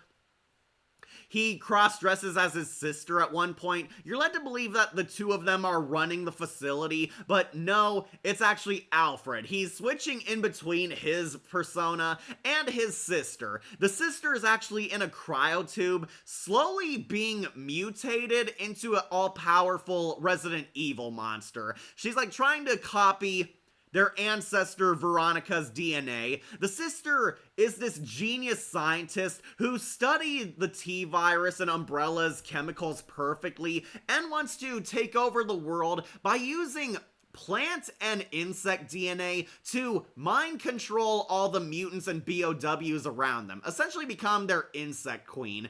Alfred believes that he's going to be her equal, but no, she's just using him. In one of the Umbrella Chronicle games, I believe we actually see Alfred was used the entire time. In Code Veronica, it's very different. The two were actually equals in the original Code Veronica. In Umbrella Chronicles, no, the sister was a backstabbing bitch the whole time, just using Alfred. Alfred gets killed by Claire in the original Code Veronica, by his own sister in Umbrella Chronicles, and the sister takes over as the main villain. We're led to believe that the sister is dead. Alfred is like pretending to be her, misleading us, but no, the sister breaks out of her cryotube and becomes a Resident Evil mutant. She becomes a giant Megaguirus looking boss, turns into like a plant insect hybrid, and fights Claire to the death. Sorry, catch up on comments. Marcella Lentz Pope played Moira. She also played Corrin, the female in Fire Emblem, and Jin in Avatar The Last Airbender, and Vera in Superman vs. the Elite. Yeah, here's hoping to the remake Code Veronica. I hope they remake it. I will warn you, I do not think they're gonna remake Code Veronica very soon, especially because Alfred Ashford is a psychotic cross-dresser, and they might be afraid they'll offend people with that. Ordinarily, I'd say, no, he's not supposed to be offensive. He's supposed to be like Norman Bates. It's very clear he's a psychopath, but we might see some stuff censored out, like the best line. Alfred, you cross-dressing freak! Love that line. Alexia and Alfred Ashford. Yep, they're creepy. Karen Strausman played Alexia. Yeah, my favorite Katana. Yeah, I don't think she talks in the original Code Veronica. She does talk in Umbrella Chronicles. Plus, they both hated their father and turned him into a monstrosity as well. Yeah, the dad is the Nosferatu mutant. Sweet Home Alabama.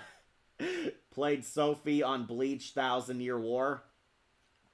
Sky and Shantae and the Seven Sirens, Fantina and Pokemon Masters, Algis and Persona 3. Wesker did have a fun little fight with Alexia. Wish that fight went longer because that was a pretty badass. Yeah, Wesker shows up in both Code Veronica and the Umbrella Chronicles. Wesker's like a surprise boss fight, but no, Alexia is kind of the main boss in the end. Though Wesker's cameo is funny. I despise Claire. Kazuku, Samoto, and Paula Magi in the Madoka Magica movie. Wolf would recognize her. I would love to have a Code Veronica remake. I would too, but I'm kind of afraid they're gonna censor a lot. I think Steve Burnside is also an underrated character, but they probably are too afraid because they might offend people because Alfred Ashford is a cross-dresser and, you know, the LGBT is offended by everything, so they're afraid he might be an offensive stereotype. Even though he's not LGBT, he's just like a campy, effeminate loser who cross-dresses because he's a Norman Bates parody. Yeah, that's really it. There's no sexual function or identity stuff. He's just a dangerous lunatic who dresses up as his sister because he's obsessed with her. Kind of like Norman and his mom, but you just know some pearl-clutching Karen will be offended by that. Yeah, Peter Oldring played Alfred Ashford, Cody, and Ezekiel and Tyler from Total Drama. Want to get Alice out of the way so we can end positively? Yeah, great. Alright, to wrap up, love the Ashford twins. They are cool, creepy villains. It's going to be very hard to remake them, especially because they were so awesome in their original games, but For now, I will put him on to Jill Sandwich, underrated villains. Looking forward to my replay of Code Veronica. Alright, let's do Alice. Paul W.S. Anderson's Resident Alice. Going on, you're pitiful. Yeah, was there really any shock?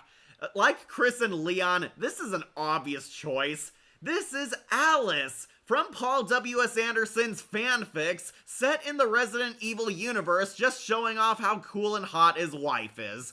Okay, I love Mia Jovovich, but Alice is easily one of her worst characters. Worst character of the franchise. Nobody loves Alice. Even the people who simp for Mia Jovovich do not like her movies. This is Alice from the W.S. Anderson RE movies, and most of them suck. The first two are the only decent ones, but yeah, from movie 3 onward, it is trash. Basically, Alice is a Mary Sue. She can do anything, has super duper powers, heavy plot armor, and upstages all the classic RE icons.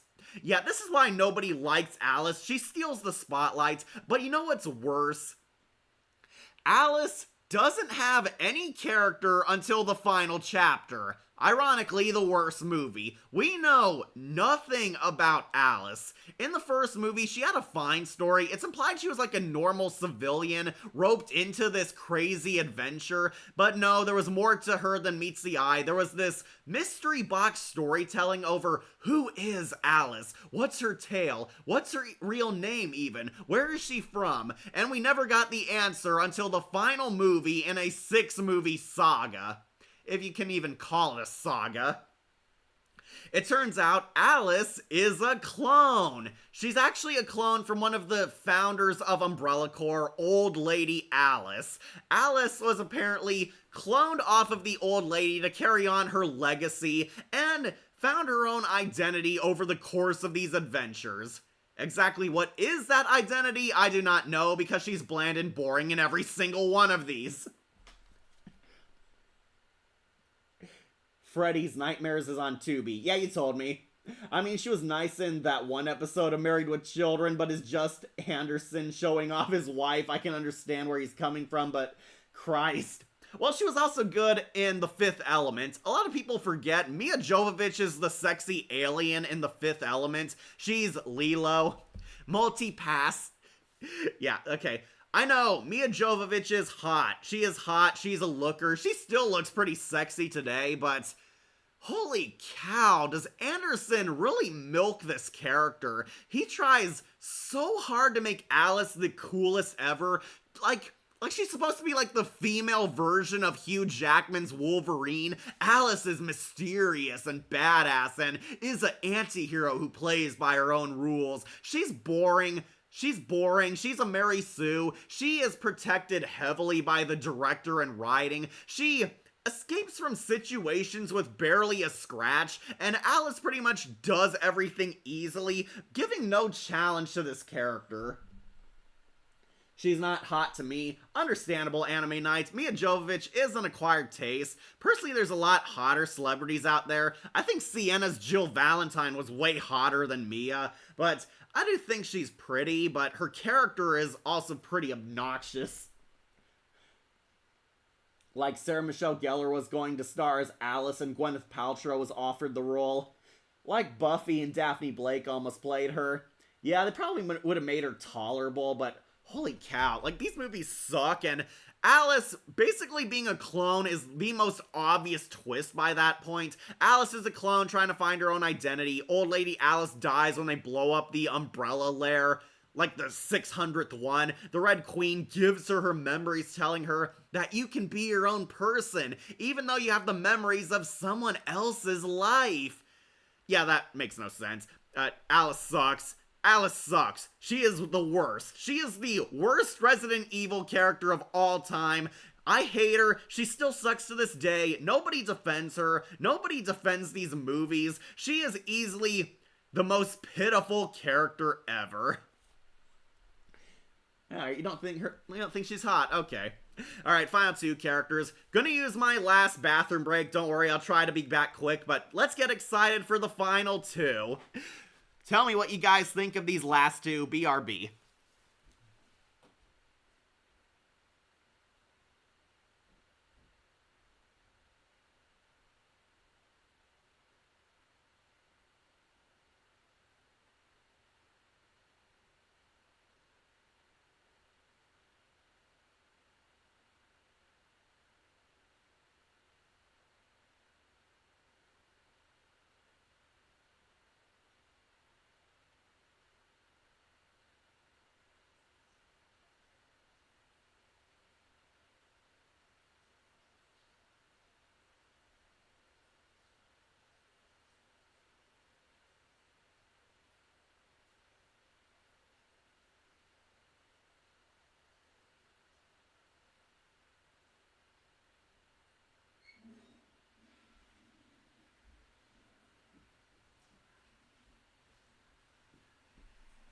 Alright, let's finish this. Yeah, of course, Alice is dead last. Terrible Mary Sue character. And Wesker dies in the most humiliating way possible. A falling door on top of his leg. Critical drinker. What the fuck? Alright, let's bump off Steve Burnside. And believe it or not, Steve is going on to Jill Sandwich. Yeah, I actually do kind of like Steve. I know Steve is one of the most controversial characters. Steve was invented to be a pretty boy to attract girl gamers into Resident Evil. He looks like Leonardo DiCaprio from Titanic. He's a pretty mysterious bad boy who no one understands, and he angsts a lot, which is why he's down low on here, but I actually like Steve. Steve is in Code Veronica, basically as Claire Redfield's partner. Well, he forces himself as her partner.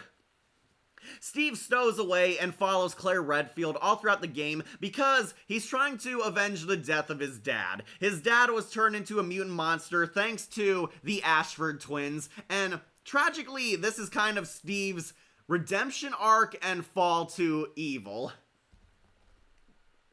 Who is that green lizard? That's Steve Burnside in his mutant form. Yeah, I told you there'd be spoilers.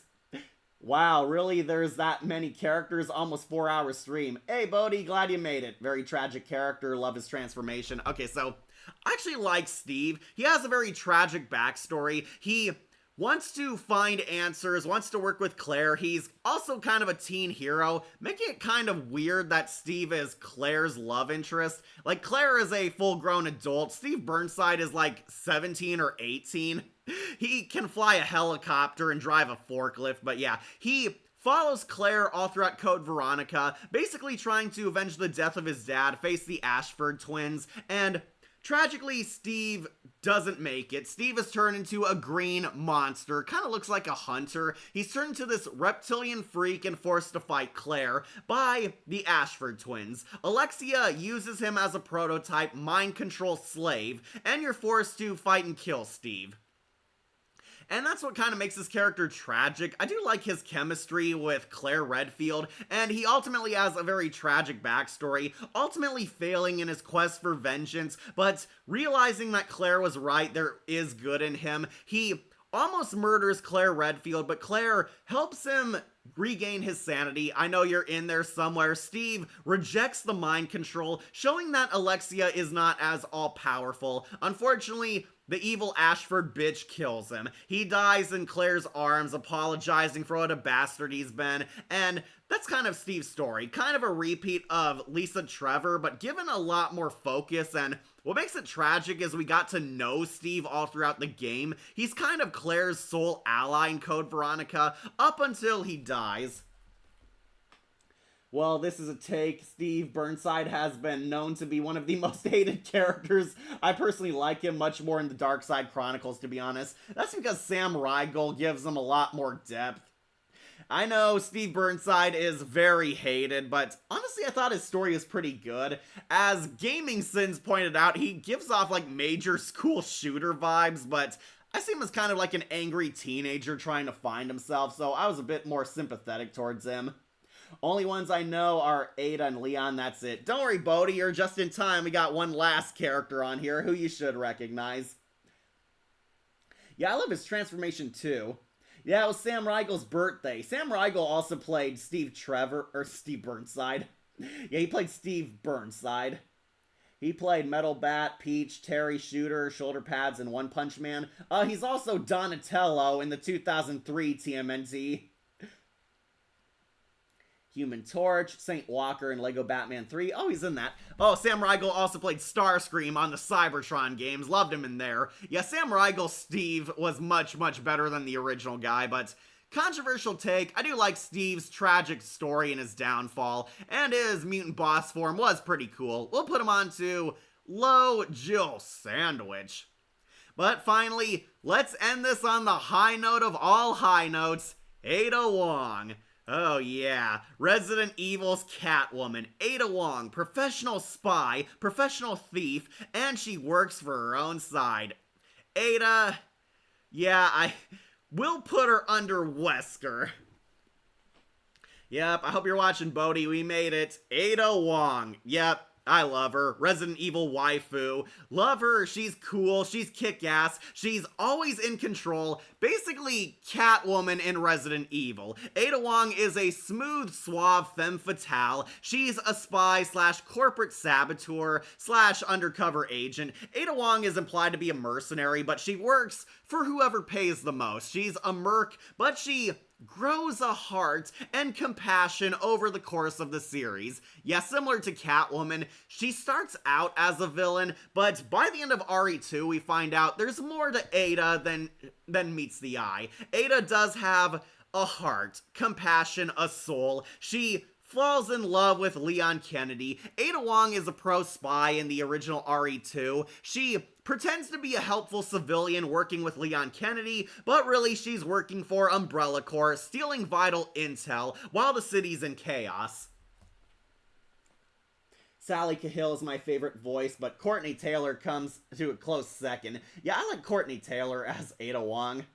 Ada, yeah, who doesn't love Ada? Ada Wong is hot, she's cool, love her sexy outfits. RE4 Ada, definitely the best look. I do not like the sweater look in the remake. I know it was sexist that she wears a dress because, Lord forbid, a femme fatale dress sexy, but yeah. She's hot in all of these. The worst thing I have to say about Ada is her remake voice actress is pretty terrible. They got her look right, but they didn't get her voice right, especially in RE4. Blue Rangers, Billy, and Power Rangers Super Megaforce video games, or as one and only Jigsaw puts it, best deaths of his channel. Yep, you guess it, motherfucking tentacles. Ada. Sally Cahill, yeah, she's pretty cool, but Courtney Taylor was the one I kind of grew up with. I did hear Sally on RE4 eventually, but Courtney Taylor, I do like her in RE6 and the Damnation movie. Senor Delicia, gay. What's gay about loving Ada Wong? She's hot, she's cool, she's kick-ass, she's Catwoman. Yeah, you know me, I love me my sexy Catwoman, and Ada Wong is pretty much just Selena Kyle. Ada Wong is very secretive. We don't know too much about her. We see her character throughout the games. She's in RE2, RE4, and RE6. Loved her in RE6, even though a lot of people don't like that one. Ada Wong is Leon Kennedy's love interest. She's the Catwoman to his Batman. Ada Wong is trying to steal from Raccoon City before Leon runs into her. Ada slowly helps him. In the remake, she initially hates Leon, but they do the classic, oh, they hate each other, but eventually grow to like each other story. Love me some Ada Wong. Rule 34 appreciates the amounts of art of her, which is a lot. Yeah, either Ada Wong or Jill Valentine are the top RE crushes. Sally Cahill played Ada Wong in RE2. That was her, okay. Megan Hollinshed is her second actress. I do not like whoever voiced her in RE4. She was pretty terrible. And she was Nurse Joy in Pokemon Journeys. Okay.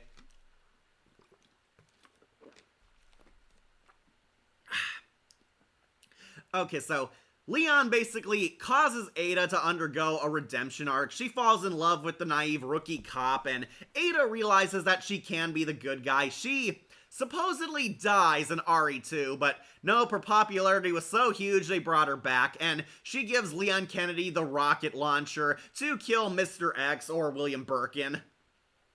She wouldn't reappear until RE4. In 4, she comes back. She's in disguise in her sexy cocktail dress, or if you play the remake, her weird sexy Velma sweater.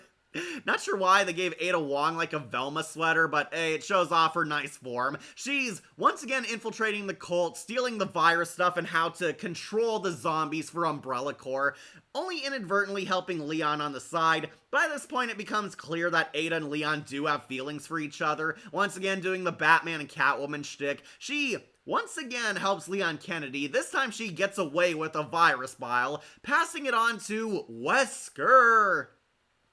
Then Wesker would use this in RE5. We would not see Ada Wong again until RE6, and she is one of the playable characters. For the first time in the series, you get to play as Ada Wong. And yeah, she's cool. Courtney Taylor's very flirty, very cool. They took a lot of inspiration from Arkham vs. Catwoman for Ada Wong's design.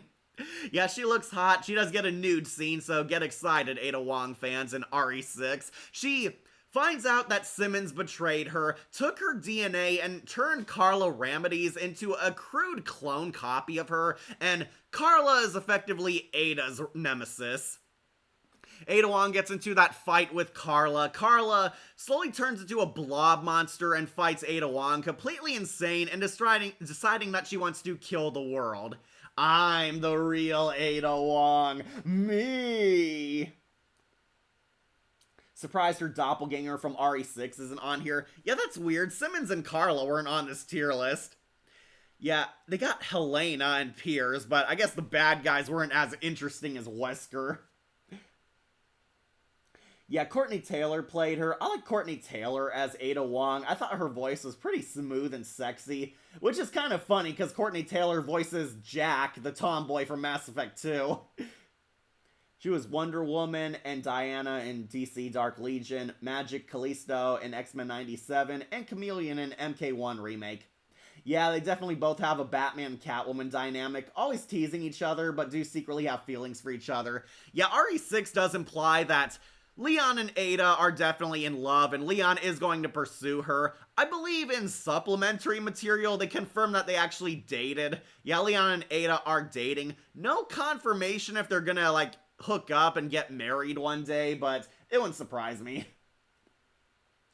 Also, wait for Grey DeLisle to play Ada Wong. Grey DeLisle should have played Ada Wong back in the RE4 remake. Lily Gao is a voice actor known for voicing Ada Wong in the remake. Okay, so she is in the remakes, and I'm a bit on the fence about this. They do technically give her the same story in both of them, but RE2 makes Ada Wong a lot more of a newbie spy. It's like her first time being a merc, and she and Leon kind of bond throughout the course of the story. She's at first kind of a total cold bitch to Leon, but eventually grows to love him, starting to care about him, and she undergoes like a defrosting ice queen kind of redemption arc. Like, it's nice, but I liked how she was in the original RE2. Then in RE4, she comes back. Not sure why they dumped her sexy dress. I always assumed Ada Wong was, like, posing as one of the cult members' date or an escort or, like, a prostitute or something. But apparently that's too sexist. So we give her a clingy Velma sweater that shows off her form even more. Hey, I won't catplain. I did like that redesign eventually. I did not like her voice actress in the RE4 remake. She sounds very off. It's not all that great a voice. Hopefully they replace her in the eventual next appearance of Ada Wong, but yeah.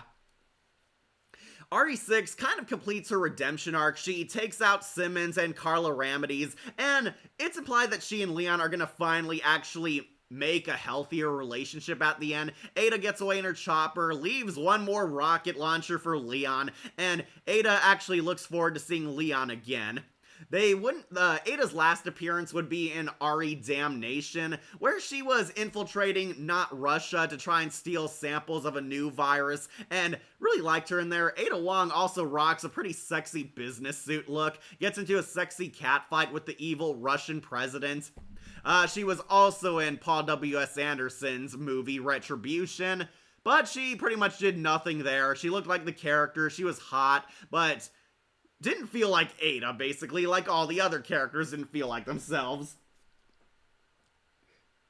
They ruined that shit in the 5th movie, relationship-wise, the Anderson film. I don't like it, neither do I, honestly. Okay, Shadowlink, you don't like her voice actress in RE4, the remake version. Yeah, I just didn't like, what's her name, Lily Gao is a voice actress known for voicing Ada in the remake. Yeah, it might be her.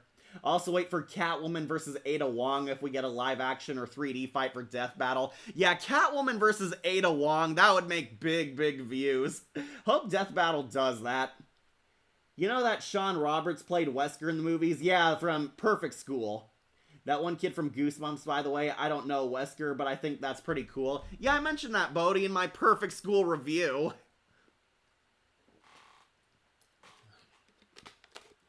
Okay, so, yeah, to wrap up, love Ada Wong. She is the best girl of Resident Evil. I enjoy her. She's pretty much another Catwoman character, but a very fun and delightful one. Like how she always acts in control, she's always flirty, always has her confidence, and is really badass. Yeah, she does get a little more character development in the remakes, but love Ada Wong as the cool, confident femme fatale. Resident Evil's Catwoman, of course, is a star.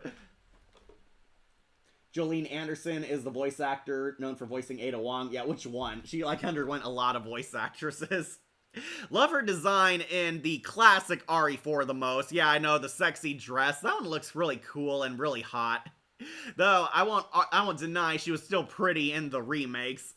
Yeah, Ada Wong going on to stars. And as you can see, that completes our tier list. Sorry there were some characters missing. I did not make this tier list. I added a few characters, but I didn't know they were missing. But got a lot to work with, and as you can see, got a lot more in the S and A tier up here than in the rock bottom below. But yeah, this one's kind of too big to take one last snapshot, but we'll go over it one last time for any of you late birds showing up, or for those of you who skip click all the way to the end. Yeah, look at that big tier list. We talked about all the characters, and can't wait to add many more for RE9. Decius from Transformers War for Cybertron trilogy. I gotta rewatch that. I know Gary Chalk's Optimus is iconic, but I'm more into David K's Megatron. Yes. Alright, thanks for joining, Bodhi. You made it just in time for the best girl. But we'll go over it one last time. I know, big tier list, guys, but we'll get through this quick. Going under F tier, you're pitiful. Alice, big shock, worst character of the franchise. Ashley Graham, one of the most annoying characters ever. And Joseph Frost, who is pretty much the only expendable guy in the original game. Yeah, they all suck. They're pitiful. Especially Alice, you're pitiful. Then in What? What is this? Chicken Heart Vickers, cowardly pilot, barely did anything, and Moreau, the grossest, most underutilized boss in RE8. Yeah, he got on here because he's disgusting and so pathetic, and Chicken Heart Vickers for being the cowardly pilot. Yeah, disappointing characters. Then in Noob Rookie, Parker's a watered-down Barry, Mia and her daughter Rosemary Winters, underutilized characters. I did not really like them all that much. They just felt like nothing. Even Rosemary, I did not play the DLC, so sorry, I only judged her by a small post-credit scene, but yeah, these ones just kind of bland. Then our okay characters, brave rookies, Jessica, Heisenberg, Sadler, Mother Miranda, Chief Martin, Annette Birkin, Margaret, Hunnigan, Moira Burton, and Helena Harper. Honestly, they're alright. They're okay. Not too much negative hatred. They do have their moments. Heisenberg is especially funny. Sadler was better in the original. Mother Miranda could have been a great boss fight. Moira is a fine character. Helena I wish they did a lot more with. And Hunnigan has funny banter with Leon, but honestly, they're adequate. They're fine. They're decent entries, but not the all-stars coming up. Well, until next tier list, RE4 Merchant, come back anytime. Bye, Kat. See ya. Bye, Christopher. The next tier list, or next time, could be Killer Croc tier list. I'm kind of leaning towards that one. I know people want Killer Croc next. Though, I'm also into the Mad Hatter, and I do have to watch Batman Aztec for Poison Ivy. Well, this was fun, Kat. Sorry for being late to the first half of the tier list. Looking forward to what's next for new reviews or new tier lists. Okay, bye, Christopher. Okay.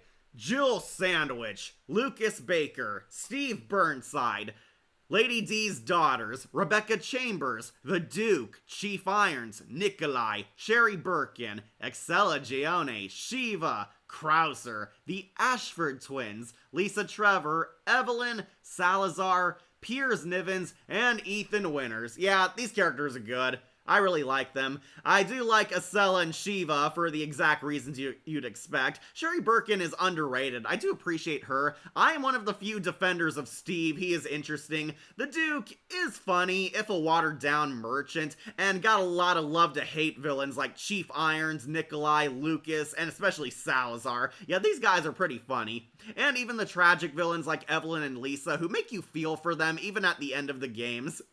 Sherry Birkin, easily the highest of the A. Lucas, I think, is a pretty fine villain, though. Unfortunately, he gets killed in a DLC. And don't worry, Lady D's sexy daughters are also on here. Got some sexy villainesses like the daughters and Acela. Really like Acela. Looking forward to replaying RE5. But yeah, all these characters, they're good. They're as tasty as a Jill sandwich. And finally, the All-Stars, who made it to S tier, who are the best of the best. Zoe Baker, love her, glad she got a happy ending in RE7, a lot more likable than, ironically, Ethan's wife. Luis, yeah, Luis is a bro, love him, sad he died. Jack Baker, one of the most memorable boss fights in horror history. Jack Baker is cool, funny, and a deadly force to be reckoned with. The Merchant, how do you do, stranger? Yeah, I love him. He's iconic. Who doesn't love the Merchant? The Doll Girl, one of the best parts of RE8. Love her boss fight, love the creepy doll personality, and especially that baby, which is nightmare fuel. William Birkin, yeah, an iconic mutant monster. Love him a lot more in the remake where he got more tragedy to him. But yeah, he is one of the grossest monsters done right. Take a note, Moreau, Birkin is where it's at. Carlos, who doesn't want to live in a... How can anyone live in a Carlos-less world? Love Carlos, he's cool, he's likable, he's funny. I wish he got a lot more appearances, but Carlos and Jill, definitely a great B team. Mr. X. Yeah, they took one of the most decent boss fights and turned him into a horror icon. The remake made Mr. X legendary. He is cool, creepy, and almost on the same level as Nemesis. Jake Mueller, underrated, I love Wesker's son, he is cool, has a great character arc, and honestly I hope we see more of him. Please, Capcom, have more Jake Mueller and less of Wesker's annoying daughters.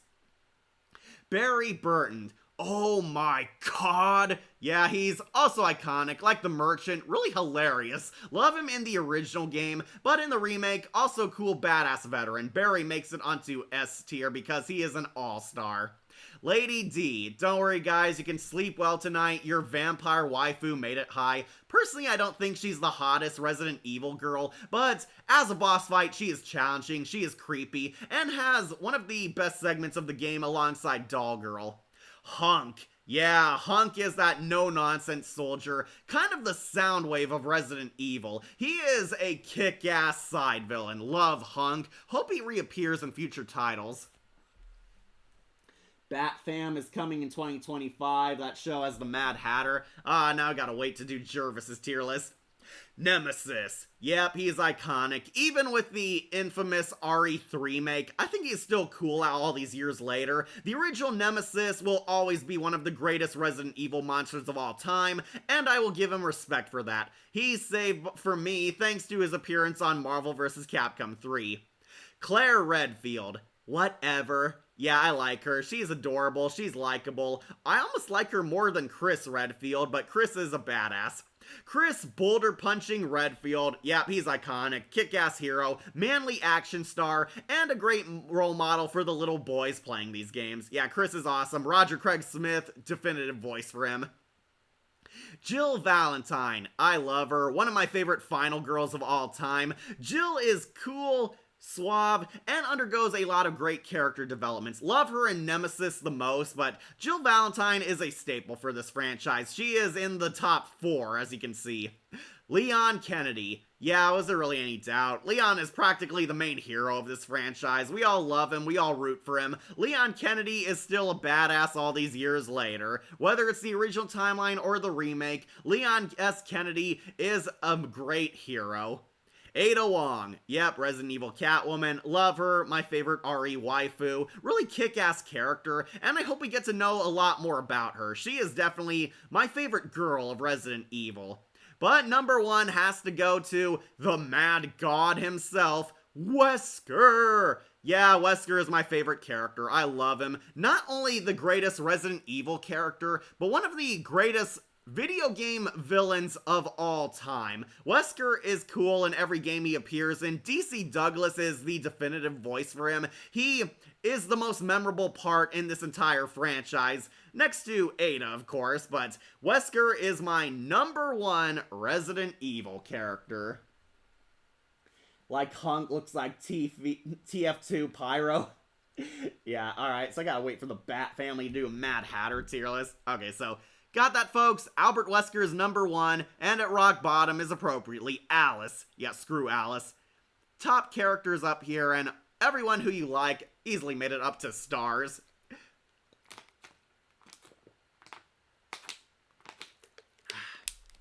Alright, so as you can see, great tier list here. Thank you all for joining us. Got a lot more good than bad in this tier list, especially because the games are a lot better than the films.